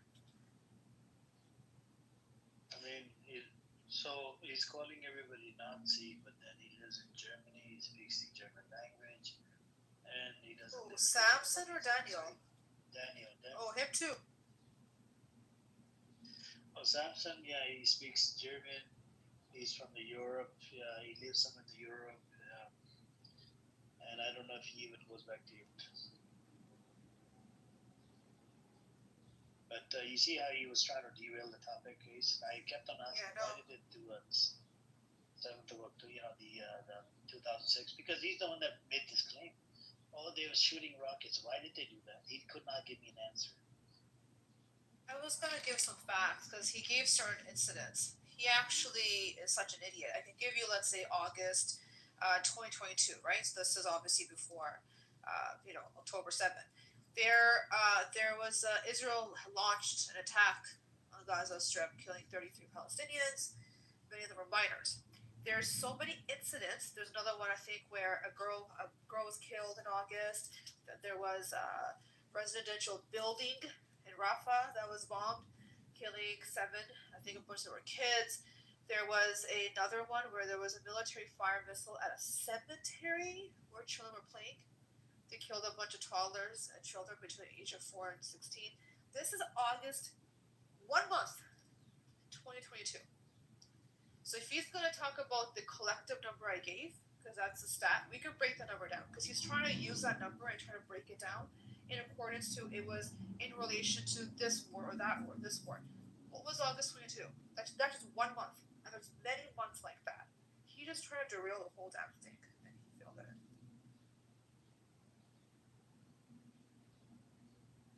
This is what happens when you have a discussion, if you'd like to call it a discussion, with someone that is disingenuous and intellectually dishonest. They want to start the calendar when they want to start it, or they want to discuss some skewed military campaign when they want to start it. Hamas attacked this. Okay, let's go back a day before when Hamas attacked, when the Israelis went in and bombed Gaza and killed civilians. Or even if they kill one person, that's breaking, the calm. So then the other party has a right to respond. But they obviously start the clock when they want to start the clock. They've always done this. It's nothing new. They're beyond sick. I don't even think there's any therapy that is out there that can fix them.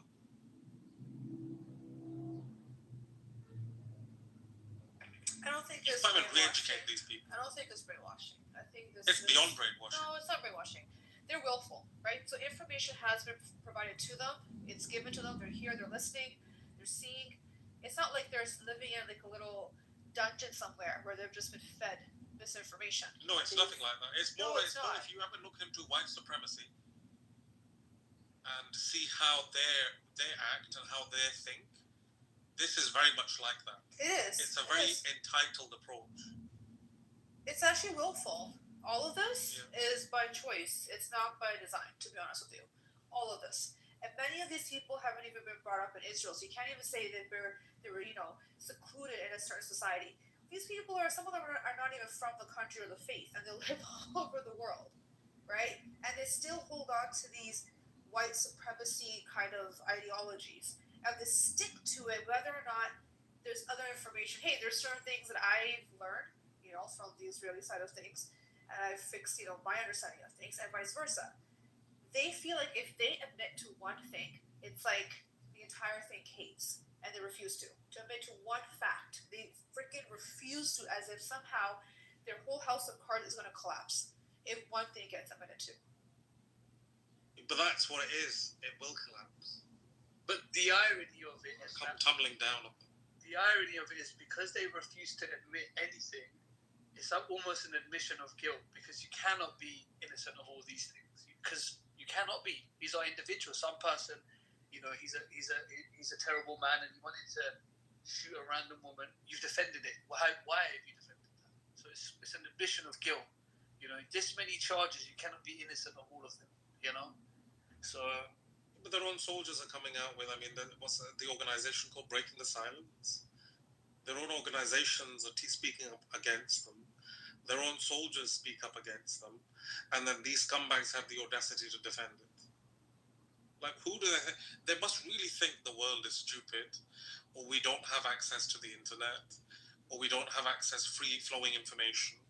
They truly think that the world is stupid, or has been brainwashed by the media. That's giving them They're insulting our intelligence, to be fair. That's giving them too much goddamn credit, to be honest. Some of the things that the Zionists have said, various ones, the ones you've spoken to come across, they've literally said genocidal things. Like, it's a self-inflicted genocide. Yeah, then they deny it.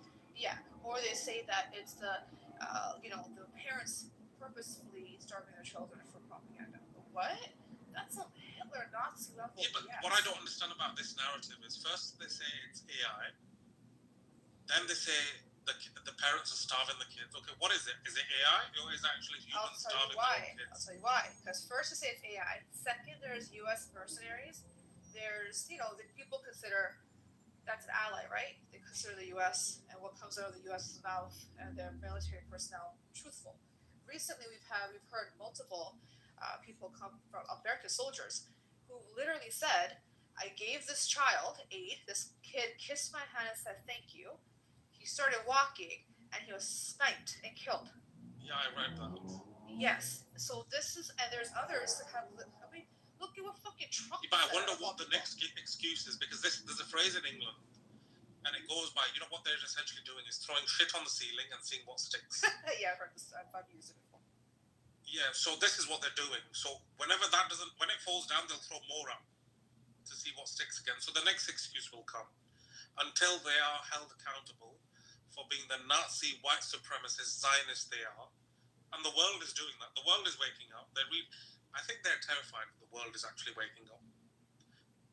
Because they can't get away with the shit they got away with. For 80 years, most of the world has been unaware of what they've been doing to the Palestinians. The last 2 years has liberated the world with regards to Gaza. We've not liberated Gaza. Gaza has liberated us. Truly, honestly. And I'm a strong believer in that. That's so true, that is. And then as for the genocide thing you were saying, I'm just reading up on it then, that it's still to be decided at the court that South Africa brought the case against Israel. They decided that they had to protect Rafah and minimise civilian deaths, right? Well, they carried on with the Rafah offensive. They didn't minimise civilian deaths. So to me, they didn't do anything the court found. So the court didn't find them innocent or anything like that. The court was still making a ruling on the actual genocide decision. But they went against everything the court said anyway. So the decision is likely to be that they have committed genocide and they're likely to be found guilty of it in court.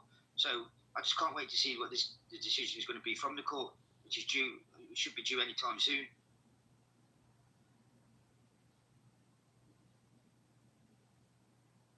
See, I think one of the most important things of the genocide is you've got to acknowledge and kind of put a base down, as in what is an authority? Is it your average Zionist who is generally not versed in genocide studies? Or is it actual genocide scholars, people that are specialists in the Holocaust, genocides, and making an authoritative decision on genocides?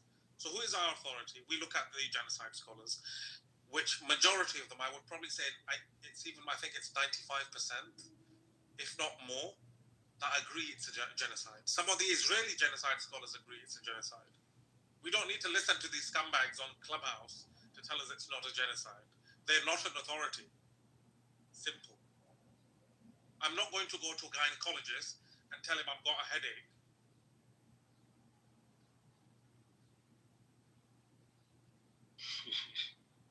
You should go to OBGYN. You should. No, that's what Daniel needs to do. Exactly. He's got something stuck way up his ass. Yeah, yes.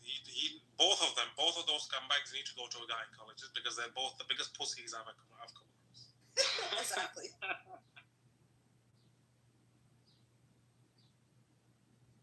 My issue is when we talk about the genocide, right?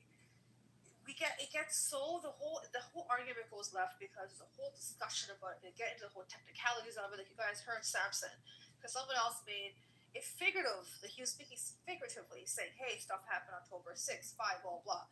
This guy was taking it literally just so that he could, I guess, derail the entire conversation and don't let the facts come out. The problem with it is, this is why I don't even get into it. I say, okay, can we agree what's happening is absolutely crimes against humanity, it's heinous, it's wrong, it's disgusting. Can we come to that conclusion? Because forget about the technical definition. Forget about waiting for some court to have that, claim be substantiated. Let's actually talk about, is it just horrible and wrong? Because the minute we get into that, these guys go into, oh God, this hasn't happened, that hasn't happened, this isn't done, that isn't done, to completely deny the suffering of Gazans by not allowing the term genocide to be applied to it. But we can surely apply so many other descriptive words of what's happening live on television as we speak, for the past how many years now? This is what they do to kind of deviate. That's why I don't even get into the freaking discussion with these assholes, because I know they're a little stupid. What I don't understand is why are we, for example, when the US always asks Israel to investigate itself, and the Zionists wait on that conclusion. An arsonist can't be a firefighter. A person guilty, for example, in a civilized court system, you're not going to ask a criminal that is guilty of murder to investigate himself. Investigate yourself, rapist. Yeah, what planet are they on? What? Give me an example where this has actually occurred, where someone guilty of a crime has investigated themselves. Well, guilty or not, you've been accused of something. So not guilty, accused of a crime. Yeah, exactly. Well, this is an interesting thing. I think I brought this up in 2016. I believe it was the ICJ who said that there's claims of, there's enough information to say that there's crimes against humanity occurring, and they want to go in to investigate Gaza and Israel. Hamas said, "Come on in, doors wide open." What did the Israeli government say? They're like, this was made to put the Nazis on trial, and this exact court is going to come and do that to us. They're anti-Semitic. Basically, the rules don't apply to us. Somehow we're above and beyond everything. That's why I get so sick of their claim of, this is our land, our property. Exactly. This whole idea of, it's in our scripture, right? Yeah, but they go beyond that, Ace. I know, but listen to this. I'm like, okay, fine, that's under scripture. But since then, there's been international law. There's so many things that have taken place that goes and divides borders, etc., etc. But no. Laws don't apply to us. They don't. Somehow we're above them. We're ordained by God. We must conduct ourselves like if we're not of this world. And that goes down to the whole supremacy idea, the greater than idea. That's what you were talking about earlier. This is what's so irritating to me, that that word anti-Semitic has been so dragged down and dripped and watered down, it means nothing. I mean, be saying Free Palestine should be, it should go under an anti-Semitic term. Free Palestine. Like, literally, this man has tried to do this. If you're just touching on your court comment, with regards to courts. Now, we've heard Zionists in this very room say that we will not accept it's a genocide until the courts come out and say it. But what they're doing is they're not allowing the courts. Israel and its allies are not allowing international courts and organizations to do their job. Exactly. They're threatening the very courts.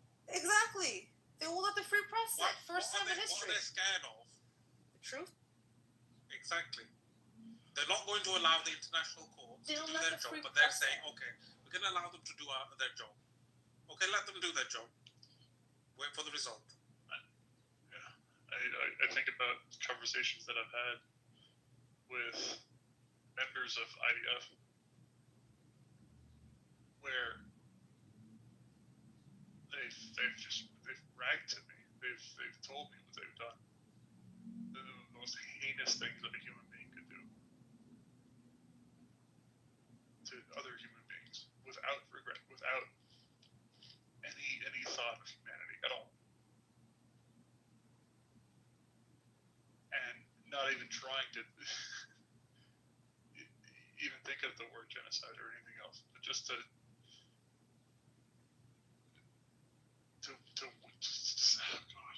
wipe people out, and with no mercy, with no compassion, with nothing.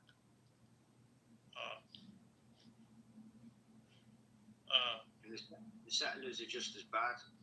They're exactly the same. Sometimes they're worse than the IDF. They burn children and families in their homes. I've seen 2 instances of that while I'm doing my research. I've seen them kidnapping settlers kidnapping kids, and they target kids because they know they'll get more of a reaction out of the local Palestinians in that area. And I think it is absolutely disgusting. And they're not held to account. There's nobody policing them. So that's a tragedy on its own. And when this all does come to a head, they should all the settlers, each and every single one settler that's in that area that's there illegally, as has been decided by the United Nations, they should be dragged into court, kicking and screaming. They should be tried themselves. So many are Americans, by the way. You know that, right? Yeah, they're from all around the world. A lot of Americans. They paid to come in. There's a lot of British there. There's a lot of English, a lot of Scottish. They're from all around the world. They're just basically they're bums. brainwashed. They're bums that have nothing. They wouldn't get anything. Exactly. They're bums. Certainly. I'd love to see them when they come into court and each one of them get tried, and the children are sitting in the back of the court watching them, and they get sentenced throughout. And the biggest sentence they're going to get is from the history. We're going to all judge them. Never mind the sentence that they'll all get. I really hope they have their day in court. I think that's inevitable. I think, that some of the people that thought they would never be caught, the Nazis, the white supremacists in South Africa, there's been countless examples where they were tried, where they were held to account, and now where are they? In the history books. Or either they ran off to Latin America, and now they take on a new identity. So these people will go through exactly the same when it falls. It's just a matter of time now. It will fall. It will most certainly fall. Something you were saying, earlier. You were saying something earlier about how you've had conversations with IDF, and we've seen them online, where I think I've had some here too, unfortunately, where they're almost prideful, they're boastful, they do these heinous things, and they, even if you look at how Israel and even if you look at their Knesset members, you see the Likud party, they just lay it out flat and say the most ridiculous, disgusting things to the world. Now, that's what I'm saying. What I'm going to say now, I know it's controversial, but if you look at, I hate Hitler, don't get me wrong. What Hitler did with putting, the death camps, he opened 5 of them in Poland. They were never in Germany. Yes, there were concentration camps in Germany. He never announced that they were going to be gassed. Ever. They were saying, hey, we're taking them to an area that's going to be their zone for them to live in. Okay? A lot of Nazis, these soldiers, some of them were actually Jews that joined. And they knew exactly what was happening, and they were rounding up their own people and others and putting them there. He did all this heinous shit, which is wrong, hidden, silently, for the most part. The world did not know. He wasn't advertising it.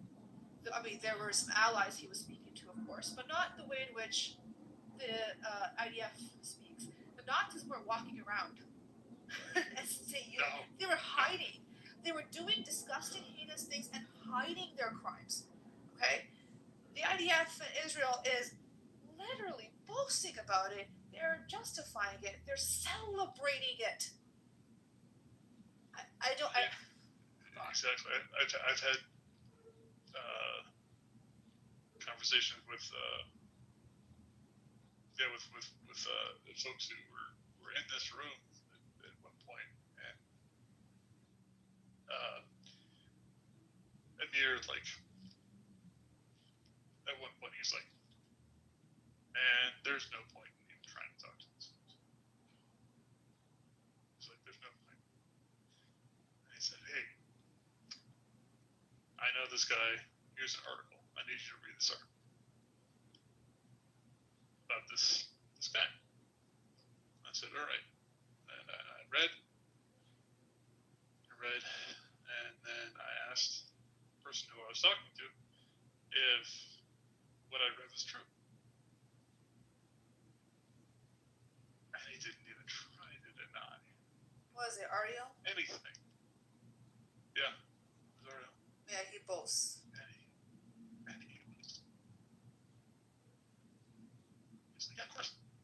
He's like, what do you think I would do in that situation? Of course I did that.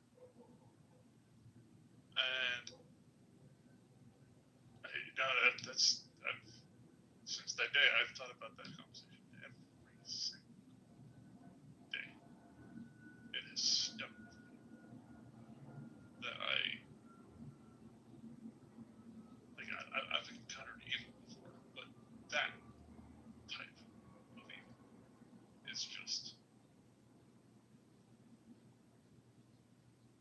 it's beyond. It's incredible. And that's widespread throughout the whole of Israel. And that's their way of thinking. So I don't know what the answer is to. I just hope and pray to God that their kids and their grandkids don't listen to them when they're getting brought up, because it's almost a form of child abuse. It's a form of child abuse what they're doing. If they teach their kids like this, it's a form of child abuse as far as I'm concerned. Have you seen the most recent viral trend that was going around? It was so disgusting. Somebody shared it in this room. Shaped it, where these Israeli kids are doing a prank on their kids, on their parents, by saying that they donated or they're helping the Gaza children, to get a reaction out of their parents. So their parents freak out and they start laughing and joking. Like somehow, yeah, this disease has of course spread to their offspring.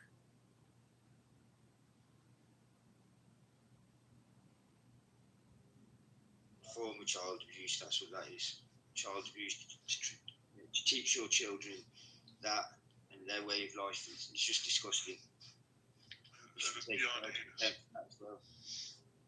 It is disgusting, but let me just say this. You know how they keep bringing this talking point saying that, oh yeah, apparently Gazans and the school system and UNRWA and blah, blah, blah. It's, there's some sort of textbook here and there and it's teaching their kids to apparently hate Jews. And this is their talking point that gets brought up quite a bit. But my kind of pushback has always been, well, the entire population of Israel, if you're Jewish, not if you're Arab Christians, you don't have to actually join the IDF. You only have to join the IDF if you're Jewish. Everybody. It is mandatory. If you don't, you go to jail. So when you're putting these, and again, police training, military training, if you know any family, it's very brutal. It is very much like a brainwashing activity. You put them through this when they're very young. You expose them to violence. You tell them that these are your enemies. The chief rabbi for the IDF, this man, I forgot his name now, but if you guys just type it in, he has said that, God ordains, according to the psychopath, that if during war fighting their enemy, if the IDF soldier, in order for him to do his job well, he needs to rape a goyim. He can. He's permitted to, as long as he does not take the person as his wife. Okay? This is a type of shit. And this is a rabbi, chief rabbi, for God's sake, that's pushing this. And a lot of people tend to, follow authority, believe authority. I mean, some of us have unconditioned ourselves. That part never gets spoken about. The part that it's been drilled into their heads, and I was mentioning this before, one of my friends, this was way before, she brought this up now. She had an ex who was a IDF soldier. He used to be, again, this was before, she knew anything at all, in New York. And she said it, like he would tell her that he had to unlearn. It took him 10 years to kind of relearn, the way that he sees Muslims. And she just didn't understand. She's Buddhist, so she just didn't even click to her how wild that was. Now she's like, holy shit, of the amount of conditioning. He left Israel, and he came to New York City, and it took him 10 years to unlearn. What about that conditioning? No one's going to talk about that. What a gift that he was able to unlearn. Eventually. Yeah, no, eventually. I've listened to this. This is what I was just reading. I was trying to explain to Daniel about earlier. Right. Before October 2023, prisoners' deaths were fewer annually. But since the escalation of the conflict in late 2023, at least 73 Palestinian prisoners have died through July 2025, mostly from torture, medical negligence. This recent spike contrasts with the prior decades when deaths are still occurring, where at the lower annual rate, the deaths are part of a broader pattern of violations, including arbitrary detention and ill treatment. And it goes on to give you the list of numbers of how many. This is just deaths of prisoners, Palestinian prisoners in their detention, and it goes from 1967 all the way up till 20 2020 is 310, and then from there, it's last month, it was 54 alone. The month before that was 73. Causes of death: torture, medical neglect, starvation, beatings, harsh conditions. So, what he was saying about the prisoners that they've got, the hostages, the actual prisoners, like Amir said, they've been treated like kings by Hamas compared to the way they treat their prisoners and their kids. Because the youngest one that was detained last year was 12 years of age. Yeah. 12 years of age. Yeah. I mean, Yeah. I've got a niece. Yeah, I've got a niece that's 12 years of age, man, and she's tiny. So she was detained, and she was detained last year, and she's still being detained. And how is that even justifiable? Save the Children have tried to go in there, and they won't even let them. The Israelis won't even let them be seen. So what does that say to themselves? It's disgusting. Well, how can they even sit there? They're not prisoners, and that's the thing that I've had to. I don't even know how bad it was. So you know how they talk about again Israel being this democratic, this copy of the West, blah, having rule of law.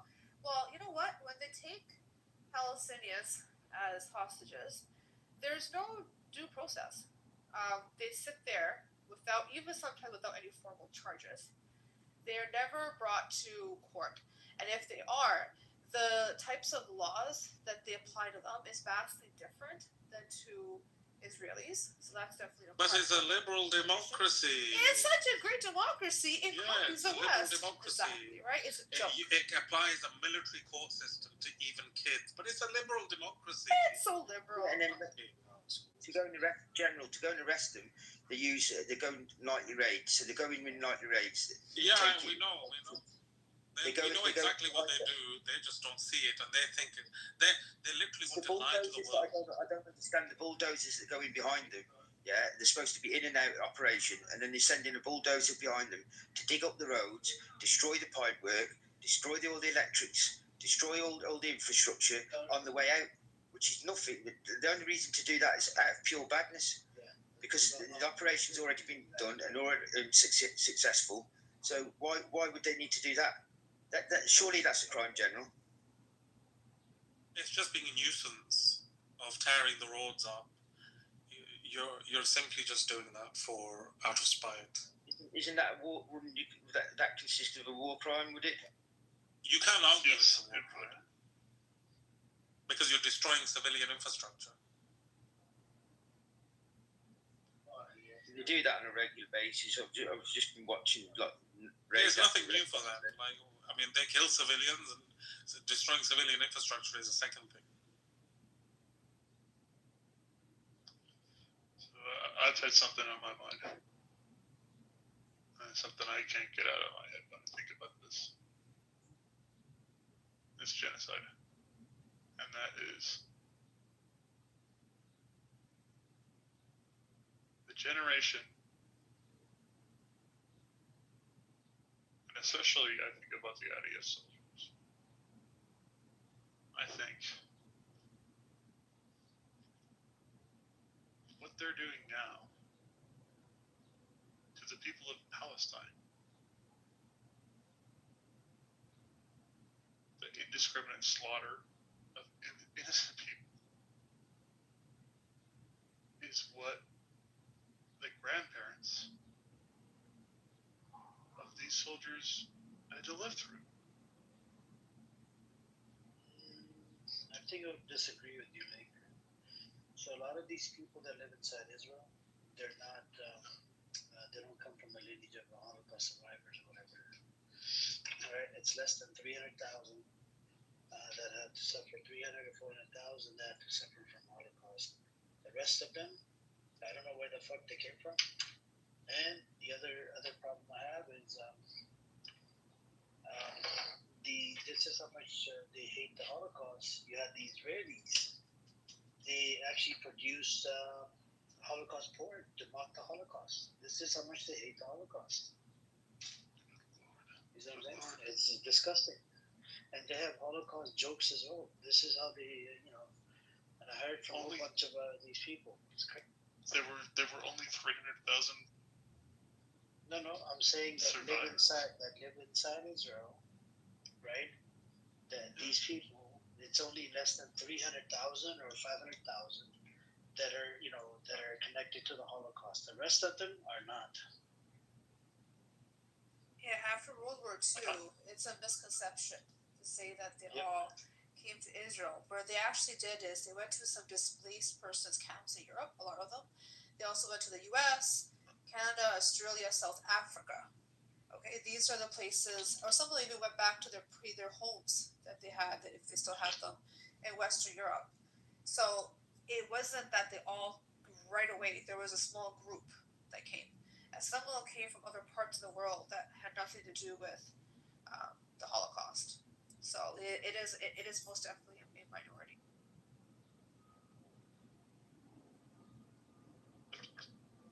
Thank you for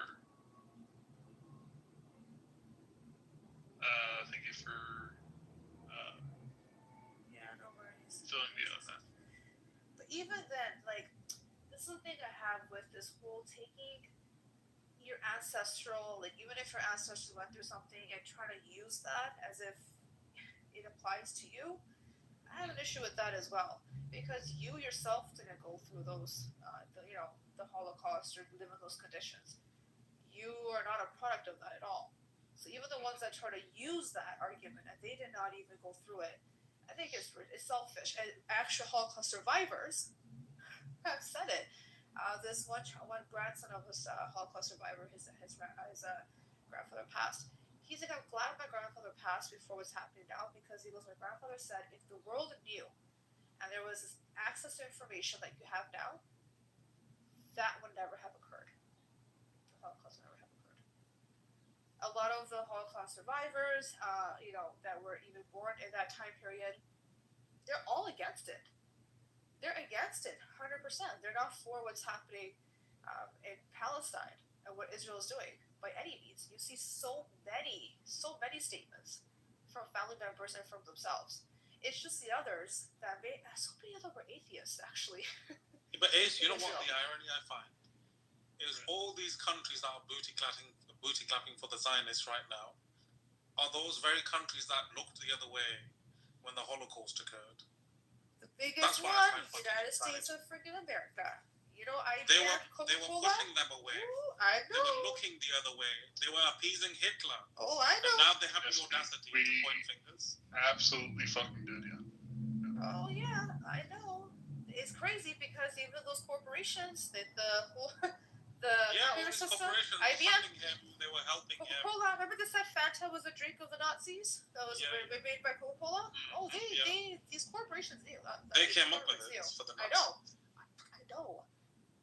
It's insanity. IBM to have built a system that tracks everyone would get branded with a number, which is horrific. A data system. You knew exactly what you were doing. It's just a populace in it all. But these Europeans are pushing that guilt onto the Palestinians now. Yeah, but the Palestine had nothing to do with anything. Of course they didn't. It's got nothing to do with the Palestinians. But the thing is, General, another big thing is that the Zionists say is that, oh, look at us. We were so peaceful after what Hitler did. We didn't try to get revenge. Lies. Of Berlin, a few other cities in Germany, to get back 6 million to exact revenge. Okay, that was literally a plan that was foiled. That was right after World War II. And then this person ended up going to Israel, got a prominent position, and he was honored and given some sort of award. Okay, so yes, there was another plan B that was in place as well, something to do with the bread, poisoning the bread, to kind of exact revenge. 6 million Jews were killed. Let's go and kill 6 million Germans. That was in place. So we can't say that they didn't try. They did.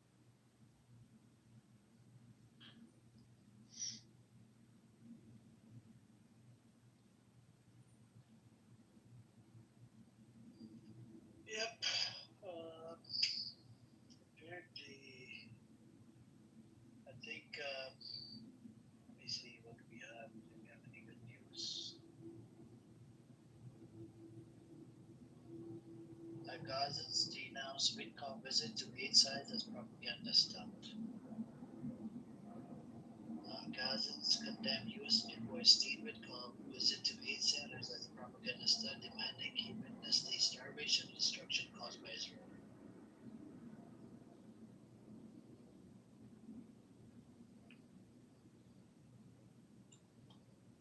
Palestinian community, tribal, and civil society leaders in Gaza have strongly condemned the visit of U.S. envoy Steve Whitcomb to American-run aid distribution sites, calling them death traps, and demanding he witness the full humanitarian catastrophe caused by Israel's blockade and military assault.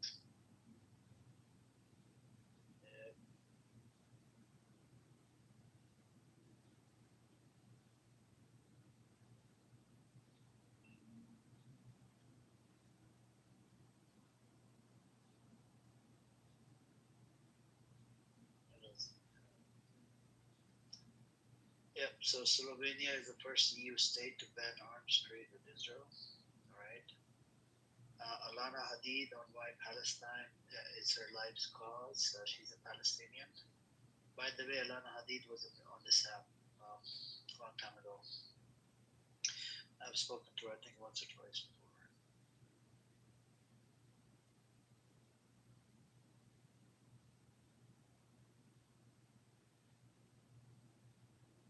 Let's see. All right, so she writes as witness. Okay.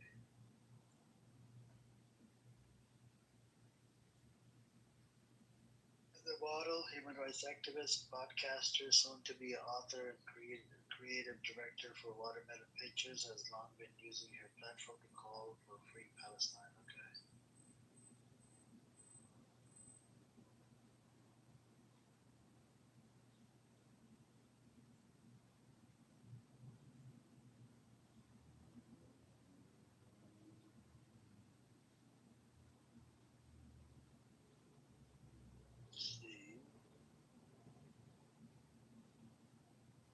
Did you read Trump's statement that came out a couple of days ago, where he did say that it was starvation, where he did say that Israel can do a better job, where he did say we're not going to set up food behind a wall like Israel does and then not distribute it. So he knows, he's fully aware of the shit that's been going on. We're going to go in there, we're going to do a better job, and we're going to distribute it, etc. But then if you ask the MAGAs, the people who say, like, we go with the United States of America, they don't even want to acknowledge the fact that Trump over here, the psycho, is acknowledging it because he has no choice. Yep. Exactly.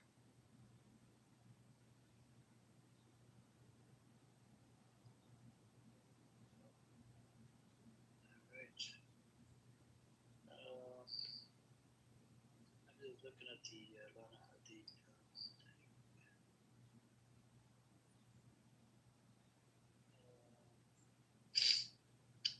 This to the refugee. Yep.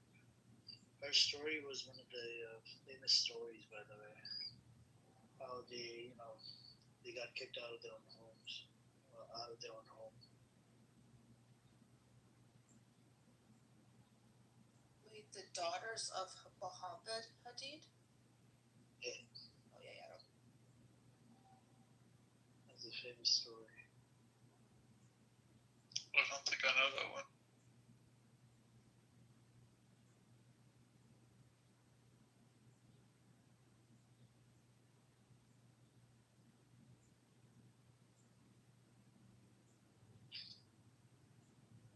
I'll tell you the story in a second.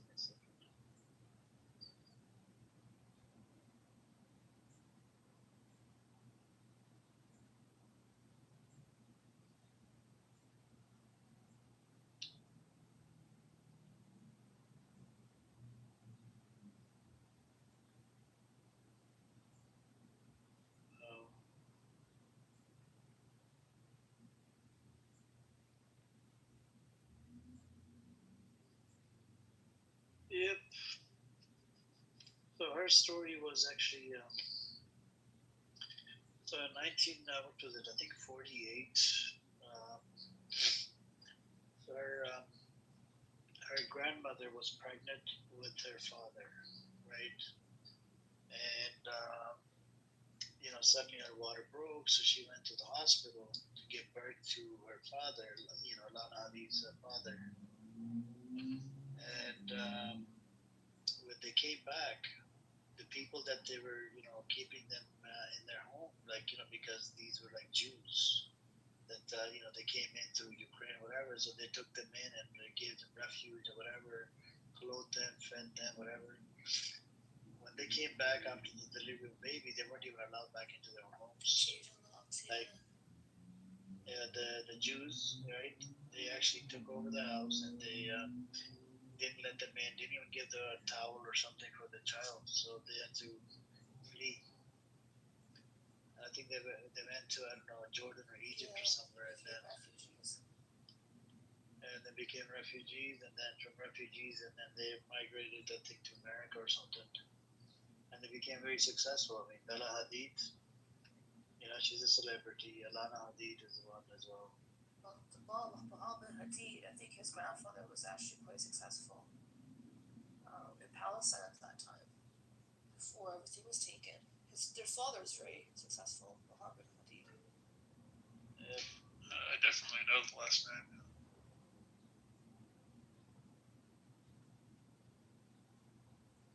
Anyways, does anybody want to come up? You guys are welcome to come on up. Otherwise, this room has served its purpose. It pissed off a lot of Zionists, and I think they ran away and opened up their own rooms. Yeah. The title is, I think it's, what's his name? Pepe's room. Is Christians persecution in Israel? Question mark. If Pepe is targeting them from Christian paradigm, I'm targeting from the profiling paradigm, Christian and Muslim. It's humanity.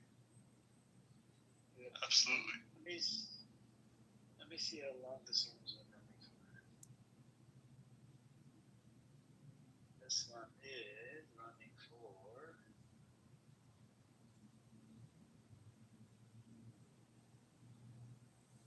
I forget what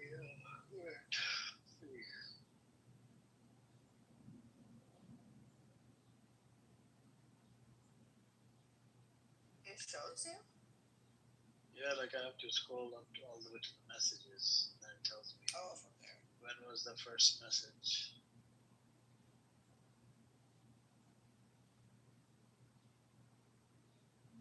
Then up to. Fatima, for some reason, couldn't enter the room. I don't know what that.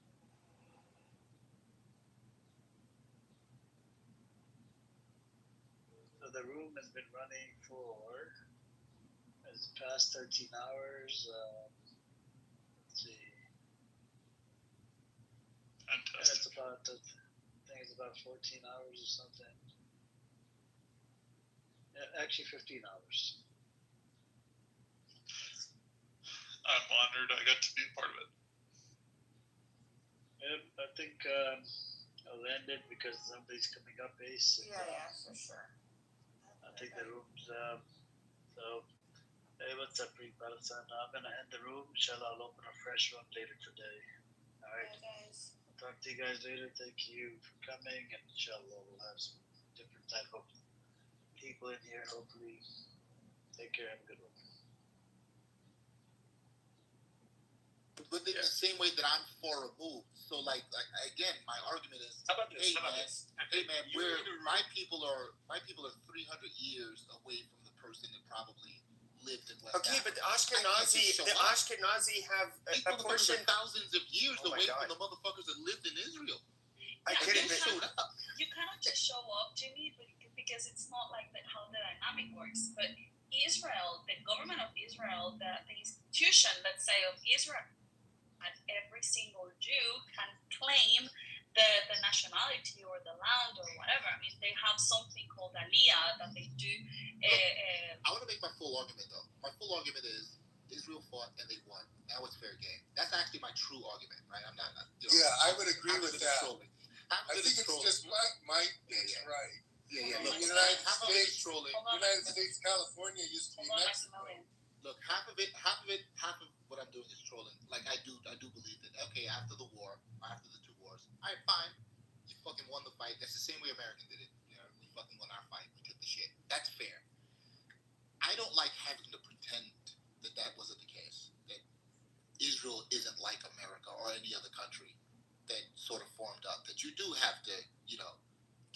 the natives. Like that's the part of I guess the discussion that annoys me. But I do believe Israel has the right to Jimmy, and even the pale ones. Yeah, I think that makes a lot of sense. You know, that's my argument. Because it is might makes right. Because you've got a lot of people like the Kurds, or I don't even know how many nationalities. You know, there's the Chinese. I don't know how to say them. There's a lot of ethnic groups that would like to be, you know, independent. But it's just there is no justice, so to speak, in that sense. It's just who's the strongest and rewrites history. And I could have a lot of empathy for the people that get the shaft for that, but that's just the way the world seems to work. But Jimmy, if you look at the Sephardic Jews and Marty probably knows more about this, but it's my understanding the Ashkenazi and Sephardic they were in Europe together, and if you were to look at the European contribution of their DNA, it's largely more similar to what you would see in modern day Italy. Now, then they split off, and then one stays in goes into Central and Eastern Europe. The other goes, out like primarily to Spain, then North Africa. Some go to, they go to the Netherlands, but they're highly related. It's really not that complicated. I live in America. Israelis live in Israel. Jews in Europe. We're still Jews. It really doesn't mean all of that is fine. It doesn't change. Marty, I was just trolling. Look, all of I that actually have a question for Marty. If he's all of that, you move to a different country. All of that is fine. Look, all of that is fine. I don't find that as a solid. Look. Jimmy, can I ask one question? Okay, go ahead, Dave. Marty, is it Jew a religion, an ethnicity? What is it? It's an ethno-religion. It's both. It's both. So you can be a Jew without being religious. Yes. Yeah, it's a nation of people. We are a nation of people. Basically, just think back in the day, they were a nation, and they had a specific belief that they shared in amongst that nation.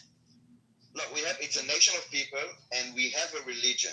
Okay, so the religion is of our people, but as a nation, not just the religion is our, like we have like a shared language, we have shared holidays, shared culture, whatever.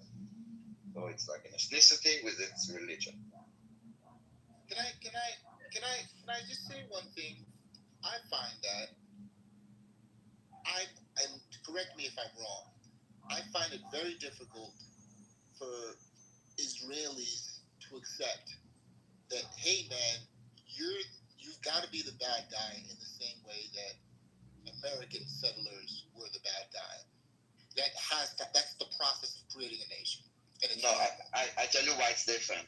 There was only one sovereign nation on this land, which is us. The land, even during the British Mandate, was called the land of Israel. It's our heritage. We came back. That's a talking point. What is this? No, it's not. Which one? What do you mean a talking point in Jewish supremacy? Those are just buzzwords. No, but there were people. I didn't say anything about it. I'm saying that where they go. I didn't say they need to go anywhere. I don't know if you know, but we have like 2 million Arab Muslims in Israel living with us as equal rights citizens. I'm just saying they didn't have to move. Like Tel Aviv, for example. Tel Aviv was dunes. I don't know, you should look at pictures of Tel Aviv. It was dunes. We dried swamps. We created new cities, new towns, new villages, side by side. And this is why, at the end, when they did the partition plan, they said, okay, all the Jewish settlements will be given to the Jewish state, and all the Arab settlements will be given to the Arabs. This is the argument now. Tel Aviv is next. It's not takeover. We came. Okay, listen, I understand you don't like it, but you cannot compare it. You cannot compare it to like the Americans that say evil. It's not evil. It's like this. You know the Judean Samara. I know. I'm not saying that it's evil, but like in the same way that the Americans, traded the land for beads to the Indians that were living in tents, and then killed they also. But it's not the same. But it's not the same because we did the opposite. To say that it was a swamp and dunes implies that nobody was there, but there were people there. They might have been there. Again, guys, I didn't say that all of it. And again, There were people living there, also Jews that were living there, but a lot of it was with cholera and swamps and places that were uninhabitable and dunes. I didn't say that all of it was like this, but yes, we cultivated the land. And hold on. And we didn't buy.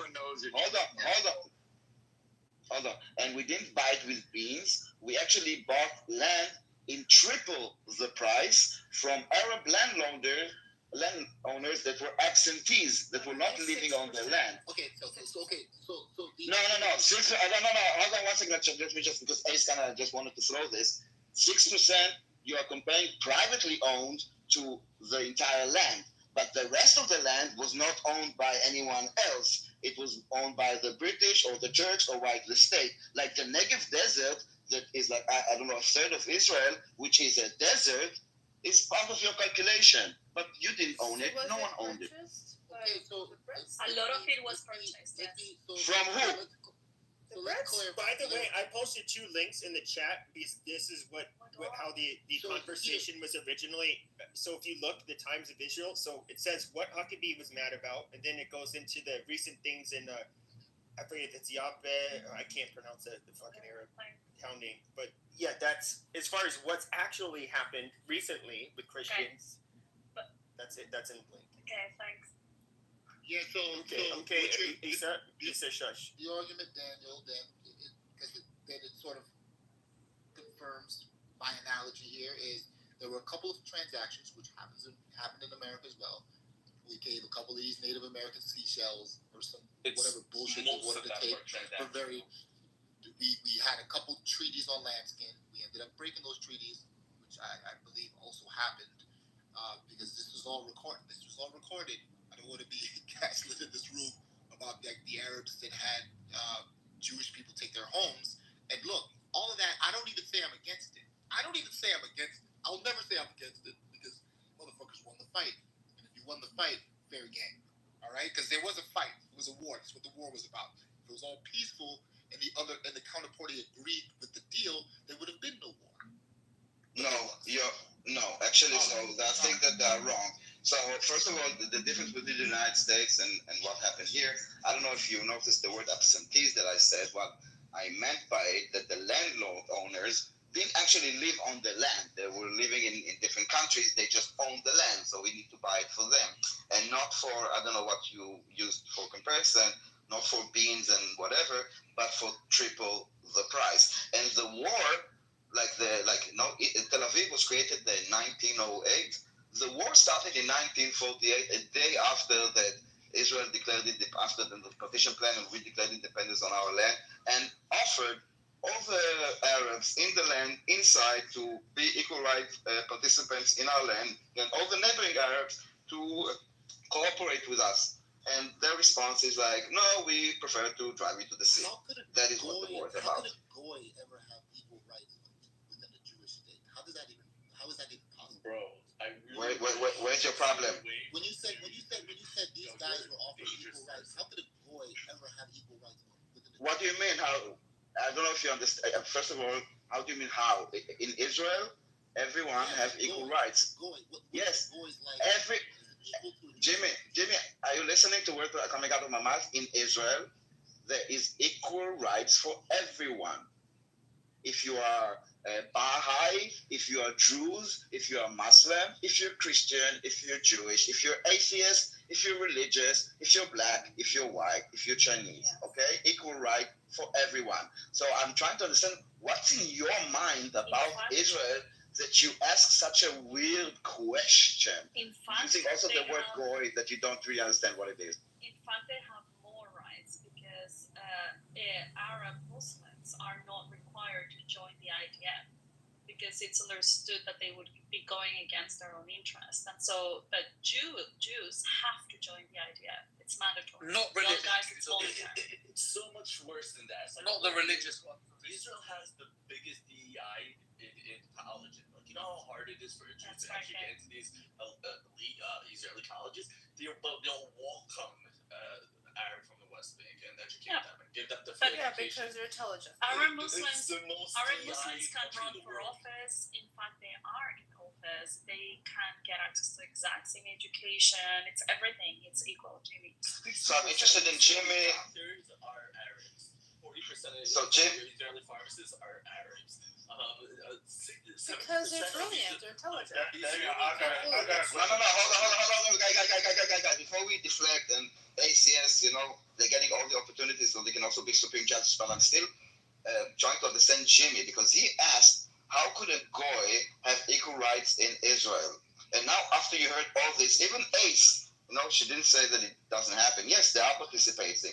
Well, I'm trying to understand, how did you get such a twisted view of what Israel is? Like, where are you getting your information? No, it's not a twisted view. So that Israel is a secular state. Yes. You asked the question, how can a goy get equal rights citizen in Israel? Well, this is because you guys said something about, to be Jewish, you're both religious and ethnically Jewish, right?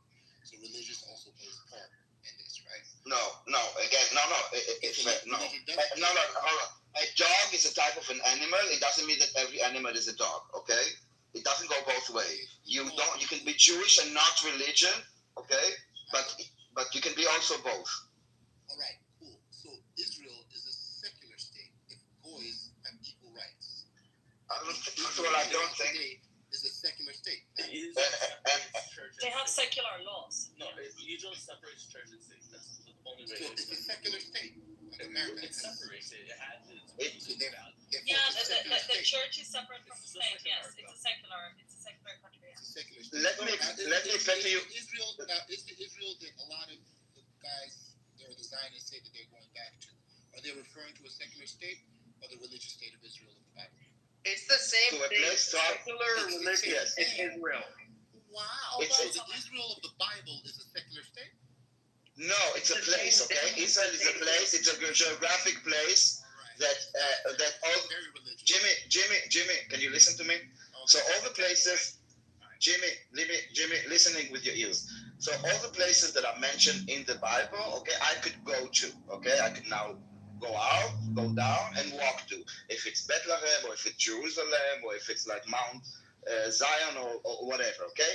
This is the Holy Land. It's called the Holy Land. Now, on the Holy Land, you could be religious. You could be Jewish religious. You could also be Christian religious. You could also be Muslim religious, okay? There's no one way to be in Israel. It's just the Holy Land. So many people see it as holy, and you could be whatever you want. And as an Israeli citizen, you get equal rights. Israel is a Jewish state. It means, for example, just so you will understand, it means that our day off is Saturday. For you guys, I don't know, in many Western countries, it's Sunday. For us, the holidays are Jewish holidays. For us, the language is Hebrew. That is what makes it a Jewish state, and that it's a safe haven for Jews to come. Well, I hope this clears it for you. Right? This is the thing, because I'm trying to get you, and I want to make sure that you guys understand that I believe that the state of Israel must exist. It must exist, right? Because they fought the war, they won the war, fair game. That's my argument. What I don't buy into is the bullshit arguments that keep being said, like, thousands of years, this is the Holy Land, because the Holy Land can't be a secular state. This is nonsense. This is a very different Israel than what was in the Bible. They keep showing us the Bible and say we were always here. But I feel like the rest of us with a brain are being gaslit. Again, have you been to Israel, Jimmy? Can we Daniel, come on, man. Let other people ask questions. Okay, guys, questions. So, Jimmy, do you think Palestine should be recognized and we should start doing that? Absolutely not. I would much rather Jewish people God bless you for saying that. Jewish people are way better counterparties to deal with. They're way more advanced culturally. I do not want these retarded Mongolian kind of people to have control over that territory. So God bless you. Although stupid. Asia's kind of hot though. I will admit, Asia's kind of. No, don't do that. To what Jimmy was saying before, I think that you're right, Jimmy, and I think that a lot of people conflate it too. The Bible story, plus the current political stance, and so it becomes very difficult to just make an argument, a political argument, when they're trying to inject religion in there. But there is Palestinian supporters start bringing their religious and their prophecy into the conversation, then you have to go back to that part of the conversation. But I agree with you that in the biblical sense, there is no state. It's just a nation with some land, but it doesn't have like a legal, let's say. That's not true. Yeah, they're no, that's no. Isa, no. That's not true. We had sovereignty, and just one sovereignty, sentence. but not as a country in the old. As a state in the old sense, actually. But just one sentence. When we talk about the Bible, I'm not a religious person, but it's still an historical text. So, like, we don't need to like many stories there, but they do mention like places, and we can actually see those places. So we don't need to treat it like it's a religion, either you believe it or not. It's historical. You can. It's not all fantasy. I mean, you can actually see those places. We can actually find archaeological evidence. Like it's factual also. It's not just like a belief system. But this is the issue with that, right? Because a lot of the arguments that I hear, that I come across, is, well, this is Israel because this has always been Israel. It's always been on this land. But I keep pointing out, man, this is Israel by name. This is not the Israel that was here historically. There is no gay pride parade in the Israel of the Bible. It couldn't be. Goys are not equal. This is a whole different country. And I keep saying that because this country is new. It's a brand new country. It's a secular state. And what was when it was a kingdom? Do you think it was like a religious, like we understand religion today? No, it wasn't. And it's the same people. It's the same land. I'm not sure why obviously, yes, 2,000, more than 3,000 years passed. So things changed. They didn't have also cars and street lights and internet and stores. They didn't have anything we have today. Not just gay pride parade. Yes, but it's the same people. It's the same land, speaking the same language. So you really have to understand Judaism to really understand how it can be both. Judaism is one. It's really not about how. It's not about being perfect. There's no such thing as being perfect or emulating the Jews of thousands of years ago. That's not actually how it works. The idea of you could be in a normal sense, it is a democracy. It is modern day what we would consider not religious, but at the same time, if you want to go anywhere in the world to be a Jew and to learn and to inspire yourself into your Judaism, it is Israel, because that's why there's birthright trips where they send Jews to go there, because every time you're actually there, you feel something, and that really ignites what for thousands of years your people are going through. And that's the reason why it's hard for people who aren't Jewish, or maybe just know Jews as a friend, doesn't actually really have hard conversations with them. Because in reality, any Jew would tell you today, you go to Israel, you still feel Jewish, even if though there's a gay parade, which it's in Tel Aviv. What it is, it's okay. It's not the end of the world.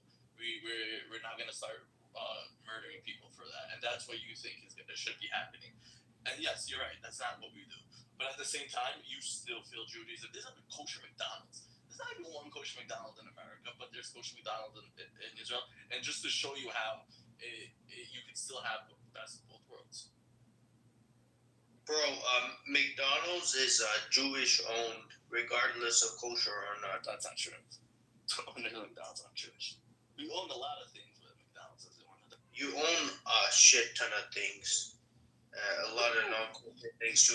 Listen, why did they boycott Israel until Why did they boycott Israel until like the late 90s?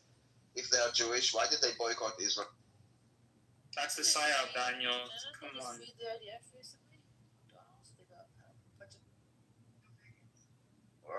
No, the Palestinians crying about shit. Yeah, kosher McDonald's in Israel was giving food to soldiers, so the Palestinians went crazy. Well, you guys promote halal meat. McDonald's is a franchise. People make decisions, and each individual McDonald's they have the right. You guys own most of the fast food around the world, and you guys promote halal meat. Which one? What are you talking about? Which one? You own KFC too. You own all of them. What are you talking about? Facts. I'm talking about facts. Is this an argument against anything? I know, guys. No, it's not. Jews own fast food. I'm saying. Okay, so then why are you bringing that up? No. We were talking about Israel and the current, like, the issue and who owns the land, and like you cannot just go back to a land because I don't know you're ethnically from there and claim it. It's because you earn it. Can I have the floor? Well, yeah, that's true for all every modern day theory of property rights. Okay, so I just did your Google facts. Yum is the owner of KFC and other brands as well. Yum is a publicly traded company. It doesn't have a single owner. You mean by stock? Every stock? Is that what you're saying? That's why you own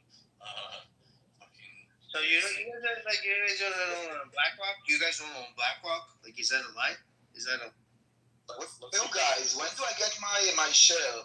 When do I get my share that you guys... Look, when someone is giving you a positive recommendation, why do you treat that guy like a... What do you mean you?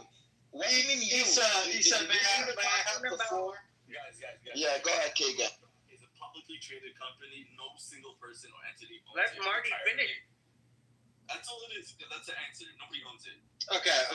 Great. Yeah, this is great. Okay, I'm going to go back to the topic. Thank you, Daniel, for giving me this. Yeah, we're talking about Jewish ownership of companies. Excuse me. I was given the floor. Thank you. Do I believe that there is persecution of Christians in Israel? I do, but do I think it's the extent of them in Islamic countries? No, not at all. They have the freedom of religion still in Israel, which is a good thing. But was once Bethlehem, right, a Christian majority city? Yes. Do they now make up like 10% of the population of Bethlehem? Yes, and that's because of the ongoing insecurities that they feel, pressured by the social norms of that region. So when we look at both the clergy of the Catholic Church have stated, and the Orthodox Church to Jerusalem and Bethlehem under Orthodox Judaism is willing to spit at you, willing to deface your churches. This has happened multiple times the last few years. The Catholic Church issued in 2022. What do you mean spitting it out? I'm saying multiple things at once. In 2022, the Catholic Church stated, that they would advise you not to travel to Israel if you are not, a established, evangelical there.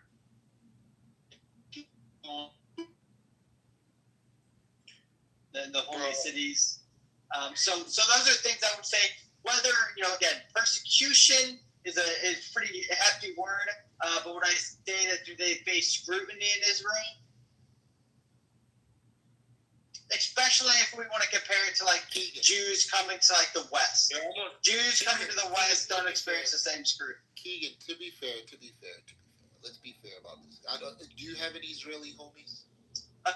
No, I don't have any Israeli homies. But do I know people who went to Israel as Christians and got spat on? The greater majority of Israeli homies, just like anybody else, they just come because I went to college with a bunch of them, straight from the IDF. They finished IDF from the university with me, and they just party, bro. They don't care. They're not religious. They just partied, hooked up with girls, did drugs. I said the Orthodox. I didn't say Israelis. I said Orthodox Jews. Even the Orthodox guys are not that crazy. We're talking about the Orthodox don't party and do drugs and shit like other Jews in America. What are you talking about? I love my Israeli friends, but they all do drugs. All of them. So, for example, in high school, these guys were all smoking weed, especially the boats. They were smoking weed. Their father had businesses in the garment district. They would go off, and they would just chill. But you have wide ranges, right? I believe the guys that do the spitting, or they lean more conservative, very, very conservative, and those are the guys that are closest to the religious sites. But I don't think they're representative everybody else because a lot of other Jews don't like those guys either. Well, Jimmy, here's my question for you. Do you think that Christians, Catholics, are they going to Israel to visit Tel Aviv and to visit Israel or are they going to the Holy, or are they going to the Holy Lands mostly?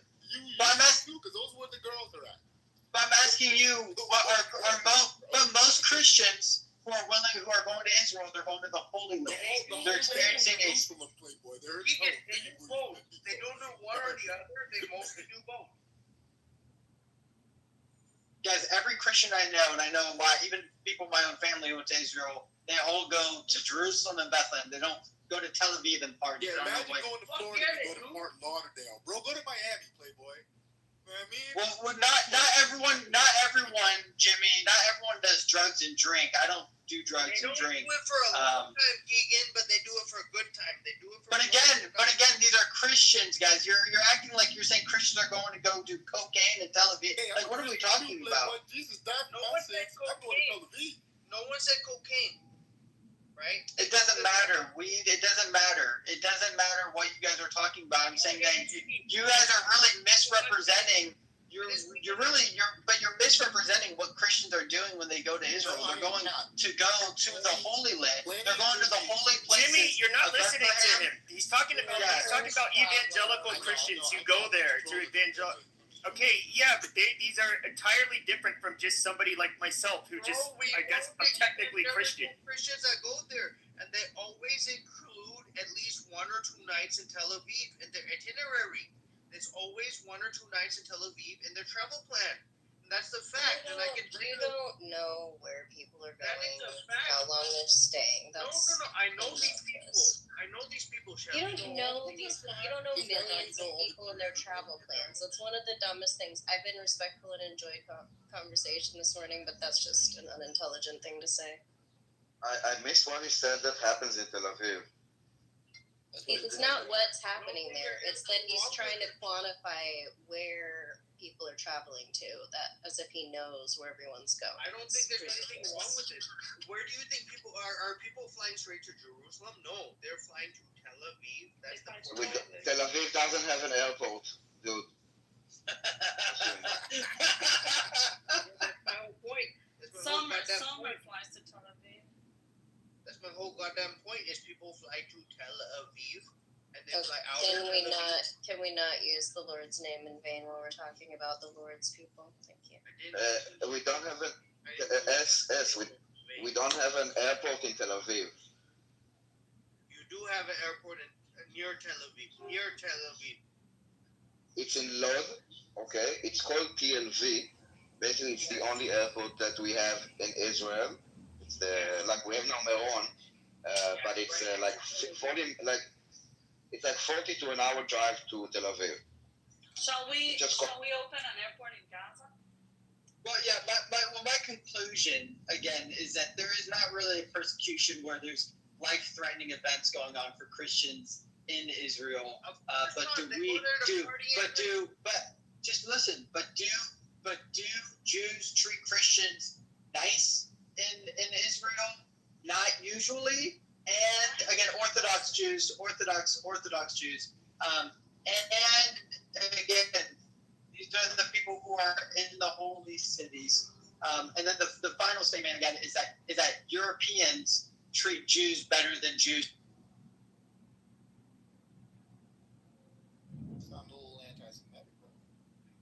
What do you mean that Christians are not treated nicely in Israel? How do you think that? I'm just trying to understand. Let's say Isa walks down the. Hold on, let me just finish the question. Let's say Isa walks down the street. Do I know that she's Christian? Does she need to tell me that she needs to Hang on. How would I know? Hang on. Let's just not skip over this. This kid, your profile says WWJD, and you're saying you're anti-Semitic. That's insane. Let's start there. Let's not be a Karen and chastise him. Okay. Who said that? Pepe did. Okay, I don't know who Pepe is, so that's fine. Well, we don't know who Shelly is. If I don't even know who you are talking, it's fine. yeah, that I just hope you can appreciate that that's an unintelligent thing to say, and that you will be accountable for it. So I'm just here for that humble reminder. Daniel, you would know that I'm a Christian because I always carry a cross on my neck. Yeah, but they need to really look at your gaslighting Jews that you're telling us Jews in the Western countries are living like you're telling me that okay, you want to say that churches in Israel were vandalized? No, Jews house of worship are having security guards in America, in Europe, and all around the world. So the idea to really have that brazen statement, oh, Jews in the West are treated better than Jews and Christians in Israel, is false because it could be compare it to the exact same level. And at this point, there's no reason to be arguing because there's actually Christians in Congo that are being killed today, and I'm really here in one room about it. Martin. And Martin, there's also security in Jewish schools and kindergarten. I pay $8,000 a year for that.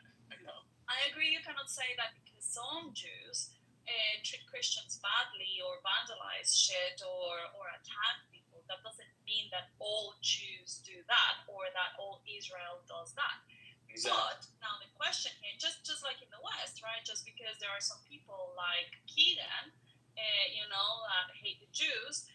You cannot, and he claims to be a very good Christian. That doesn't mean that all Christians. That doesn't mean that. Hold on, Kim. That doesn't mean that all Christians hate the Jews, right? But now the important question is what is the country doing to prevent vandalism or to prevent people being aggressive or violent on other people just because they're religion? It's like okay, in the U.S. or in the West. We have a lot of laws that protect Jews from anti-Semitism when it's aggressive or whatever. We have freedom of speech, but you don't have the right to go and attack a Jew or prevent them from having agency or going to the synagogue or whatever. Now, what is Israel doing in regards to this? And I think that's what Jimmy was talking about before, that Huckabee wrote a letter to the White House or something. I need to Google it and read the articles that Pepe kindly put in the chat, but apparently there is not enough being done right now for those few Jews that are being aggressive towards the Christians, and that's the important thing. I mean, we know that there is hatred, and people have the right to hate whoever they want, but you don't have the right to act on it. But Isa, you were talking about what the United States is doing, and they're doing laws. Yes, we have laws that you shouldn't attack people, but laws don't protect. And you need to act more forcibly if there's an issue. Is there an issue here that those people are being attacked so much, or just the same video that we see for years? Hold on. And what Huckabee wrote was about how they're getting visas. It's not people attacking people, that that they're doing too much investigation in the visa process and it takes too long for evangelistic groups. That was what. That's what I said. Yeah. Huckabee, look at the second link I showed though, because it did show some of the particularly destruction and vandalism of Christian villages, and Mike Huckabee ended up having very sharp words to say towards Israel, where he demanded not that they just condemn it, but that they actually pursue charges probably similar to our hate crime charges. Yeah, we would not tolerate people desecrating a synagogue here without it being considered serious. So he wants the same to be done to people who target Christians. I would have to understand a little bit better the context, but you can also need to take into consideration the situation under which Israel is right now, right? I mean, there's a fucking war going there, and there's a lot of hate towards Israel and the Jews around the world from all these pro-Palestinian groups. And so if you allow people, I mean, you need to have certain controls as well in your country. It's like, for example, if Iran all of a sudden started complaining about USA not fast-tracking the visas of the Iranis, because it's okay, you're not going to let in who looks like your enemy into your state. So I would also take that into consideration, that Israel has to be careful right now on who they let into their country. It's also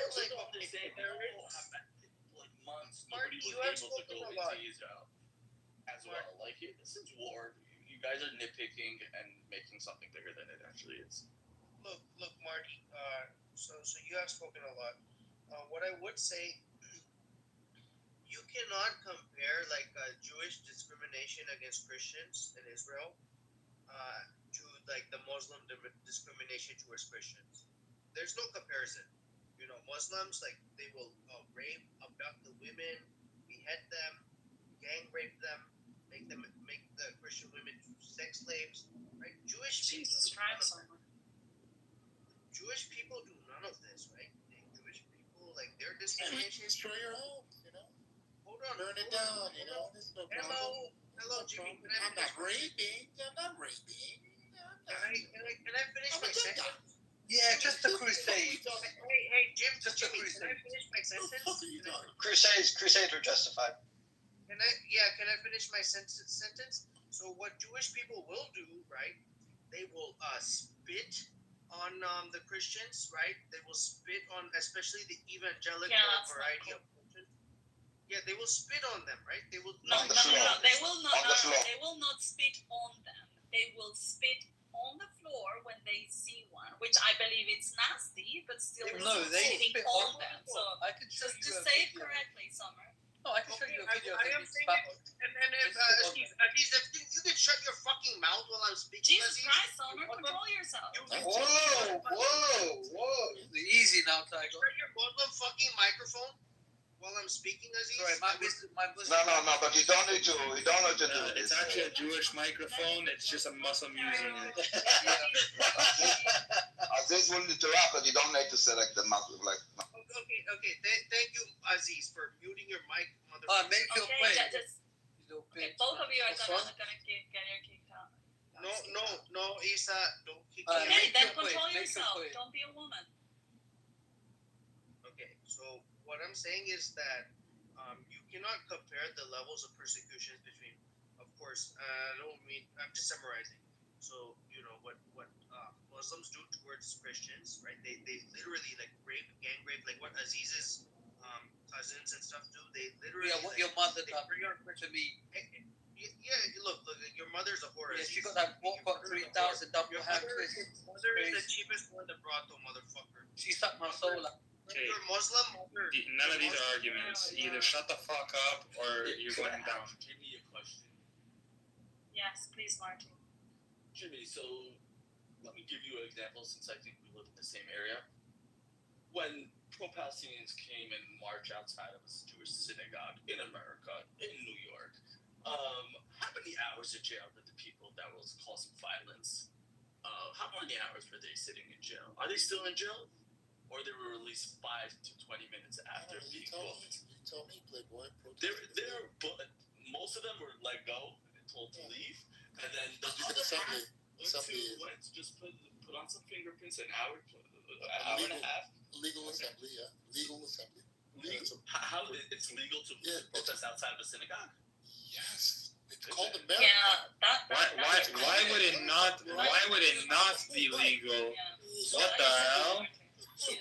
What the hell? Are you a communist, Martin? Marty, have you read the Constitution, Marty? So you justify what's happening. It's called the legal assembly. We justify freedom. Yes, we absolutely justify freedom. What the fuck? You're criticizing Israel for the same standards you think. What are you talking about? All these some people Marty, outside of church. Marty, So you're not means Marty. everybody's bad.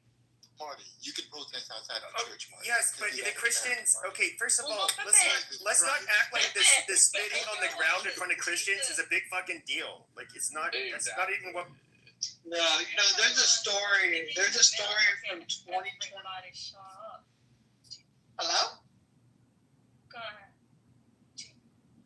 Finish your sentence, for fuck's sake. What about Keegan? Marty, were you born in America? What Keegan says is incredible, unfortunately. I was not, no. Alright. Where were you born, Martin? I was born in Syria. No, that's fine. That's fine. So that's For fair. us. That's why I asked that. Sorry to hear that. Just so I can understand his perspective a bit more. The framework. Yeah. So yeah, here in the state, that's super normal. In fact, they protest only in the places where you don't want them to be. That's usually when they protest. Yeah, Martin, listen. In the U.S., in the West in general, in theory, you should be able to protest and to say whatever you want. What you're not able to do is to impede someone to go into their synagogue or be in their face and threaten them, because that would prevent them from acting freely. So you're not allowed to do that. But you're allowed to carry a swastika in front of a synagogue. Yeah, you can do that. That's okay. Freedom. Let's go, baby. Yeah, you can say and hate whoever you want. Yeah, you can say the N-word. You can be in front of a black church. N-word on a poster. You can do whatever you want. As long as you are not violating. That's a difference. As long as you're not violating a person's life, the right to leave, the right to private property, and the right to agency, you're good. Yeah, but The right to private property. What the hell? Yes. Yeah, that's like the Fourth Amendment. We're respecting that now. Okay, that's great. Well, I mean, you can't respect, people who don't respect You private have property. the right. Imagine Muslims building You a have the state right. of not respecting You have the right to not respect it, but you will be punished by it. Right, but the state is cannot built on not vandalize or respecting. you cannot destroy someone else's private No, property. Aziz, it's precisely because the state respects private property that you have the citizens flourishing at the rates that they do. Right, but you're forgetting the And inception. if you look You're at ignoring states, the inception. Sorry, you're the ignoring. inception. Yeah, The they inception, there was no private property. It doesn't No, but this is a good point. What private property was there for what state at the inception? Okay, so for the Islamic people, there were children. Wait, Prometheus, why are you talking? Why are you Let's talking? not move to that, Simon. You Nearly want to make it a 50% of the philosophical. countries that exist today are younger than Israel. So That's not an argument. Well, so what that means is, are they illegitimate? If anybody lived there before, they just weren't states, so you have to respect their land ownership. You mean the Balkans? Well, how do you have land ownership if there's no state to recognize it? Simon, can you lower the microphone volume? Oh, now it's lower. We just don't have to respect land ownership. No, there's no land owners. If you have, anyways, we're not going to get into this now because it's not the topic. But we can have a discussion on this. But But your if you theory of have private property is just incorrect. So is a sovereign state the primary tenant that suggests that you own or don't own a piece of land? Yes. Sovereign state. That is what a state does. Right. So then that is what a state does. So then 100-year lease, you don't own the land. You lease the land. Right. So it's not That's also wrong. That's also philosophical. No, Martin, just in some countries. Oh, but it is. So it's 3,000. Yeah, well, Canada's not like that. Yeah, Canada, you lease the land. There are no land. Yeah, in America, you own the Oh, land. yeah, I'm Canadian. Trust me. The vast majority of land is owned by the crown, right? By the crown, but hold on. The areas where the cities actually are actually owned by private citizens. So, if you look at the map of Canada, it is massive. Okay, but all along the border, the American border, is all private property that is not owned by the crown. Yeah, but you also Yeah, where in all the the UK largest is the same. cities. In the UK, the vast majority is owned by the crown, and you just lease it for 100 Yeah, years or 3,000 something like euros. that, and then you have to renew the lease and so on. But there is some land that is ownership. Which is another reason why Canada is fucking stupid. But yeah, I mean, it's it's different. Like, yo, you hit a rock in Israel, you could be hitting something like thousands of years. So there's more. Like, we can't have people be like, oh, I own this now. It's a $10 billion item just because it was. It just No, you doesn't can't. work They that kind way. of did in 1948. What does that mean? in 1948 they just established a state to recognize that. There was always historical context, but in 1948, a group of European secular. It's not Europeans. Well, I mean, I just Google that. Zionism started in It's a European secular. 1890s. They were jerking off By and waiting definition. for the Europeans to be nice to them until the Mizrahis came. Well, something's not true because it's by definition. Well, by definition, Zionism is a European Set kill a It's because of the Egyptian, because that's when people actually came up and started to fight the British. It's the Egyptians after 1943. They're like, you know what, that's it. We're not gonna sit idle. We're gonna go back into our homeland. That's what really kick-started what we see today. Right, but this is the problem. The Ashkenazi Jews that you guys give them so much credit, actually, you're jerking them off, doing absolutely nothing from 1922 to 1948 until the Mizrahi Jews actually started making. What about the bombing of King David Hotel that was done by the former Prime Minister of Israel? What about the bombing? That's justified. Oh, okay, yeah. They just military. Yes, they killed over 70. Didn't they kill 70 civilians during that bomb? What about the 40? It was Israeli civilians. What are you talking about? You haven't done any studies on this. No one's gonna question the fact. What about the 44,000 terrorist attacks committed by Islamics since 9/11? 44,000. I mean, you don't seem to have a problem with terrorists. What do you have to say for yourself? You don't seem to have a problem with 44,000 terrorist attacks. Your military country in a foreign land, it's not terrorism. I'm sorry to break it to you. Only A foreign land, it was given to them. The British man, what are you talking? Oh, okay. So it was given to them. Agree that, but at that point, it wasn't. At that point, it was I just want to ask the Allah worshiper. He committed 44,000 terrorist attacks, Aziz. No. Hold on.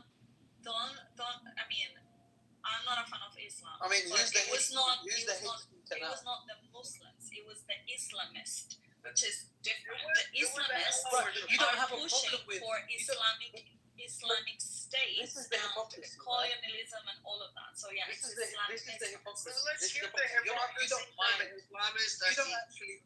One second. You don't actually mind people being led by religious doctrine. I mean, half of Congress is trying to fulfill some messianic belief, and you don't mind that. You don't mind that. You don't mind terrorists. You don't mind Jelani until he became the bad guy. You don't mind, you didn't mind Hamas until they. Correct. We don't mind about normal people until they become bad guys. They're only the bad guys until they. Aziz, do you want to see a free Palestine?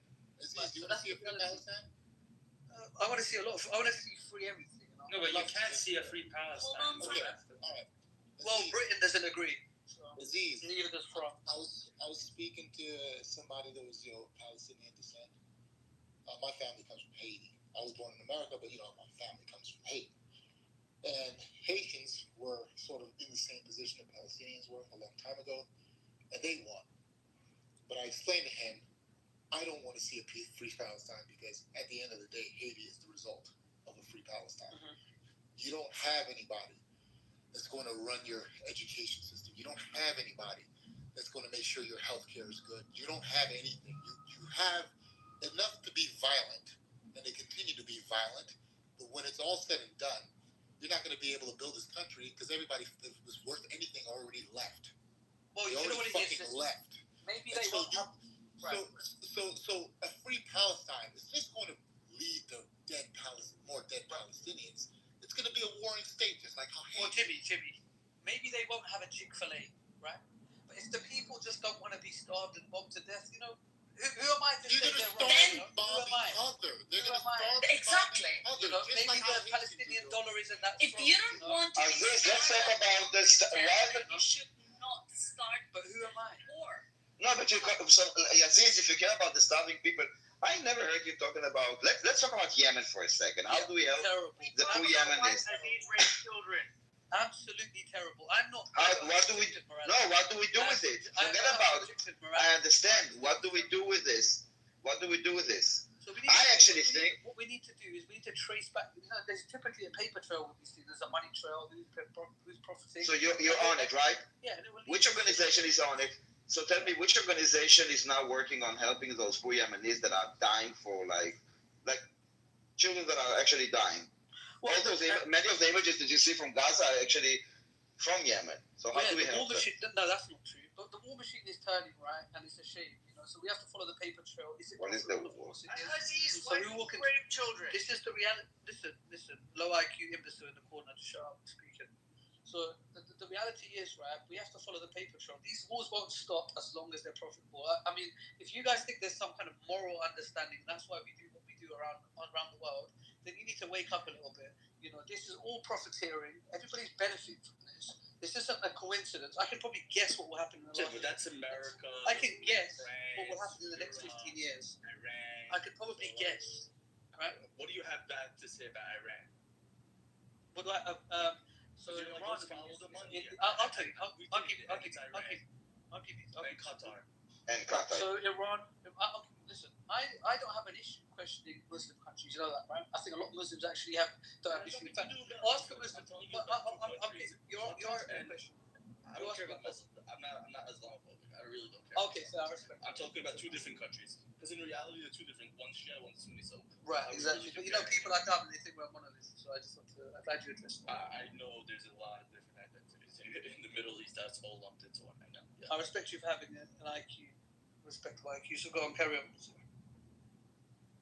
No, so you know what I mean is, what do you say about those two countries? Because they are the ones who are funding it and creating all this chaos for all of us. Yeah. So I mean, you know, when you fight a war, you know, typically there's a red team and a blue team. Now, I think typically the narrative in these rooms is that there's only a red team and we're all fighting the red team and ignoring the fact that there's a blue team. I can look at it for what it is. I can see that in order, you know, we're having proxy wars, but you know, these are intentional. I mean, 25 years ago, Netanyahu said that he would fight on these particular fronts. We are here not by coincidence, but by design. And so for me to sit here and say, why are they attacking us? Well, he said it 25 years ago why we're attacking each other. Not they are attacking, we're attacking each other, and it's by design. He mentioned it.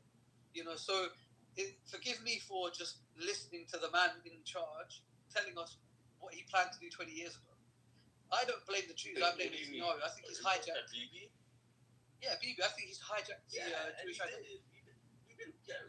Iran didn't wake up He hijacked in 2025. He said, I'm going to build a nuke. You know, they woke up 30 years ago, 40 years ago when they took over.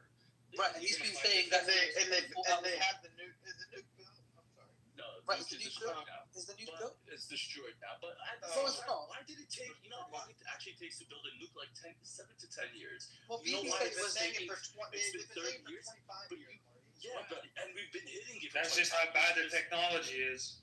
It's not. Well, that's there's so many. They had so many hiccups from insider Mossad agents over those years that we consistently destroyed it from within. Like there'll be one malfunction and it'll destroy the whole system. And these are the types of things that consistently happen to the point where they're able to regroup.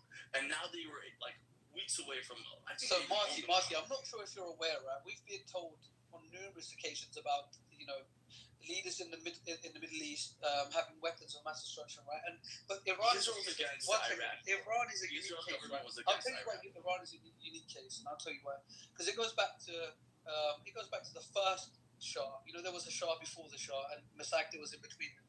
And at that time, Britain controlled the oil of Iran, and they created British Petroleum, and they benefit from all the oil. And when the Iranian people realized that they put the Mossadegh in power, and they nationalized the oil, and they took back control, and Britain and America have never forgiven Iran for that. And that is essentially the eternal tug of war that we're watching. It isn't about weapons of mass destruction. It was never about weapons of mass destruction with Iran. It was always about primacy in the region. And if you can't see that, then you need to study geopolitics a little bit more. You know, it's not about morals. This is not about morals. Trust me. There are no morals. There's no morals. Bibi happened in 1996 when Iraq was shooting chemical weapons into Israel, which is a fact. And then you're taking something that happened years later where Bibi wasn't even in power, and the Israeli government actually was very against Iraq war. Right, because he's the face of the agenda. He's the current face of the agenda. You know, it goes deeper. Again, I gave you a context much before IRGC, much before the Shah. Safety for Israelis, economic growth, and Iran. I like this Marty guy. Yeah, I'm giving you a context that is much before the first Shah, much before Mossadegh. It goes a long way back. Excuse me, you think you understand the Middle East because you know one event decades ago in Iran? No, I gave a number. Why is Iran enriching uranium to 60%? Only between 5 to 10 for like nuclear energy. Why are they enriching to 60%? Well, you know, a bunch of countries are trying to do that. Israel done that. They're the ones accusing Yeah, Iran. but Israel has not signed a proliferation treaty. Iran has. This is the hypocrisy of the democracy. No, it's not. It's not a hypocrisy. We're holding Iran accountable. Okay, Right, they so who signed holds this Israel treaty decades ago.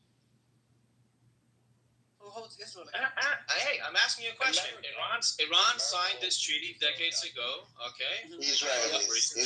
The treaty. Israel has never signed that. Israel hasn't signed it. India, Pakistan, they don't sign it. They have nuclear weapons. It's fine. We're talking about Iran. Iran has signed this proliferation treaty, which means they cannot have nuclear weapons. So why are they enriching uranium 60%? Why is it not at 5? Why is it not at 10? Well, the mistake you make is thinking it was about the weapons. It never was. Hey, I'm asking you a question. If you don't intend on having nuclear weapons, why are you enriching uranium to 60%?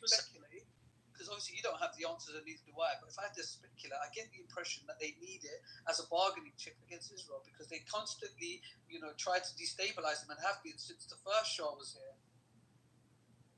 They've been sanctioning them for God knows how long. They won't let them function autonomously. They've been involved in them. They've been trying to destabilize them since Mossadegh, since the second Shah, since IRGC. It's not about who's in control. It's not about weapons. I'm not stupid. We've seen Okay, but we're talking about a chicken in the hen now. So why is Iran sanctioned? Because it goes back to the legacy of Iranian oil, right? No, Iran is not sanctioned because of its oil. Iran has not been sanctioned because of its oil. That's not true. Why is Iran sanctioned? They've never forgiven Iran for nationalizing their own oil. That's not the reason why Iran is sanctioned. That's such bullcrap. Bullcrap. When did we start to sanction Iran? When did we start to sanction Iran? Hey, you think you're some fucking Middle East expert because you know of some fucking event like 100 years ago? Why do you care about Iraq people? Think about that for a second. Hey, Iraq is done. We're talking about Iran. Exactly. That's all the British created entity. Remember, Aziz? What's the Arab narrative since 1924? What's the Alpha? Isn't that the Arab narrative since 1924? Since the abolishment of the caliphate, that everything else is a British creation and should not be taken as legitimate? So why should we care about Iraq or Iran? Please explain. No, because those are completely separate narrative for the past 100 years now. Those are completely unrelated. How is it that the Arabs, who are dominating the region, okay, in terms of population, and the Arab League, which is majorly responsible for everything that's happening to the Palestinians today, majorly responsible. Right. So that's the Arabs include the Lebanon, who are being destabilized. That's Khalid Rashidi speaking, the historian from Gaza. According to him, does the Arab League leaders should be executed publicly. Right. So Alpha, you just said Arab. That includes obviously Lebanon, it has a large Christian population that has been destabilized. That includes, Syria that has a Christian. So what are you actually referring to here? Is it a people that are a problem? Is it a people that are a problem? Are the Arabs a problem? Who killed Rafiq Hariri? Was it Israel? Alpha, are the Arabs a problem? Are the Arabs a problem, Alpha? Damn right they're a problem. They've been a problem. Okay, well I'm glad you clarified. Arabs think, listen, Aziz, it's very simple. Arabs think there's a reason why the Arabs think they're a monolith, are they? There's a reason. Are Iraqi Arabs and Lebanese are they the same? Any other person in the region. There's a reason. So Iraqi Arabs are the same as Lebanese Arabs? There is a reason. We haven't given a good one. Was created. Because the Arabs want to dominate. The Arabs want to be so which Arabs? The Iraqis, the Lebanese? Armenia, Azerbaijan, which one? Greece, Cyprus. They can't tolerate nobody. Which Arab wants to dominate? Which country? Can you tell me? Your Saudi, your Misr, your Syria, your Khariyan. You want me to spell it out for you? So is that do any you want me to go to their speeches? Do any European countries want to dominate? What is that supposed to mean? Well, I'm trying to see if you're fair. Bro, you're trying to be very critical of Arabs. Be morally consistent. Well, I'm trying to be consistent. I'm asking you a question. Are any European countries looking to dominate? No, that's a lie. Egypt. Why is it a lie? Egypt is trying to help Palestinians right now. They just said Ahmed, who's what do you call it? He's a Palestinian. He's very pro-Israel, and he just said that Egypt is starting to support now. Just this is new. What this does it mean support? What do you mean try to support? Because if So No, this in is what way? Ahmed. They're building a Hold water on. pipe from Egypt to Gaza so they can have water. That's No, here's the thing. They cannot. Here's the problem, right? Daniel and right. This is the problem, right? They cannot have a proper state if they have this terrible leadership, right? And so Egypt. No, This but is before you this is move on, Ahmed. Sabina, Yeah. what you said that they are starting to help the Palestinians. Yeah. What does it mean? In what way? What does it mean? Like they give them money, they open the gate to let them in, they give them food. Like what do you mean help? They're trying to create a new regime. This is literally just Ahmed talking about this week, and he's very pro. You know him, right, Ahmed? No, but I'm so Egypt wants to create the leadership and for the Palestinian people instead of the Palestinians choosing it. This is what they mean by helping them? So this is okay. So Ahmed was on Jubilee, right? I'll post the link in the chat, right? So Ahmed was on Jubilee, and I'll just make a point here, right? The professor was Palestinian as well, who was challenging him and all of his students, right? And you know what he was saying? He was saying that, oh, you're trying to use a non-violent way, right? Which is not going to work, right? This is what he was saying, which makes no sense because the professor himself has the whole class and a lot of Americans and so on Palestinian side, and he never used force against them. They used force against Israelis. You see what I'm saying? So it doesn't even make sense. If he could get his students to be, compassionate for the Palestinian cause, then why is he saying that violence is the only answer? How? There's so many countries that whatever the hell they talk about. I don't know if it's one state, two state. I don't know. I don't even know anymore. To understand what is the Palestinian No, cause. I really. They're not one people though. In the region of the Middle East, since the 7th century, they believe that they are God. Simple. We are God. Everybody else is second-class citizen. Everybody. Right, but you. I hear you. Where are you getting Right? this from? So don't give me that. But where are you getting that from? You want to talk about moral consistency? Give me one bloody book. Give me one book from But your Alpha, academia. Give me no one offense. book. I No say, offense. give me one book that criticizes Islamic imperialism and Alpha, Arab colonialism. Give me one book. Sure. Alpha, if you want to talk about How dare colonialism, you talk about imperialism and colonialism in front of me? How dare you? Alpha, you just sounded really emotional, right? I'm sick right, of I know being you a sound from the like. Middle East. I am from that shithole. I know it's okay. If it was You'll up be to okay. me, I'd bombard you with You'll be fine. hydrogen bombs. Alpha. Oh, everyone knows they're colonized. I never understood. Oh, hello. Defending a shithole full of So Alpha, I am also from that shithole. I agree with that. No, but sorry, I just want to say one last thing. I just have one last thing to say. Yeah, I just want to say really quick and now land. The only thing I have an issue with is I just seen what was it?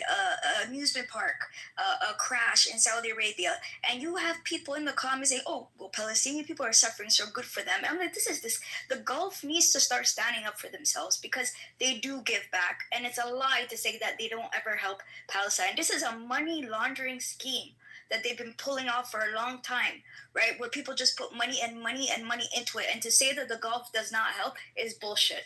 That's just bullshit. And I'm glad the Gulf countries are becoming aggressive back. Because to say that you cheer on little kids because of another country, ridiculous. Yeah, I just think it's disingenuous to say that. I think it's disingenuous to say that colonialism is Give me easy for one Arabs. so-called A Arab lot of state the that the Palestinians have lived in and now committed a terrorist attack. Look at Kuwait, kidnapping ministers, kidnapping their wives, killing their children. Look at Egypt, bombardments. Ikhwan and Muslim. Bro, just read the history. Look at Jordan, look at Lebanon, look at Syria. Yeah, look at all the places they've Yes, been. but there's a conscious attempt to destabilize this region. That since the time of Abdel Nasser, the Egyptians There have has made been a one conscious attempt decision. to destabilize this region. No false places in my house.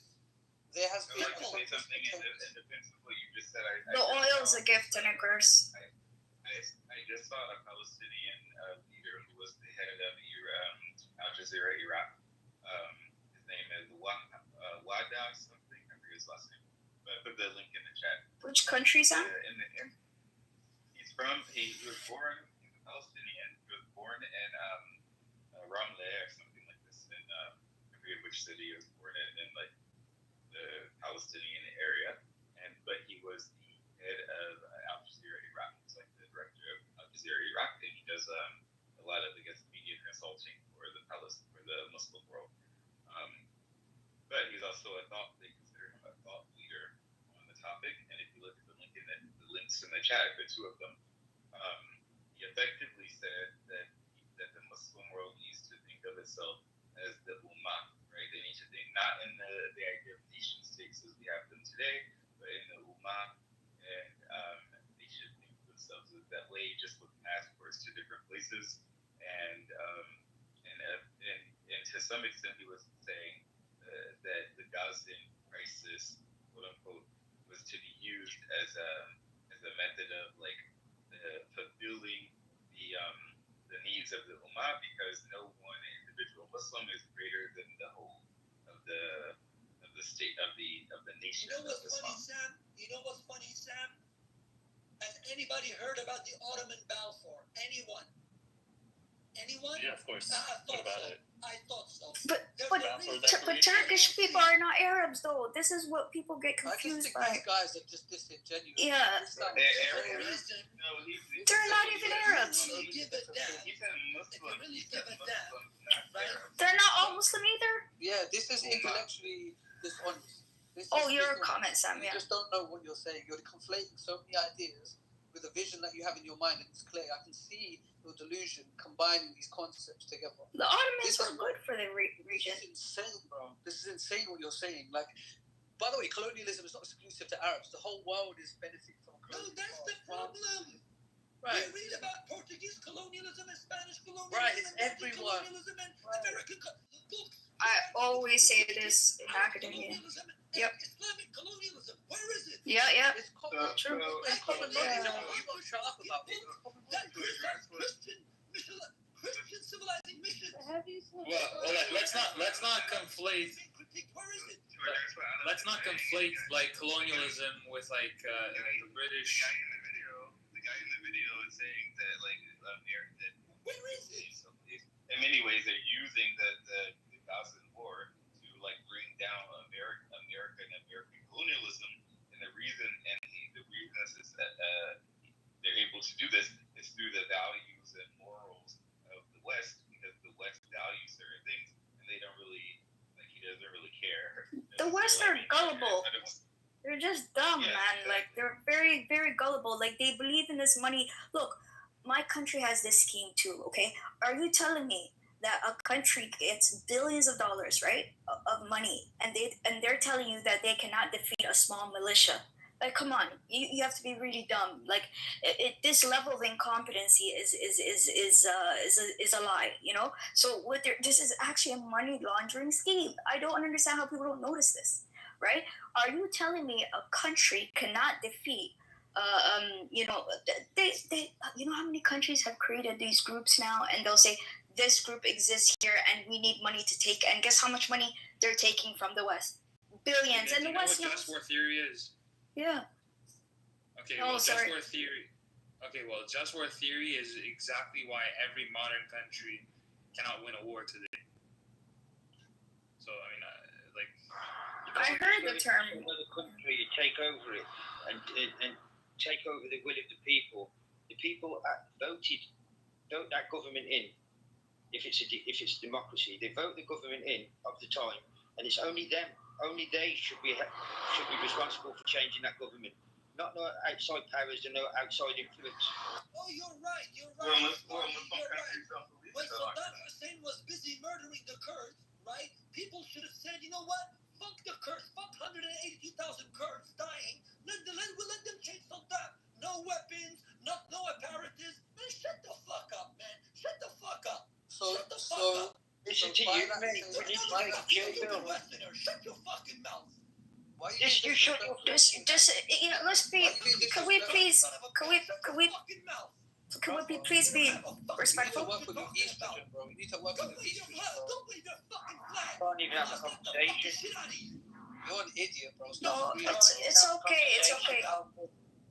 Okay, let's calm down. Doesn't know a fucking thing about the Middle Why are you screaming, bro? No, because there's a lot of there's a lot of people involved in the Middle Eastern affairs, and it's getting annoying to a lot of people that live there. You know what I mean? Like, I notice Middle Eastern themselves are really upset about this, right? Because they've even lost the vehicle of this bizarre thing that's going on, and it's a money laundering scheme. Like, come on, like, this is not something that I understand why Alpha's mad. But you need to be But careful, right? Can I give you guys a proof of what she's saying? Today, in Gaza, the UN is saying we will not deliver the aid unless Hamas is able to get to get a cut of it. It's all connected because that's how they collect and they clean their cash, and that's the reason why UNRWA exists, why they made generations of refugees. And even the numbers of how many people are in Palestinians are inflated just because they make more money per person. So let me get this types of scams. You know what I would do? I would actually flood Gaza with flour. Like, do a mountain of flour. So hold on one second. Throwing out the flour. You know what happened last time? No, hold on. Can I say one sentence? You guys are talking. I understand. So now you know. I understand. Great, amazing. So if you will flood Gaza, flood it with flour, like mountains of flour. So yes, also the population will have, and then Hamas will not be able to sell it because it will be worthless because there will be so much. Yeah, but yesterday I saw a video of them throwing out flowers just because they wanted them to. That's an amazing idea, Daniel. Run for government. We did this thing already. Israel wants to feed the Palestinians and people are stopping them. Is that what we're saying? That's bullshit, man. That is. Look, man. What happened? This is bullshit. They're lying. It's been a pleasure, guys. I don't think there's a reasonable person in this room at this point, apart from maybe Scott. Do you have any proof of it not being true? Did we not tell the US? It just doesn't make sense. What is the Gaza Foundation, Humanitarian Foundation? Answer that for me. I mean, it just doesn't make sense. Answer what it means. What does it mean? What does it mean? Tell me what it means. What do you mean? What does that mean? What is foundation? Okay, doing what? You just said that. Make your point. Saying Israel's trying to feed Gazans? I just told you, what is JFH? Right, just and make you're your like, point. What? You said it doesn't exist. Stop asking questions. But I'm trying to tell you why even you, what you're saying, you don't believe it. Because actually, you just proved yourself wrong. Because when you said there's no such thing happening, and then I just told you one organization, you're like, oh, you started flustering. So just to show you what you're saying is actually wrong. Yes, we are trying. We vaccinated them for polio. We vaccinated every child in Gaza for polio. It's a conspiracy theory. Now we sterilize. Okay, hold on. Okay, I'll say this. Hold on. Even if you get the flower, you have something else to say. But we saw the video with the Yeah. Hold on. Guys, let's not do anything to Aziz, sweetie. If we talk about a subject, let's, like, if he was talking about the polio, and then you go now to a lie about sterilization, which also never happened. It's proven. Netanyahu apologized for it. Excuse me, Aziz. Netanyahu apologized, so you're lying now. Aziz, sweetie. Okay, you know what? Hold on. Aziz, let's do this. I'm willing to bet $1,000 that either you give to charity or I give to charity if you are correct or I'm correct. Are you willing to do the bet with me right now? With all the people in the room? He doesn't have $1,000. No, okay. So Gaziz, what can you commit to? Commit, not a wage. Commit that if I'm wrong, that if you're wrong, you will do, and I will do the same if I'm wrong. Right or wrong, I'll tell you what, right or wrong, I will have empathy for women. One pair of flip-flops. No. Aziz, you were now arguing with me and Marty, and Aziz, sweetie. Aziz, hold on. I cannot listen when every time that I try to talk to you, talk. When I talk and you talk with me, it's really hard to have a conversation. You now had an argument with me and Marty that, like, trying to shift the topic into Israel sterilized Ethiopians, and I told you that never happened. And then you started. Hold on, 1 second. And then you started arguing with me, and you said it was proven. And I'm asking, now we have, like, you say, I say. And I wonder, and we can check it, but before we do this, if you're so, like, fighting with me about it, Give me something that we will both commit to, the same thing, that if we are wrong, we will do. $100. Yeah, let's just $100? I don't want you to lose. I want the truth. I don't care about. Okay. So Aziz, take 2 minutes and go check it. So I don't need. Aziz, shut up. Mute up for a second. Take 2 minutes and go check. I would like to I want to share with you something that I heard in a different room, and because the person is here, maybe he can address this, and maybe because it's interesting to me. Hello, Scotty. I want to say something that I heard you say in Amir's room. He said that Hamas is treating the Israeli hostages way better than Israel is treating the Palestinian hostages, he said. And I kind of heard it. And I would like, maybe we can, first of all, maybe Scott, if you can elaborate, and then maybe people, not me, other people, can address this insane. Like I'd rather not answer because for me it's like completely insane. But Scotty, I want to. Yeah, I want to give Scotty I want to give Scotty. Maybe he wants to correct my statement, although I know that what I said that he said is absolutely correct. But maybe you can. No, I'm absolutely going to stand by what I said. All right, thank you. Thank you. So you put a link to the chat that says that Hamas is treating the Israeli hostages better than the non-existing hostages that are in Israel. Scotty, listen, I was not in the room. Can you then correct the statement or say your statement? What was it that you said in Amir's room? Pardon? What was it that you said?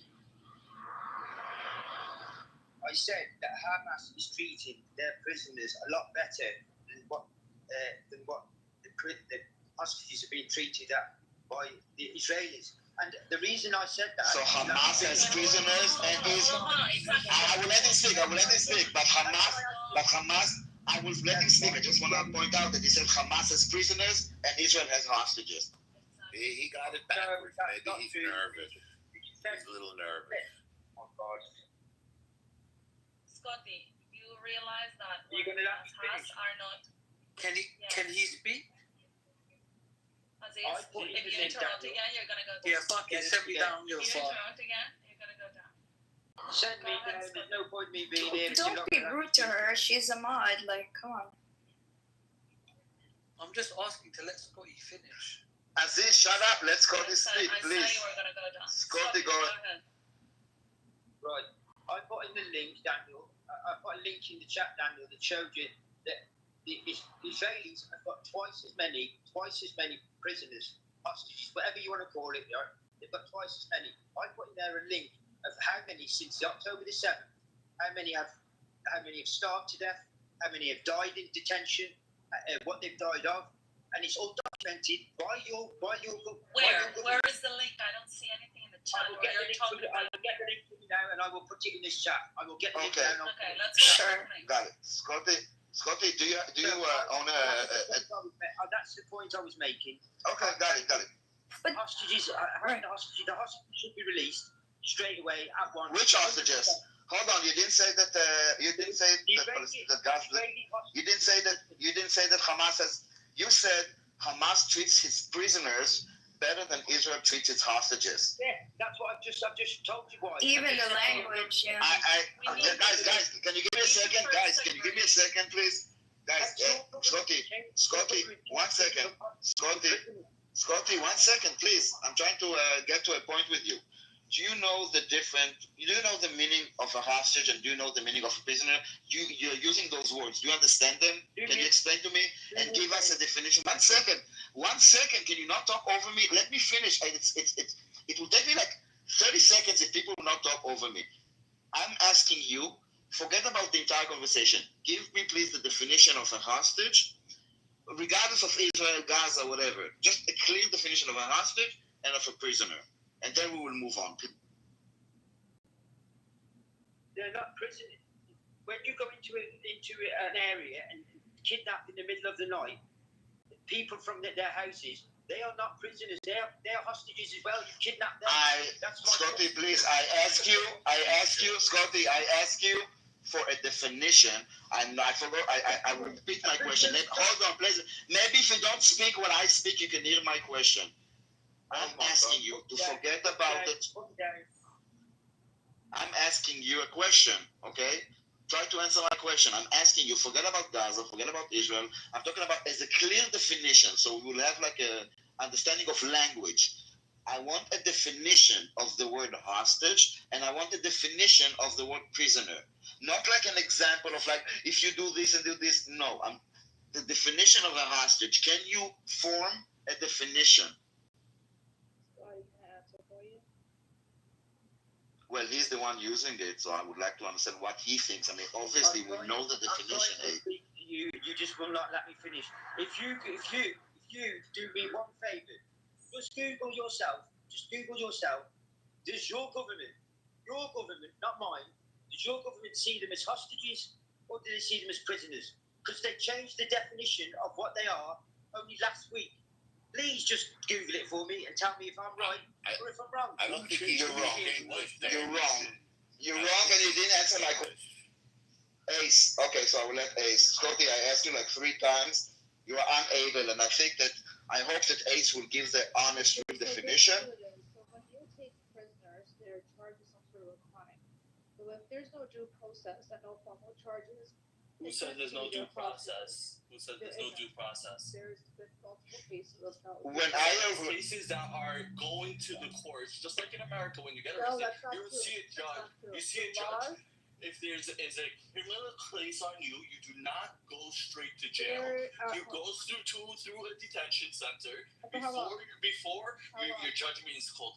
So how about we get some facts? Because that's actually American laws.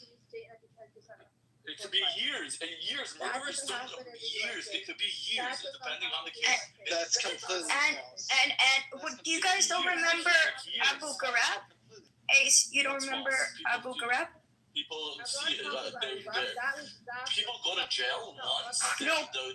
Oh, sorry, Marty. No, I'm just saying, like, Americans that are on this high horse, right? No, I understand. We're not preparing. I'm trying to answer. I'm not. No, I know. I understand what you're saying. I'm going to answer down your question. Okay. Essentially, there is difference, right? Hostages are taken against their will. They haven't been accused of a crime. They haven't been charged. Obviously, we know that. But if you take someone innocent.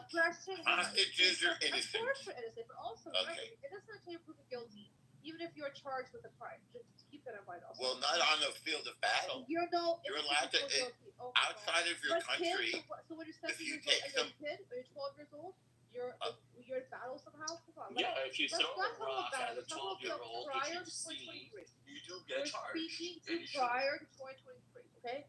So if you take people in as prisoners and they don't have formal due process and are not charged, and you keep them under the military code of justice. As prisoners of war. Yeah. Something for you to learn, Ace, since you said you wanted to be a lawyer. Well, that seems unlikely now. Civilians die during war, unfortunately. Yeah. I'm trying to answer Daniel's question and have a discourse with him. I'm talking about before 2023, not war, okay? They've been taken in for various reasons. And without proper due process and keeping them for God knows for how long. I put a link in this chat. Now, again, hostages taking them, I'm not for that shit either, okay, guys? But what I'm going to talk about here is what is in the link. But I asked for a definition, Ace. Ace. But Ace, sweetie, I asked for it. I said, forget about Gaza, forget about Israel. What is a hostage? So let me help you. A hostage is someone that is taken. So to make a third party do or not do something. A prisoner is taken specifically because of a crime that he's planning to commit or is committing or in the process of committing. Now, when you talk about all the Palestinians, okay, so we'll find the definition. But it's, Russia takes prisoners from the U.S., they then negotiate with the U.S. to return those prisoners to the U.S. in exchange for something else. That's almost. This is prisoners. Hold on. you're talking about prisoners of war. When you are engaging with another army, so you take those, like a soldier prisoner, this soldier didn't do anything illegal, okay? They are basically, but in order to win the war, you take them and then you exchange them because the other side is also taking prisoners. But you're not using those prisoners to force the other side, for example, to stop the war or to do this or to do that. You just then return each other's people. What Hamas is doing, they went into Israel, they snatched random people and they hold them in terror tunnels and they're starving them in order to force Israel to do something. That is a hostage. When Israel is putting people in jail, it's not just like going and like random people going and just grabbing random people. No, there is due process. They all are like there's a judge that signs each one of their arrest warrants, even for 24 hours if they need to extend it. They do get to contact their families. They have representation. So comparing and putting those people hostages, it's just morally corrupt. They can be seen by the Red Cross, Daniel. They can be visited by their family. No, they cannot. They're being held according to international law. So they are taken if they are, no, it's absolutely true. And we have the evidence for it. Absolutely true.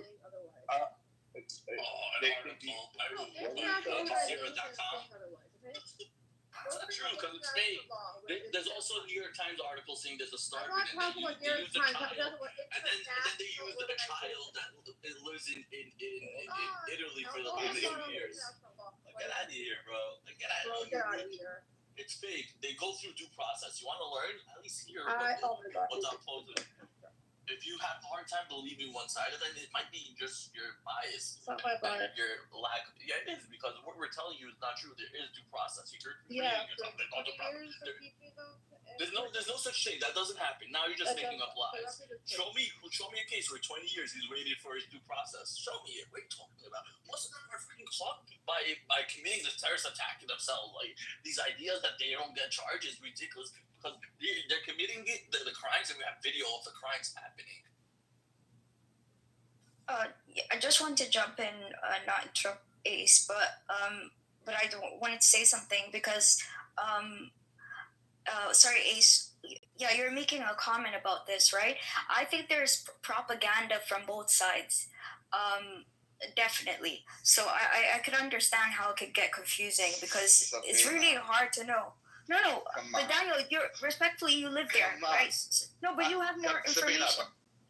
Yes, but to call it propaganda on both sides, comparing like 90% to, like, can you give me an example? Like, I can give you like massive example. And I'm talking, when you talk of propaganda, I'm talking about manipulation, lies, like deliberate manipulation. Can you give me examples coming of Israel of deliberate manipulation? I'm not judging the or doing that comparison. No, hold on. It's weird to me that people are saying like general claims, and then when I ask them for details, and this is the second time you said it. First you said that Egypt is helping, and I asked how you don't know. Now you say that Israel is getting propaganda, and I'm asking you how you don't know. So I'm trying to understand how do you come to the conclusion? Someone is eating your food for you? Okay, I will send you the video of Ahmed I just saw it yesterday, okay? So it's on his Twitter. I will send you the video. And he was on Jubilee. I thought he did a phenomenal job. I will put that in the chat for you, no problem. What I'm trying to say is I'm not comparing the two sides. I'm saying that you could understand when people are not from that region and they don't know all the information that's going on, right? I'm not sure if Ace, you don't have to share where you live, right? But there's a lot of people that don't know what is true or not anymore at this point.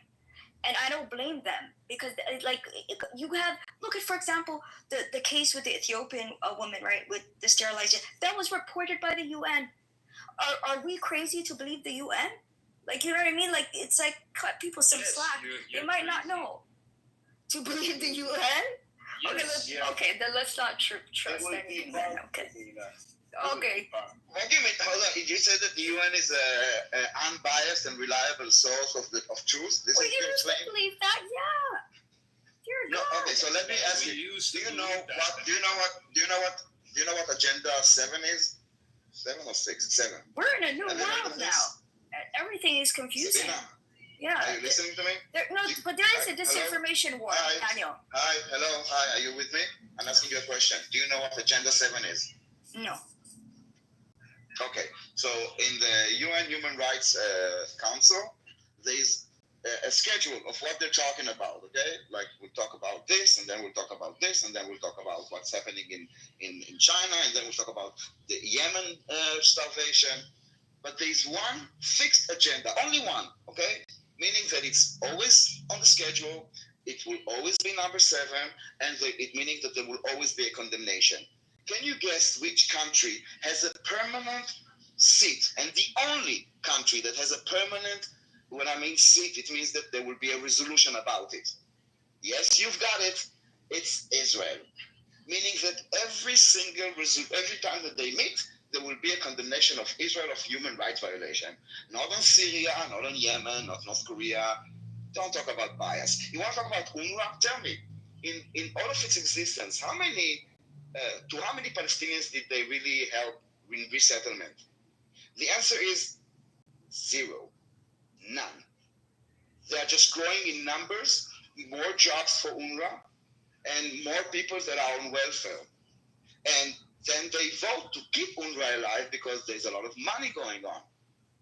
Okay, so can I ask a question? UN, one last question. Where do you think the UN gets their numbers from? From UNRWA, which has complete incentive of making this humanitarian crisis.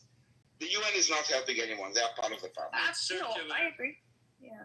Sorry, no, Simon, I agree. And Simon, I know the term just war when Obama was talking about it in his Nobel Peace Prize speech, but on side note, so I've heard of that before. But what I was going to say really quick, right, with Daniel, do you think they hold Israel to a higher standard because of it being a democracy and they have like a lower expectations for Hamas and so on? Do you think that's the answer? No expectations to Hamas. Everything is our responsibility. Listen, in the numbers that you get of death in Gaza, it's literally every single death in Gaza, including them executing their own people, and we see the videos. You cannot say it's not happening. You know, when they plant like IEDs all over Gaza and people blow up, yes, it's also on the IDF. When people die of cancer, of old age, it's also on the IDF. There's like 0 responsibility to Gaza. This is the first time in history, and you can go check it, that an army that was attacked had to provided food for the enemy's population, because the enemy's government doesn't give a shit about their people. Actually, I will correct it. I will just finish this one sentence. No, I said that they don't give a shit. Actually, it's the opposite. The more dead Palestinians, the better for the cause. And just to prove the concrete, Daniel, we've seen this through COVID, what incentives actually did. There's a lot of hospitals that misidentified purposefully COVID deaths so that, the government would give them more money to allocate more resources. So they would write down more COVID deaths, if it was cancer or if it was if people were dying for other causes, it would mark it as a COVID death. So imagine in a state of war when you're trying to run a propaganda campaign, just to solidify. And you know what's funny? This is coming from a people who's the revolutionary leader, the revolutionary leader, okay? As they call Al-Qaeda al-Inqilabi, right? So, when you know what's funny? You know why I keep bringing this up? Because it shows the chinks in their supposed pretense of moral consistency and this idea of morally condemning. You want to morally condemn someone? You want to desecrate their grave? Go and find the grave of Arafat, Yasser Arafat, the desecrate, and shit on his grave, and I will become your 5%er for life. You know why? Because when Saddam Hussein, the desecrate, was busy using nerve agents and sarin gas that murdered 5,000 people who did not even know if the sun was up. They came out to see if the sun was up. They killed 5,000 people, Muslims, in Halabja. Do you know when they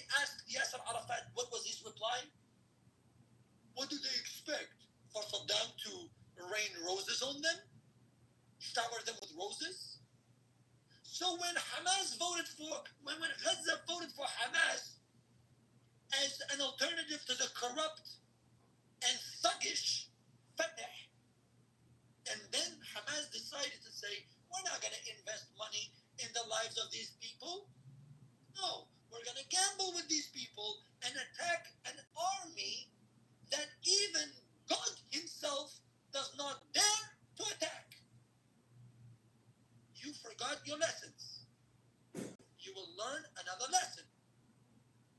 Every single soul that has died, wittingly, unwittingly, in Gaza is on the head of Hamas. On the head of Hamas. What did you think is going to happen? That you're going to commit October 7th and IDF is going to say, oh my goodness, we're going to put our arms down.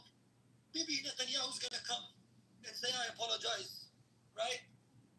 And Golda Meir is going to resurrect from the grave and say, that's it, we're going to remove Israel. Is that what were you expecting? No. Hamas knew exactly what it will do. I think everyone that disagrees with us left. Just saying. Obviously. No, Ace is here. Ace is a shill for the Hamas. She's still here. Don't be a liar. Who the fuck's not a show? No, it's true. Don't. Oh, come on. Yeah, she's not like that. But I want to know. She is 100% a shill for Hamas all night long in the Meir's room. 100% true. Be honest. Be proud. Well, she's here listening to you well, guys. I mean, look, I've never heard this person speak, so I mean, you know, I'll take her word for it. I'll take her word for it. She's what? Oh, Ace, you mean? No, Ace. Yeah, Ace is all night long monitored in the Meir's room, promoting Hamas and anti-Semitism. And she's hurting her career by doing it too, but she doesn't care. She's very I bet your respectful. parents care though. I think your parents are gonna care. No more. Hi, Zaira. What about her talking to herself, Elderma? What about that? 100% let her talk for herself. I think she can speak for herself. She doesn't need. What about that? Her record is clear. She's welcome to speak for herself, and I'm also welcome to speak the truth. She's not going to disagree with me. But she's actually Palestinian, though. No, she's not. She's Who is Palestinian? Ace. No, she just said she's not. She's not. Sorry, There's too many. Stop! Everybody, stop talking. There's too many people speaking for this woman. Either she could make the arguments for herself, and I could hear them for myself. I don't know who was just talking. She couldn't find. She could make her own. For $100 on a map. No, I can't. So let Ace speak, guys. So let Ace speak. Guys, so let Ace speak. I don't even know what about, but everybody's speaking for her. Ace, go ahead. No, she wasn't speaking. Okay. I co-sign everything that's being said in that group. I have my own opinions and my thoughts. I've never said I'm a shill for Hamas. I've never been anti-Semitic. So please stop making accusations because I have no idea why you do that, Elmo. Ace, it's not that you said that you're a shield for Hamas. I mean, listen, let's be honest for example, for a second about what is Amir's room where you hang out a lot, okay? Every day he opens a room where you guys demonize Israel, and a lot of it is just you guys make stuff up and no one is calling it out. And you know, if you want to be an intelligent person, any of the actions that Israel has done that's just wrong, that means that you're anti-Semitic and you're what? I don't understand your so if somebody demonizes Israel, the country, does that automatically make you anti-Semitic and does that make you a show for Hamas? No, we have a rule for that. But listen, I think that room is homophobic.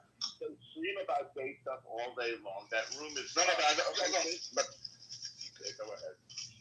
No, because I mean, Hamas, they don't fight us on the ground, okay? They fight us by basically making us a pariah state, like, you know, making all those images. They produce the humanitarian crises, the starvation. And once you basically go and instead of helping Palestinians and pointing the fingers at who is really oppressing them, and I think that if you really cared, you would agree that Hamas is the one that is oppressing them. We see that they cannot protest. We can see how they execute them, and they write like stuff on their back before they shoot their knees. I've seen so many videos of Hamas people shooting the knees of people. I doubt it that you don't see it, but you're gaslighting the Palestinians. You want to keep them suffering to attack Israel. So I understand that you don't know, but yes, you guys are operating in behalf of Hamas. The reason that Hamas doesn't do any ceasefire right now, because he sees that it's working, and the global, as you guys, the perception against Israel is against Israel. Yes, you guys are working at basically putting pressure on Israel on behalf of Hamas. Instead of putting pressure. That's how powerful that is? Are you serious? No, listen, it's not a centralized operation. It's many people, and look at Twitter, how many people went from being nobodies to being influencers just by being against Israel. It's a cloud. The reason that people go into Amir's room is because of this. It's not like it's an intelligent. Let's be honest. 100%. I want to make a clear distinction though, because like I don't fully agree with that, because the thing is, like, I make this distinction very clear when I say that I think, like, I'll make a parallel, but I think, socialists, communists, all these people are evil, but just because a person has an idea that might lead to that doesn't mean that these are the actual people explicitly advocating for these types of ideas. It could be out of sheer ignorance. Well, did you hear? I'm not saying that it's yes, a lot of time it's out of ignorance, and most of them are used for idiots. Amir knows exactly what he's doing, but in the flock around him, a lot of people say, "Wow, I learned so much." They actually believe it. It's like everything, like they echo, they work in it, and whenever we try to talk against them, we cannot. These are the normal positions. Whenever you can put me in the queue, Daniel or Normal, Hi, Anne. Did you hear what our friend Shlomi said this week? Sir, Matt? I'd like to hear from Matt in this case. No, that's fine. I just wanted to just make that statement. Okay, yeah, you're in the queue. Just our friend Shlomi. It was reported in a couple of news medias this week. He was speaking, I think, in Haifa this week, and he said that his captors, our friend Shlomi was a hostage, and he was liberated by the IDF last June. And he said that his captors told him, "We have people at Columbia University we're paying." So Hamas has put people on the ground in American universities to have them stir up the idiots.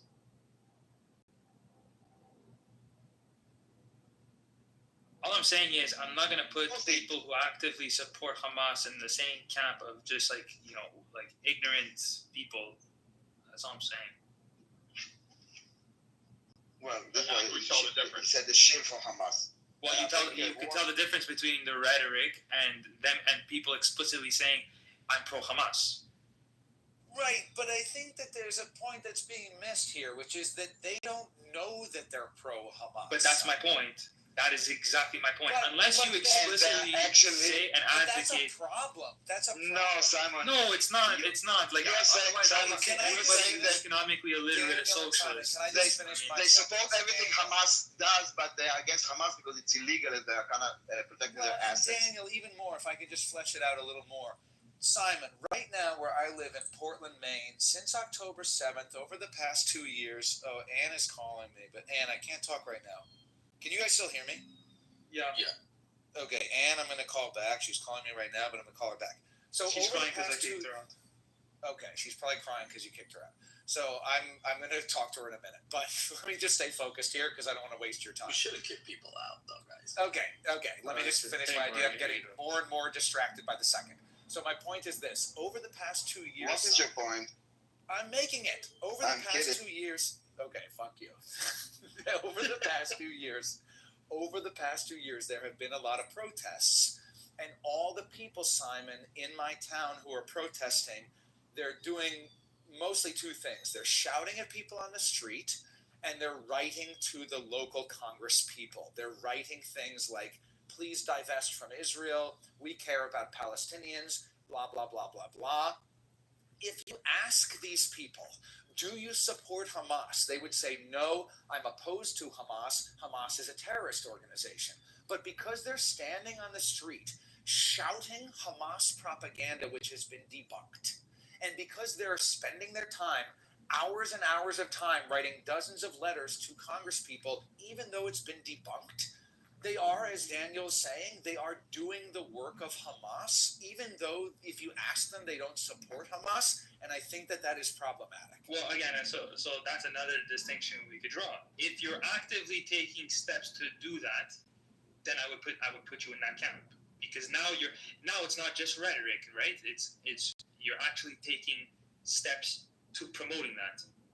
So but you're an idiot, Simon. They're not doing it knowingly. They think that they're doing it because it's the humane thing. The motivation. The Palestinians are suffering and starvation and genocide and all this. They actually believe the motivation. Yeah, but the motivation is irrelevant. I'm simply saying, if all you're saying is, oh yeah, I think like Israel's doing like evil stuff. Okay, fine. It's you can have that opinion. It's wrong, but it is what it is. If you're actively in the streets protesting, sanctioning Israel, you're writing to your Congress, you're actively doing it, okay, I'll put you in the camp for advocating for Hamas. I think you're an evil human being. And that's what it is. Because the actions are following the rhetoric. If it's just, and that's why I draw the parallel between like socialists, because a lot of people have a lot of socialist ideas that leads to that. I think it stems from absolute ignorance rather than a hardcore stance for advocating for that idea.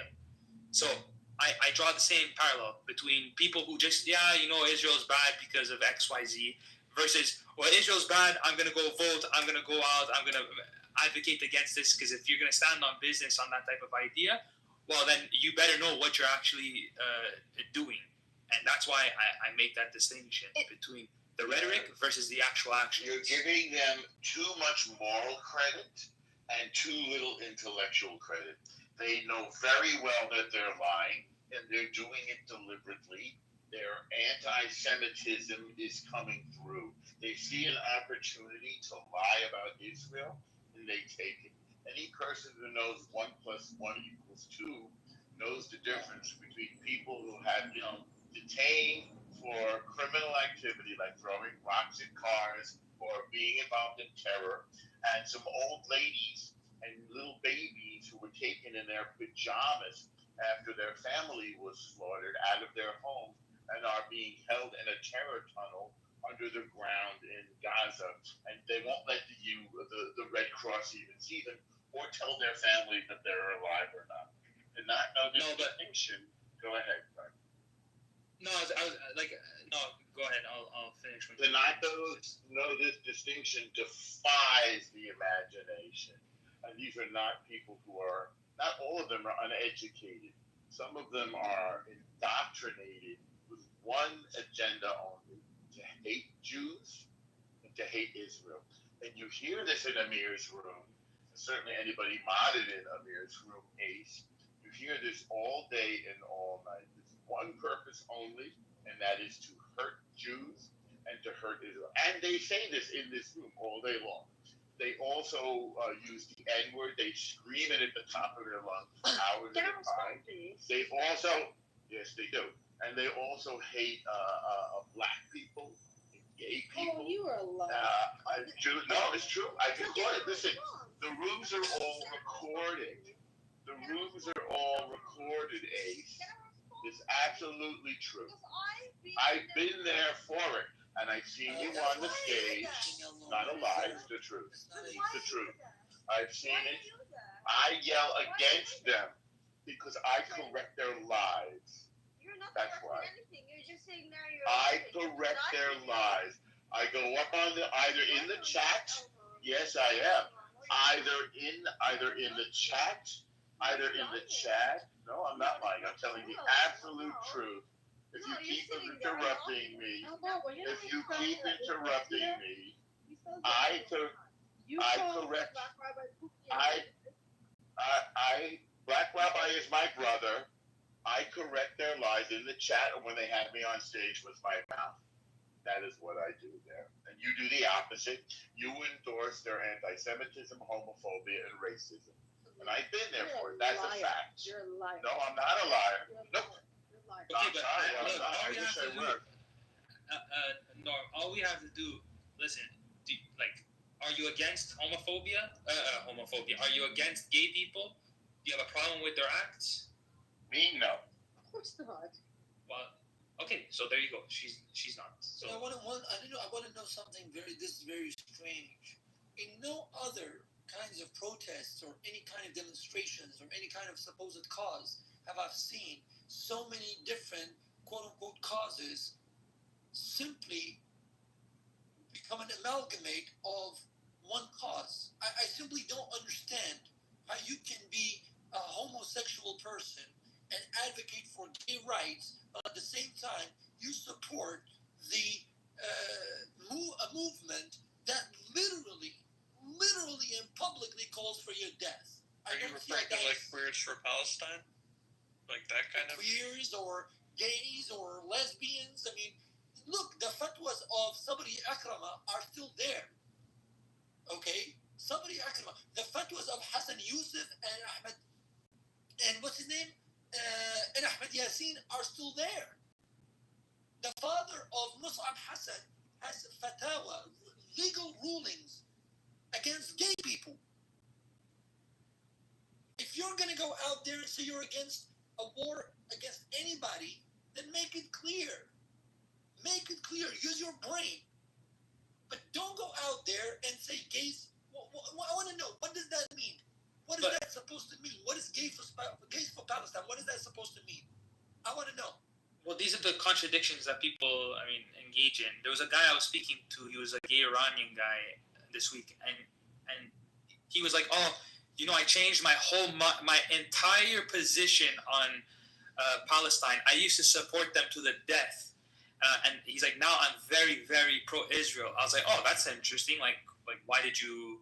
Like, what was the main point?" And he goes, "Oh, yeah. What was the deciding factor?" He goes, "Oh, the main thing, and like the biggest thing for me was because I found out that Palestine didn't support gay people."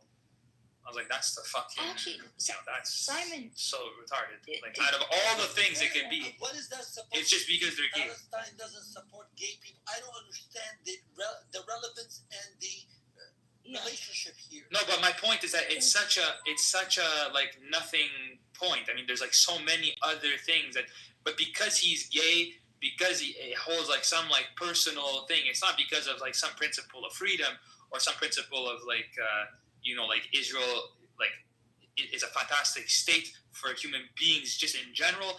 There's this one policy that I don't really support, and like that I support, and because they don't support it, well, it is what it is, and that's why I changed my entire position of defending this nation of people that have a right to protect themselves. It's just they don't support gay rights, and that's as far as my position goes. Right. It's like that's like willfully ignorant. That's just like it is what it is. Bro. Simon, did you see there was a video that went viral? I could put it in the chat as well, of this. I think she might be Palestinian. This is another problem I find. Someone thinks me saying I don't know enough about it, and that the people who are from there probably have more information, right? Like that is me not dumbing myself down. It's just like understanding that these people probably know more about it, right? Sorry? Well, it's a logical fallacy. Just because you're from a country doesn't mean that you know everything about it more than... No, that's not what I mean. I'm saying if you're at least in the... Like, you could study these things, but what I mean is, the point I'm trying to make is that there's a lot of people claiming to be Palestinian who are from multiple other countries like Libya, all these different countries, and they all just have all these opinions on the region. And it got to a point where and that's why Ahmed said, he's like, you're not more Palestinian than me, you don't know more about it than him, and so there needs to just be a little more respect around that. But anyways, the girl was in the video, and I don't know if she's Palestinian, but she went to Israel or Palestine, I don't know which place, and she's with her black friends who are Black Americans. That's what she said, and she got upset with them because they kept saying stuff. Oh, people are being very racist towards us and we don't like it and so on. And she was basically like gaslighting them and saying, leave them alone. They're the most oppressed people, in the world right now. And she's saying, oh, they're playing Oppression Olympics. But she's doing Oppression Olympics. You see what I'm saying?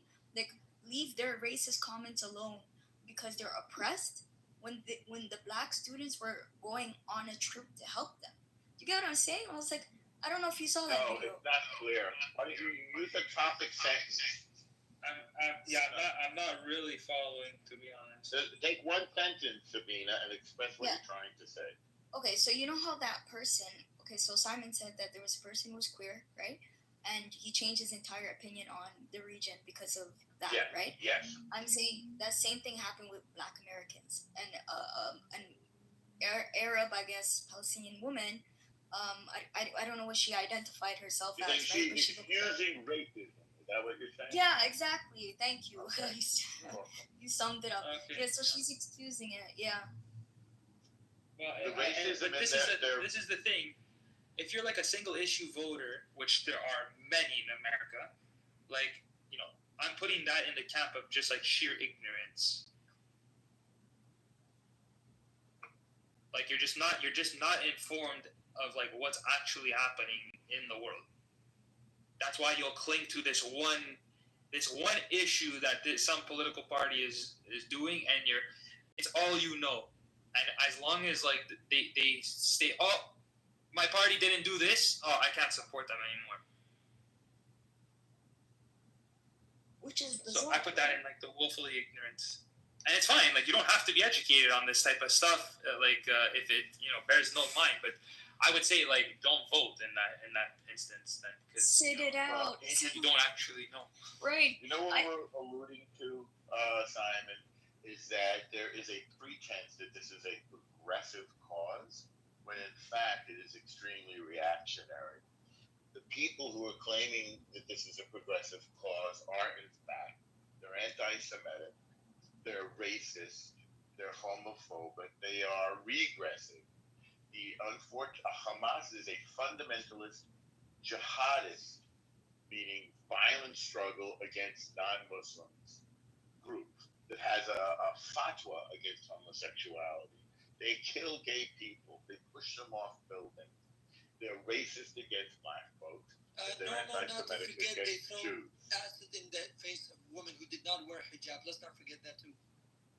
Very, very well put. Is this? Are you the Jordanian guy? No. Okay, I thought. But I just wanted to mention that as well because when they came to power in 2005, Hamas sent out basically agents that would throw acid in the face of women who are not wearing the scarf or the hijab in particular, and Sharia disappear. Yeah. Yes. They're like basically terrorize the whole Gaza into wearing hijab. Yeah, they're a very reactionary, primitive. They also turn their children into shaheeds. They also turn their kids into suicide bombs. They strap vests on their children and send them out to die. This is UN has also done reports about this. So the idea that this is a progressive cause is laughable. It's literally the opposite. It's Orwellian. It's double thing. Up is down and down is up. That's the only point I want to make. They're anti-woman. They're anti-Jewish. They're anti-gay. They're anti-black people. They're anti-equal rights. They're anti-democracy. They haven't had an election forever and ever and ever. They're a reactionary force. They're anti the United States. They also believe that the very cause of disseminating knowledge about human rights and universalizing human rights to be an act of colonialism. Isn't that interesting?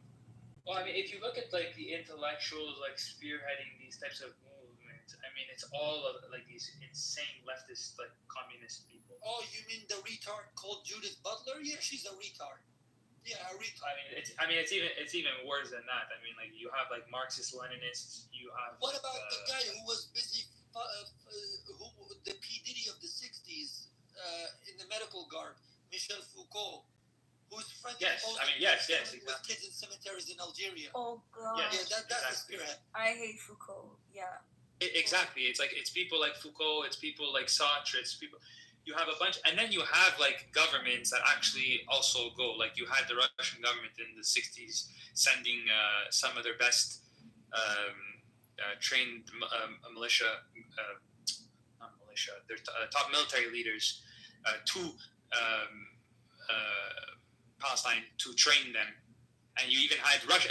You also had Japanese communists also go in to train. Isn't that funny, Simon?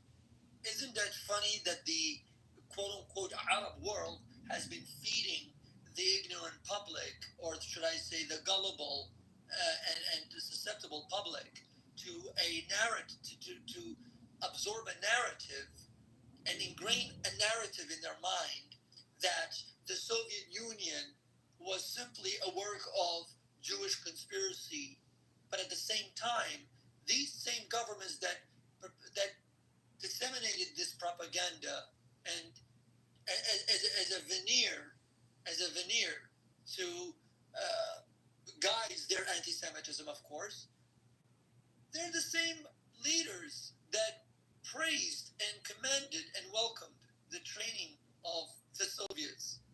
Isn't that interesting? Yeah. Interesting. Oh, and you guys know. Sorry, you guys know about the Soviet connection, right? With Palestine. You guys know all about that, right?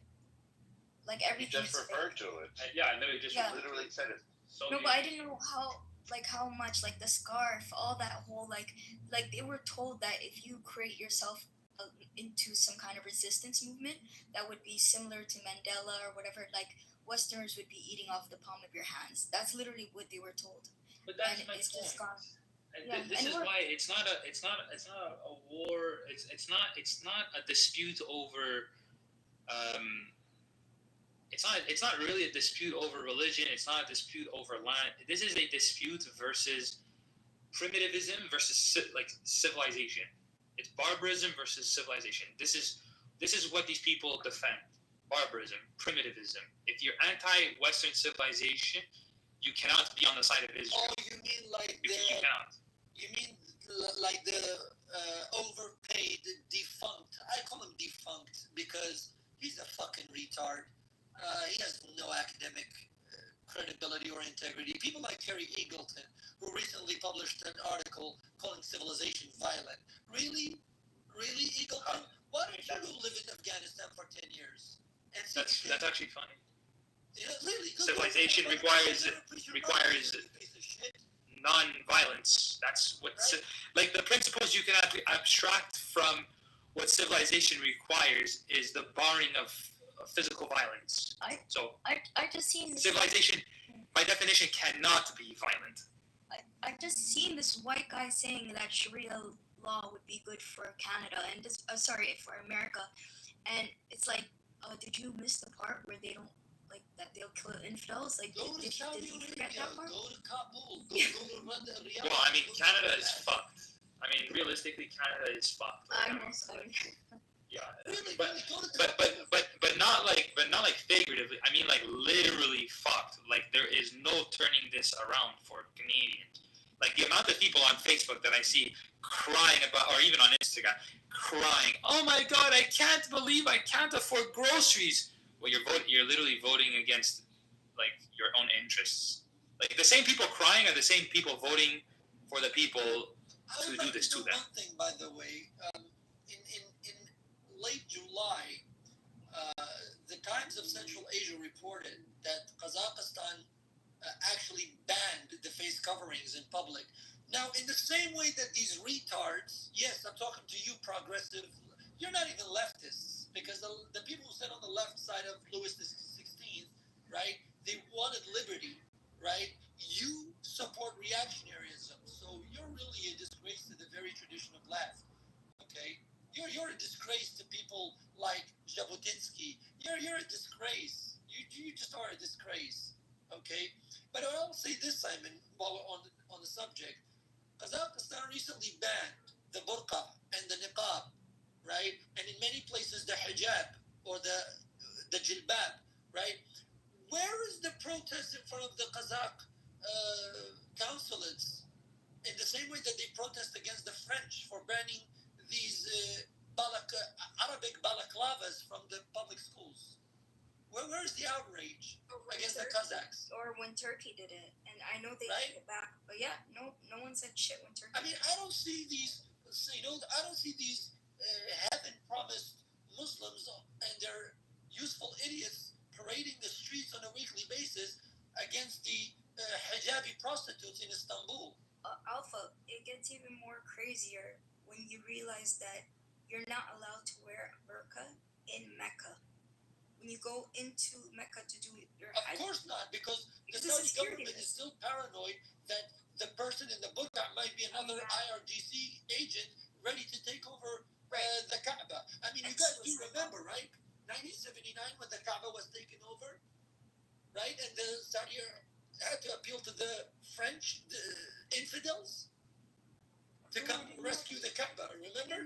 I remember that. I think that's why it's so important for people who are sort of pushing the movement or agenda or ideas to make the Jews into like the white people and the Palestinians or the Arabs into the brown people.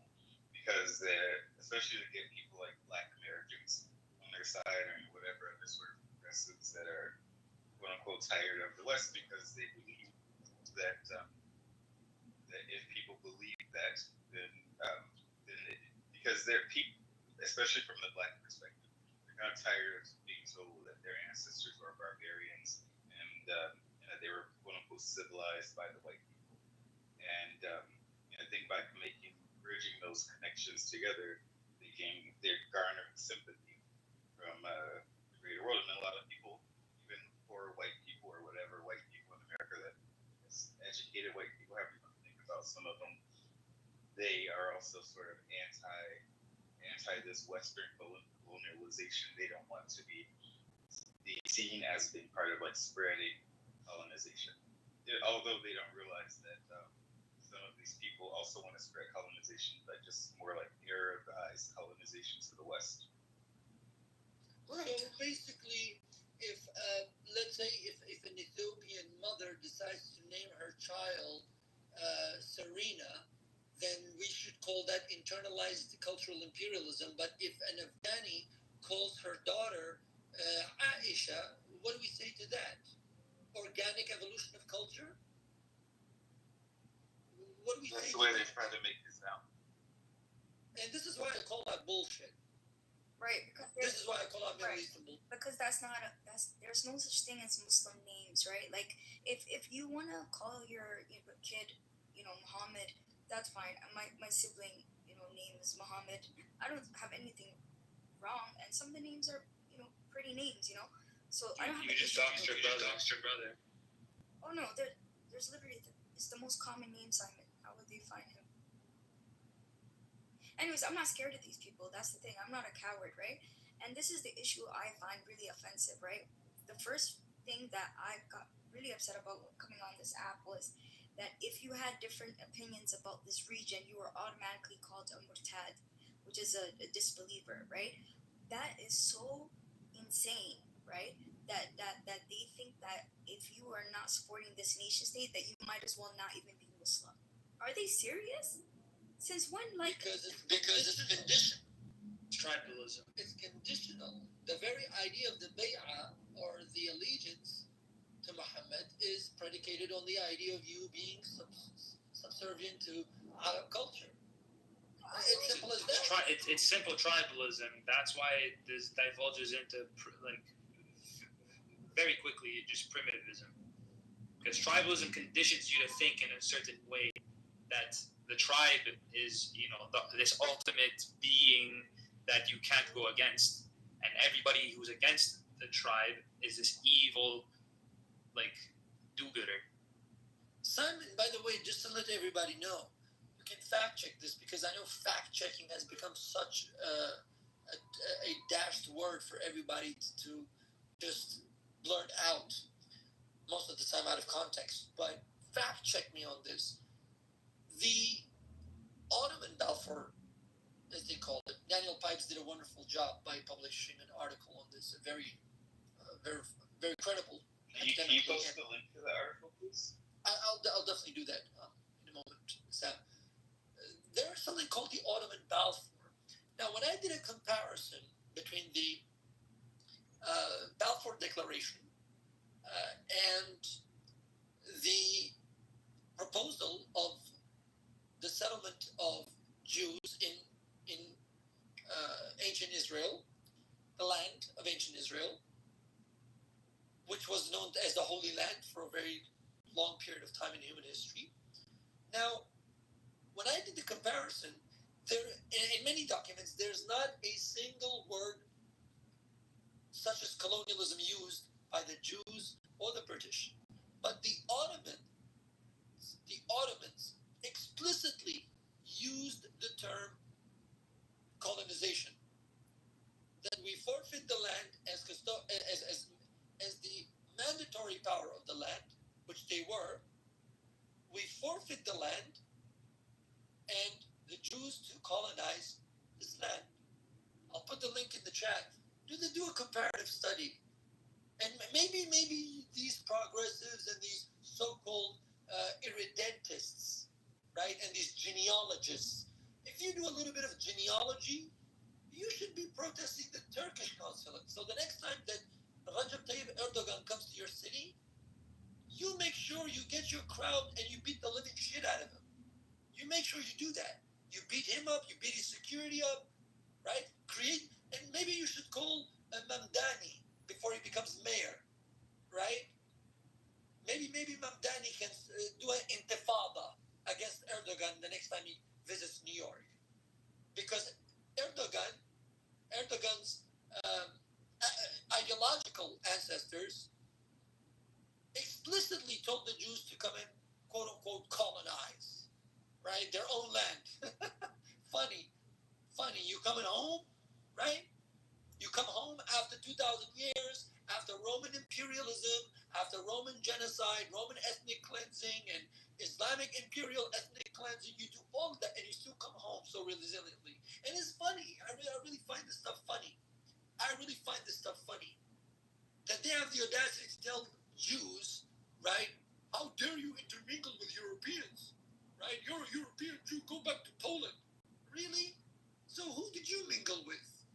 Why is it that in Khan Yunis, you have all of these eponyms like Al-Kurdi, Al-Jazairi, Al-Armani? Why do you have these names? Why? Why not Arabi? Why is it Armani? Why is it Al-Jazairi? Why is it Al-Maghribi? Why is it Al-Turki? Why is this? Al-Ashuri? Why? Why these tribal names and ethnic names? Why? So another reason why it's actually important for some of them to like make this seem into like a quote unquote indigenous movement, right? And issue of like indigenous rights is because of what you just said. When especially when it comes to things like the Balfour Declaration and the Ottoman Balfour, it's call it. I'll read it when I get a chance. But they want it is to make the Palestinians before 1948 to seem as if they were primitive, and the quote-unquote European Jews to seem as if they came in with, like, as somebody said earlier, beads, like they did with the Native Americans, and they were tricking them. And they don't realize that these Muslims and Christians have been around for a long time, and many of them were very literate. Many of them were educated. Like Islam is a legalistic religion, and they were also writing in Turkish. They weren't writing in English or like some European language. They're writing in Arabic and Turkish. If you look at a lot of the deeds that the Jews present from when they bought the land from Ottoman times, it was written in Arabic or at least Turkish. Well, that's one of the reasons why the Arabs actually colluded with the British to revolt against the Ottoman Empire or the Ottoman Caliphate. Let's call it what it is. I'm sick and tired of calling it an empire. It's not just an empire. It's the Ottoman Caliphate, Al-Khilafat al-Uthmaniyya. That's exactly what it is. Okay? It was an Islamic caliphate. Now, the Arabs revolted against it simply out of the fact that, well, Hijaz, aka Mecca and Medina and its vicinity, should become the capital of the Muslim world. And the Arabs believed that we are of the same ethnicity of Muhammad. Therefore, we should be the rulers of the empire, and we should be the overseers of the Muslim population. See, people don't mention this because they know that the moment they mention this, one thing becomes very clear, and that is the political machinations that is so common to human beings all over the world for a very long time in human history. And they don't want to do that because they want to portray this cause as a cause of divine morality, this divine morality that is giving this cause impetus.